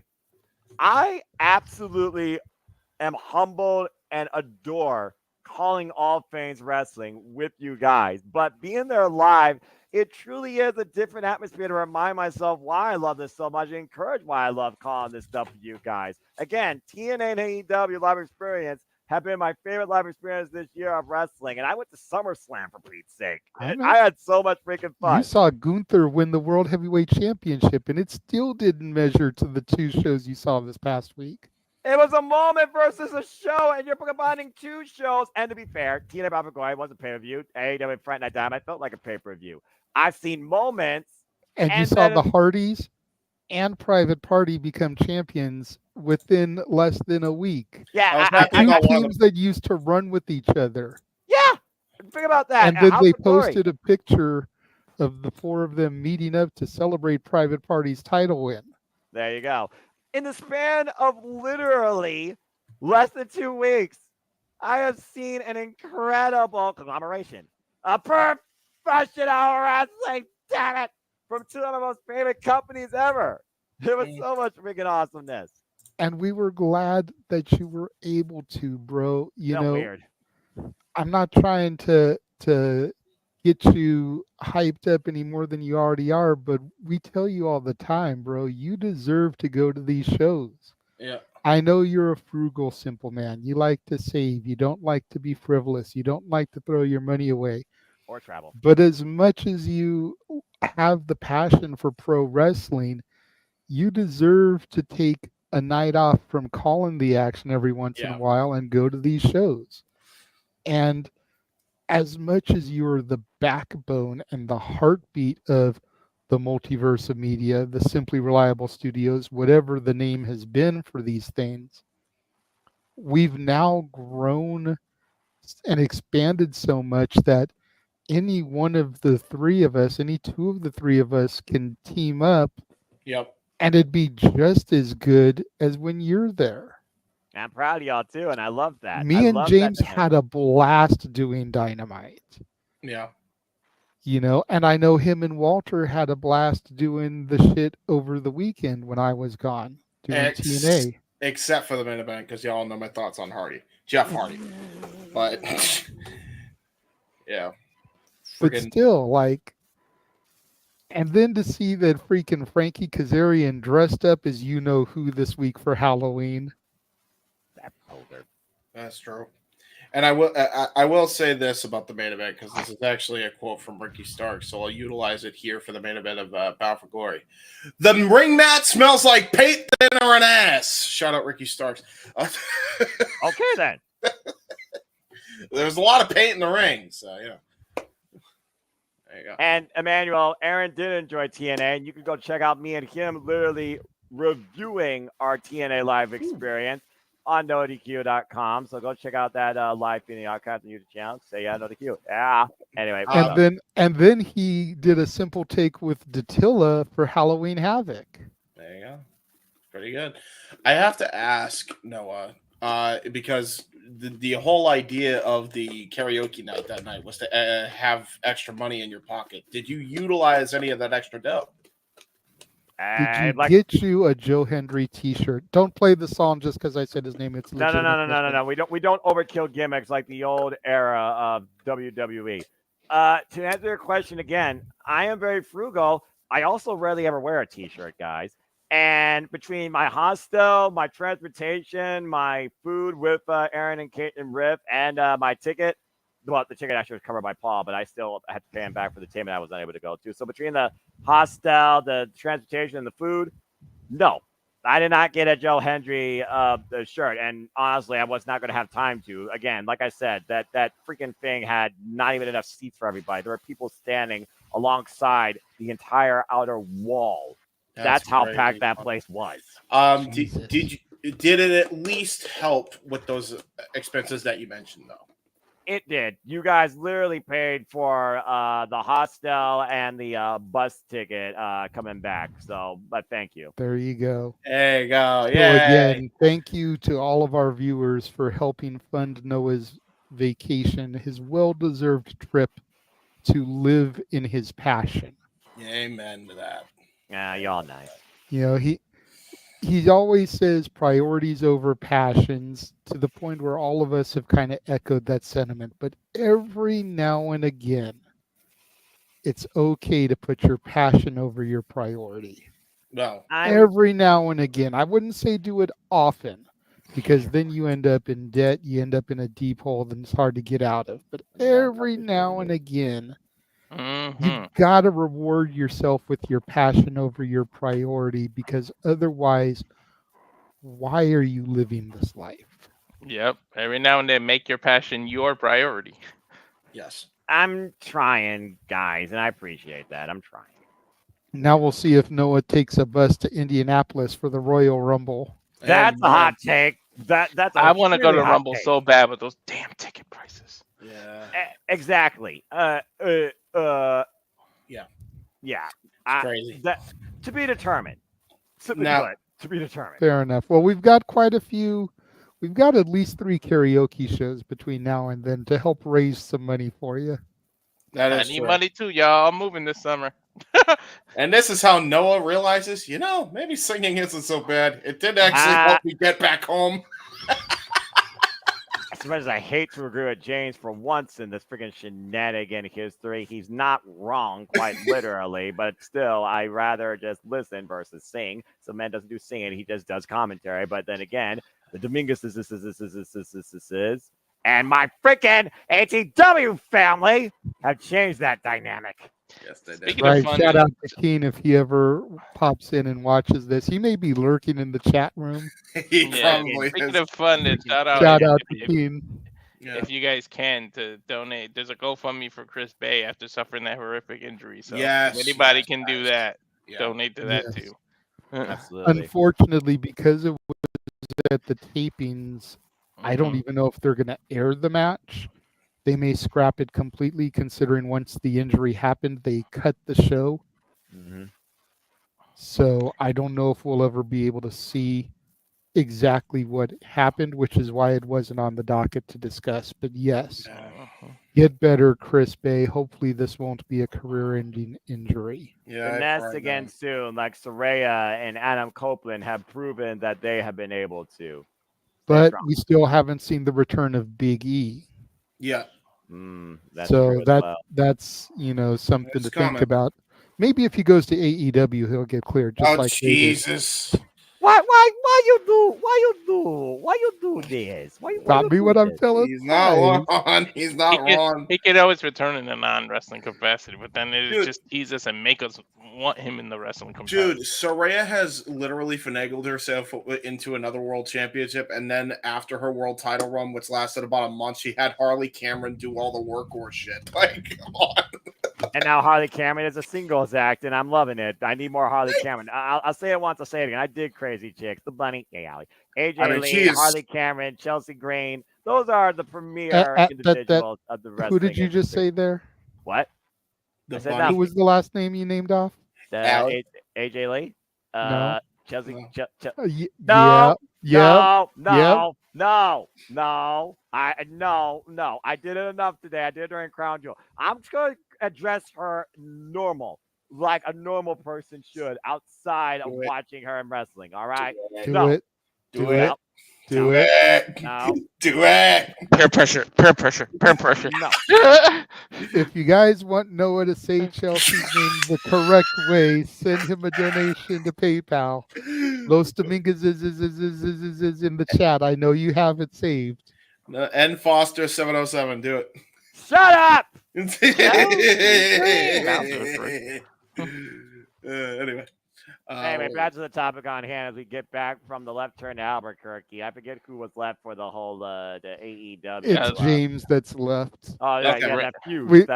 We left him for last on purpose because. Well, hang on. Again, you don't have to talk about the Bucks portion if you don't want to, because I know how you feel about them. If you want to just address the private party. And this is after he got the extra hour. You're right. Get the clock back. Well, that's true. What is funny about that is Noah brought a possibility that I did not even think about, which is it could be a new face that ultimately dethrones this hostile takeover group of the Death Riders, and that could be Darby Allin. So that is a possibility, as long as they are not the main people to save this company. And actually give it a shot. So I've actually just changed my mind because of Noah's explanation. So you can thank him on that one. Thank you, Noah. But I'll get to my thoughts if it is what I fear in a second. But first, the private party thing. Yeah, long overdue, like everybody said. These guys should have had the titles probably year 3, if we're being fully freaking honest. Like, they probably should have dethroned the Lucha Brothers, if we're being real, and then lost them to the FTR. That's how much I think they've fallen off. As much as I love the fact that the Hardys and the private party, they get their moment in the sun. Fuck Jeff, as I said.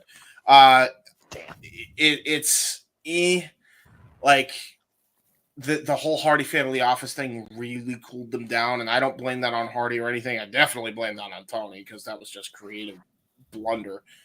But You know, I'm glad. And I say that because at least we have new matchup opportunities now for those titles. I mean, Private Party versus The Acclaimed, you can run back. Private Party FTR, Private Party Outrunners, Private Party Grizzled Young Veterans, please. Hell, I'm even hoping for a Private Party MXM collective fucking match because that would just be all sorts of shenanigans. Private Party Jeff Jarrett, Jay Lethal would be a dope one. I don't know why you don't, especially considering their face now. I think it would be a pretty good, pretty different type of match there. Private Party and the Hurt Syndicate, Shelton and Lashley, maybe. Oh, Jesus. I mean, that you want to talk about black excellence, there you go.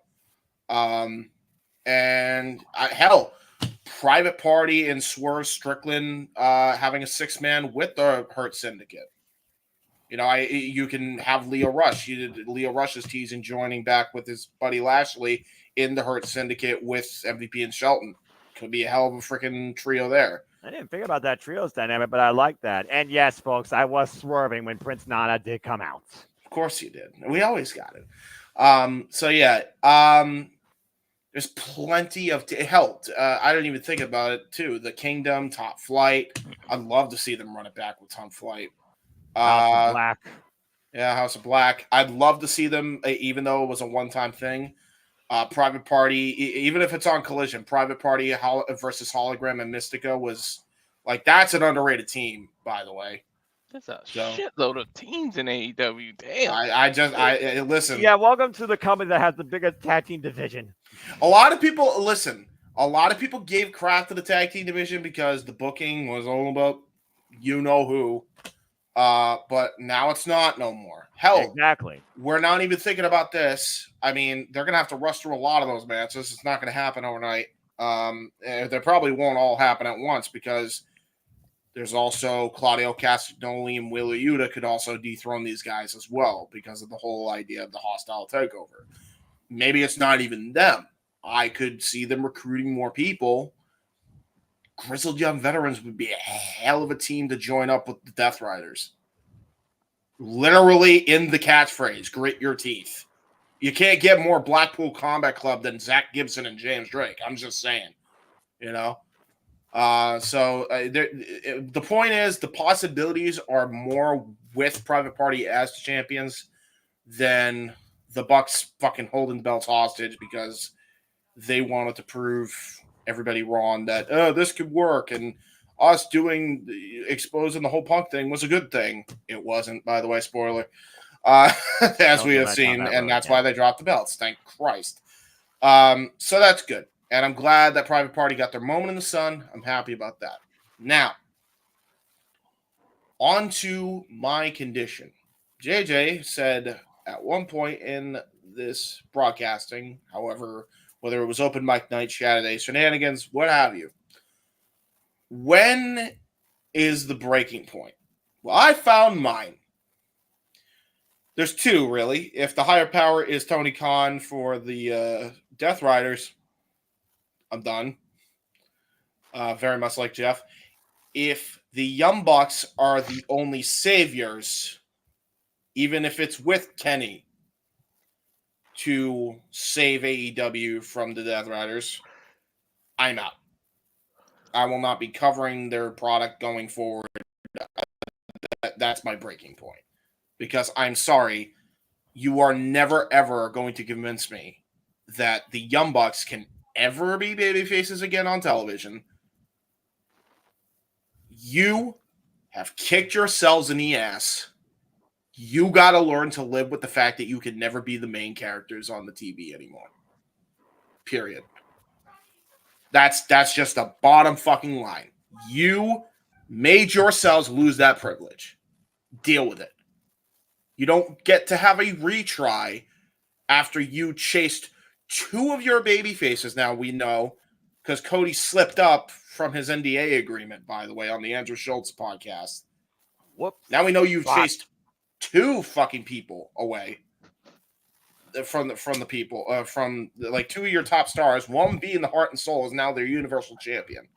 Okay, and then that's just the non-kayfabe stuff that you did, and all the backstabbing that went along with that. And then In kayfabe, you lean into that and backstab your friend Kenny Omega and backstab your friend Hangman Adam Page. I mean, what the fuck? There's nothing redeemable there. Like, the whole reason this group is formed, essentially, with Moxley and the Death Riders, is because of how it is run by management. And you are the management in kayfabe and in reality. You are the problem.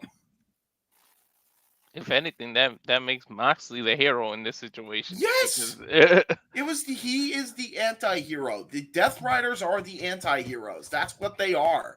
There is no black and white to this because the Elite have made it impossible for it to be a black and white scenario. There is no other way for it to go but anti-hero. So as a result, you need to play side characters because that's the only way this works. It's the only way this works. The Young Bucks should be the tag team in War Games. You could throw Kenny in there. I wouldn't even throw Kenny in there. I would throw MJF in there. I'd throw Adam Cole in there. And I'd throw fucking Darby in there. Well, that'd be like a longer-term story, considering MJF and Adam Cole right now are their own storyline. That might involve Roderick Strong. We might be running about Roderick Strong and Adam Cole if the Devil gets to play Puppet Master with those two friends. Bro, I already see something. Like, I'd have a field day with this.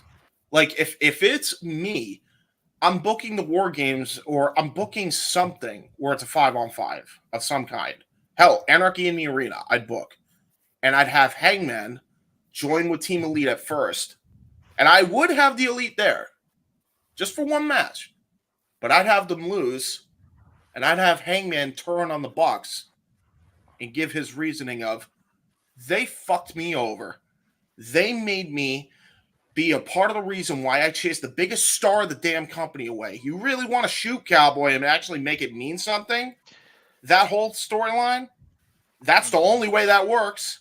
This is Tony Chance to book like what the invasion should have been with that 5-on-5 Exactly match. This is your chance, and you got to book it the right way. That 5-on-5 elimination if you're gonna go that route. Yes, exactly my point. And if anybody would make sense to join that group, and again, you can have more than 5 members. Hangman should be the front man of this. He should have been the front man of this when Moxley did his thing, and then literally concurrently with that, Hangman did his thing on the same pay-per-view. You want to make a statement, that's your statement. And then you could have Darby dethrone a Hangman to get the championship. All right, well, go on. I'm just saying, there's ways you can book this, but it cannot be the same status quo of the Elite, the baby faces, of Kenny and the Bucks, because they want to be the main characters, dethrone the freaking takeover group, because that has not worked. And it still won't work, period. This is the bottom line. So they do that. I'm done with it. Like, I cannot support a company that is just going to keep making the same LOL TNA mistakes, which, by the way, it's more and more looking like that's the case with AEW, because thanks to that frivolous damn lawsuit that's going on with Kevin Kelly and the boys against AEW, we now know it's not even owned by Tony Khan. It's owned by a parent company that Tony Khan is a part owner of. So I think it's Beatnik Enterprises or something like that. Wow. Look it up. It's actually, I'm just saying, Beatnik, like, this Enterprises. That's literally what it's called. I'm not making that up. So again, folks, this is a TNA Dixie situation. This whole storyline in going from 2024 going into 2025 is a make or break year for them. Recognize that the Bucks are ratings killers, including the damn Bucks. Swallow your effing pride, grow some goddamn balls, and push the future of your company that are actually megastars or have the potential to be megastars, like an MJF, like a Darby Allin, like an Adam Cole, like a Hangman Page, right? Those are the people you should be focusing on, like a Wheeler Yuta, like a Claudio. Okay, these are the people you should be focusing on. I'm hoping, I pray that Shane is the one orchestrating all of this, and it's like a two-sided attack, right? I'm hoping that's what it is, and I'm hoping Hurt Syndicate is one part of the attack. I'm hoping the Death Riders are the other part of the attack, and it's run by the same head, and that's Shane McMahon. And you basically AEW's in a war of two fronts. That's how I'd book this. There's Just don't ways call you it can higher do power. Call it something else. Exactly. Although higher power word kind of makes sense considering it is a fucking McMahon. There's ways to do it. Do not have it be the Young Bucks save the day, because nobody is going to buy that. I also say, and this won't get me to stop watching if they do this, because I doubt it will. I think he'll be the Lex Luger if they make it happen. If Orange Cassidy gets the world title, I see it lasting a week and then it drops it right back to Moxley, or he transitioned it to Hangman because Hangman is pissed, right? Somehow, or Not Christian Moxley. Cage gets it. I don't need him to be a 5-time champ. Please no. No, I agree. But it could be Hangman, or it could be Christian Cage, and then it's Christian Cage, Hangman Page, and Hangman Page dethrones Christian. They could hot potato this title because that's the way you have to go. And then it's Hangman betraying them and brings the title back to the Death Riders, Hurt Syndicate, Conglomerate. That's how I'd book it, because then you're focusing all your energy on the new stars. And even some of the established stars that are already on TV, because it makes the newer stars more important. So, JJ, do that. JJ. James, you just gave me a great idea. Go for it. Uh-oh. You talked about a double-sided attack, having the Hurt Syndicate and the Death Riders being brought in by the same guy, by Shane McMahon. Yep. You have Orange Cassidy win the title, defeat Jon Moxley. Mm-hmm. You have Christian catching his title opportunity and immediately take it off Orange Cassidy. Yep. Oh, and him and his coalition are all part of it too. That's right. Christian Cage still has that guaranteed AEW World Championship opportunity. We didn't even think about that. Yeah, maybe. What's Christian's gimmick been about? Being somebody's father. Shane McMahon, the son of Vince. Shane needs a father figure, and that's Christian Cage. Oh God, JJ, no! Wait. No. And now you've brought Christian, Moxley, and Lashley all under Shane McMahon, dude. Oh my God. Drop the mic, JJ. Now hold on though, because I feel like warfare. It's very big factions that are going to be built between now and then, because Leo Rush is going to join the Hurt Syndicate. You can see it coming from a fucking mile away at this point. So that's a lot of beef there. So, like your idea, I'll see you with a Russo swerve, bro. God damn it. What if they do exactly everything that you say? What if you started? But then Shane McMahon goes on the mic after he gives Christian a hug and says, "Go f yourself," and they attack the whole group, the whole coalition, to the point where Edge has to come in and save him. And that's how you Christian and Adam. Yep, Christian and Adam. You could have a tag team match, builds up to a pay-per-view match between Edge and Moxley. That would be pretty cool. Then you could do, in the interim, you could have a triple threat match between Christian Cage, Orange Cassidy, and Hangman Page. Hangman was the belt there. He acts like an anti-hero babyface on the Elite side, then turns. Boom. This is Tony Khan watching us right now. Writing shit down. Yeah, the bottom line, though, to try and once again, as even in my groggy state, I've been up since 8 a.m. and had some few bits of the fallback. We've already fall back already, so this is now officially 2:12 a.m. Eastern Time on the East Coast. The bottom line, Elite is not babyface, and they are not the saviors of AEW. Thank God. Jon Moxley is looking to reset the landscape. Yes. Do it with somebody not associated with the Elite. And right now, your key candidates are Darby Allin and Orange Cassidy. Darby Allin is the penultimate person to do it, but you have to establish the other talent as well. I agree with you there, Noah. I think we all can agree with that. And the last thing I will also say is, if I can remember what point I was going to make. Oh yeah. Make sure it is long-term storytelling for All Out, long-term booking. And I do want to point out that Tony does listen, and I know he listens because he might not listen to us every week, but I know he listens to every damn show because he listens to fans. He listens to fan criticisms. He's just not good at taking the damn criticism.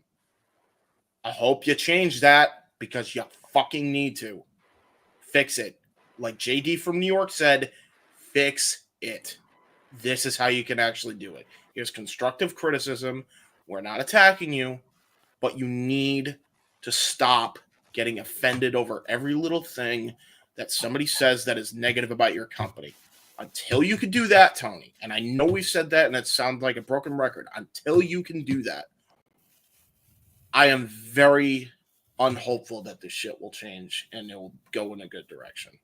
Please prove me wrong. Please. Just so we go into the Shield on a positive thing, JJ, just so you know, at the beginning of everything, you did get a super chat. We addressed it already, but just to show you, you did have yes, one. Yes. So that you know that you had one. Well, you actually got two, technically. No, because the Emmanuel one wasn't a super chat. It just showed that he's been a member for 18 months. Yeah, that's not a super chat. That's not a super chat. Fair enough. I think it's a subscriber renewal notification. It's a and subscriber this is the day milestone. that he subscribed. Yep. Oh, that's so. Subscriber milestone. But I did have something positive to bring us back because I knew we were probably going to get kind of dark here. Yeah, a little bit. Let me see here. Where's the other graphic? Oh, well, okay, we're getting a graphic going, folks.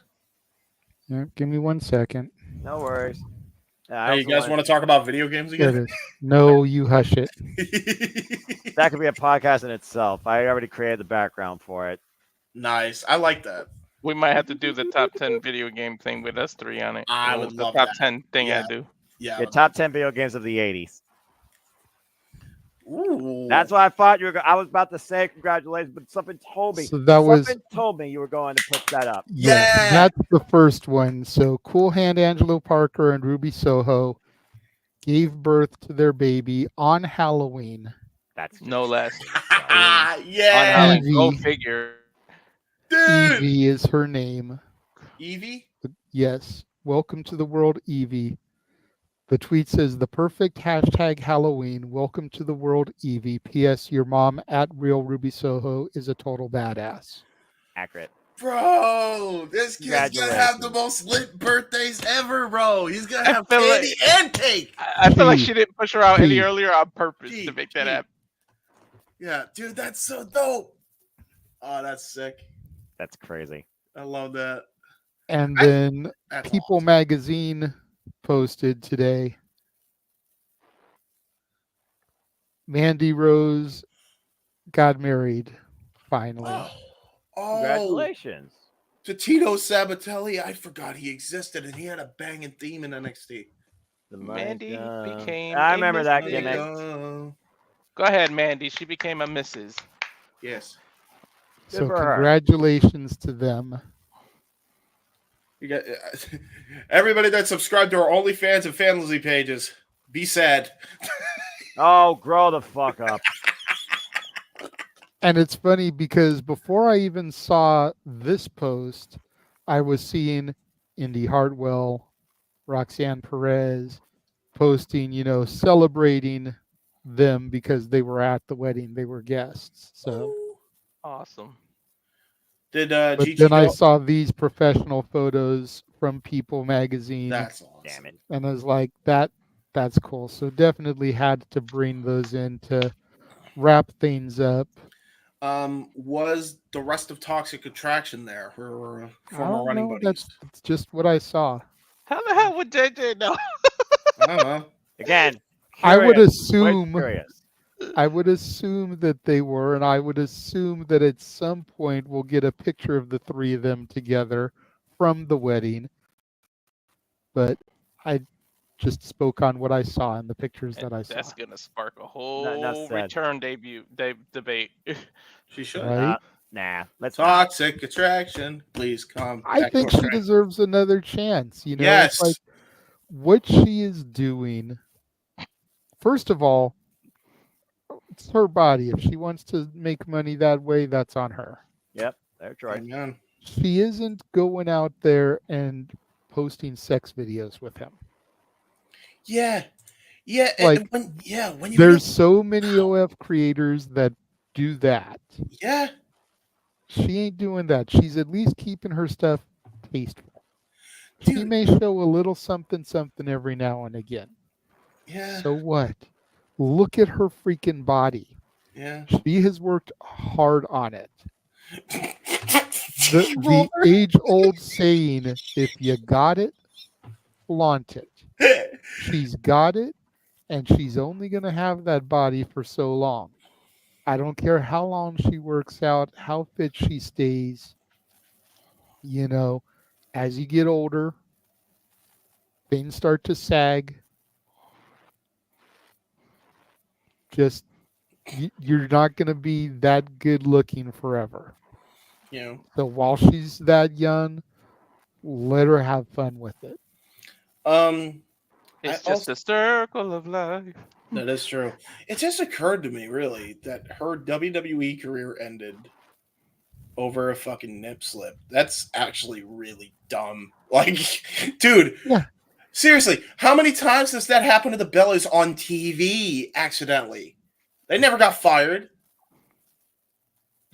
You How know? many times did WWE have people do Playboy? Yeah. And that's how her career ended. Dude, it's so... Is basically the modern day Playboy. Yeah, man. It's not... And it was an accident. It wasn't even intentional from what I understand from her perspective. It wasn't intentional at all. It just happened. And they're like, oh, you did this. That's debatable.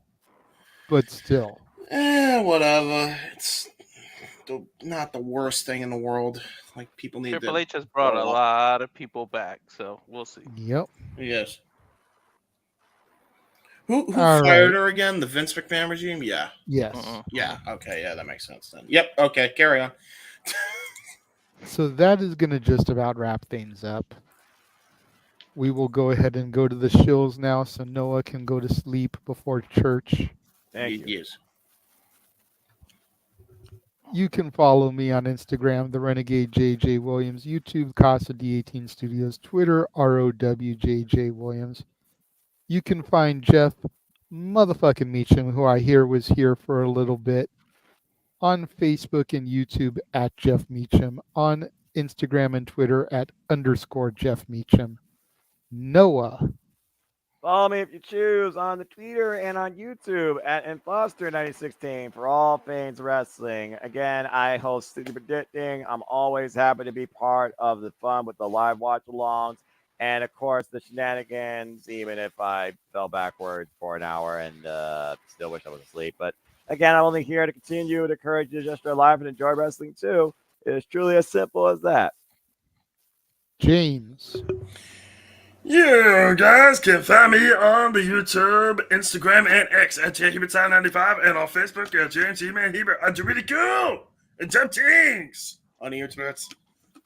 Go check out that. I might be dropping a J. Hebert side of things where I go in depth on what I just talked about here on Open Mic Night. And there will also be one on the YouTube side of things as well. So stay tuned for both of those. And in the meantime, you could also check out my... Is it in here? No, it's not. Damn. Well, check out my uncle's documentary anyway. It's at 1,500 views, and it's counting. So go run that up. It's doing really good. Good on you. There you go. Somehow, some way, Game 3 of the World Series has got over 1,900 views on my channel. 1,900 views. Wow. There we go. Like, I know how it happened because Mikey called into his local radio show and promoted it. Nice. But I'm still dumbfounded about that on the real. That's so Walter. Yeah, dude, I'm in like the 300s. I'm like, what the hell? Yeah, man. So for me, you can find me on the X at Walter Alex Cruz, and on Instagram at walter.cruz.940, and of course the YouTube at Rage Up Wrestling. If we can get 100 subscribers by the end of this year, they will make me do something cool and dumb on the internet. So yeah, that's how you get to me. There you go. Make sure you guys all join us for our next watch along event this Wednesday as ECW comes. Oh shit! Is that wifey? Oh Jesus! Busted! Yeah, you got fall busted. asleep by the end. Was that wifey? Yeah, That is Mrs. Cruz. Oh shit! Walter's sleeping on the couch tonight. Well, hey, maybe not. Maybe there's a. Hey, listen, we don't know what goes on. I ain't trying to speculate, so let's not. We're the SRS for a reason. We're the most reliable SRS for a reason. Let's not assume. There you go. That's fair. But make sure you guys join us for our next watch along event this Wednesday as NXT comes to us live from the ECW arena. Dawn Marie, Rob Van Dam, Bully Ray, Francine, all confirmed to be there. Possibly Little Guido Nunzio, as Tony D was on the phone to somebody. And who better for Tony D'Angelo to be on the phone with than another full-blooded Italian? Hey, man, I want to see it. He gets the new FBI 2, which are actually like really good. So yay! So you know it. I'm just saying, there's the working relationship with TNA. We could get a Rhino sighting. We could get a Johnny Swinger sighting. Swinger! No. Hey, listen, Johnny Swinger could no join the sighting, who Outriders. knows? Hey, listen, this could be Johnny Swinger's last TNA appearance in NXT. NXT appearance could happen, and then he could go to AEW and join with your boys, the Outrunners. Urge to rant rising. Rant. Swing, got up out of swing. Wait, why? Literally, the whole Outrunners gimmick is literally out of Johnny Swinger's playbook. What do you mean? You would fit perfectly with them. You know I'm right. JJ, finish the shells before I go off right now. I want you to go off. That's why I gave you the solo shot. I already made a Chris Brown reference. Don't make me go darker. Go darker. Go darker. Go darker. Shut the stream off. Shut the stream off. Swear. Shaggy swing. People that freaking endorse that freaking carny. But that is going to wrap things up. Make sure you follow all of us, as we are the Simply Reliable Studios, the only reliable SRS in professional wrestling. Damn it. And we don't digress. No, we do Yeah. not. Adios. Let me go get in trouble. For the Superman Noah Foster, for the He-Man James Hebert, for Mr. Reliable Walter Cruz, for Jeff motherfucking Meacham who popped in earlier, I am the Renegade JJ Williams. Better late than never. Yes. God bless you. Thank you all for joining us, and we will see you Wednesday for our watch along of NXT from the ECW arena. Have a good night, everybody. Have a good night, folks. Oh boy.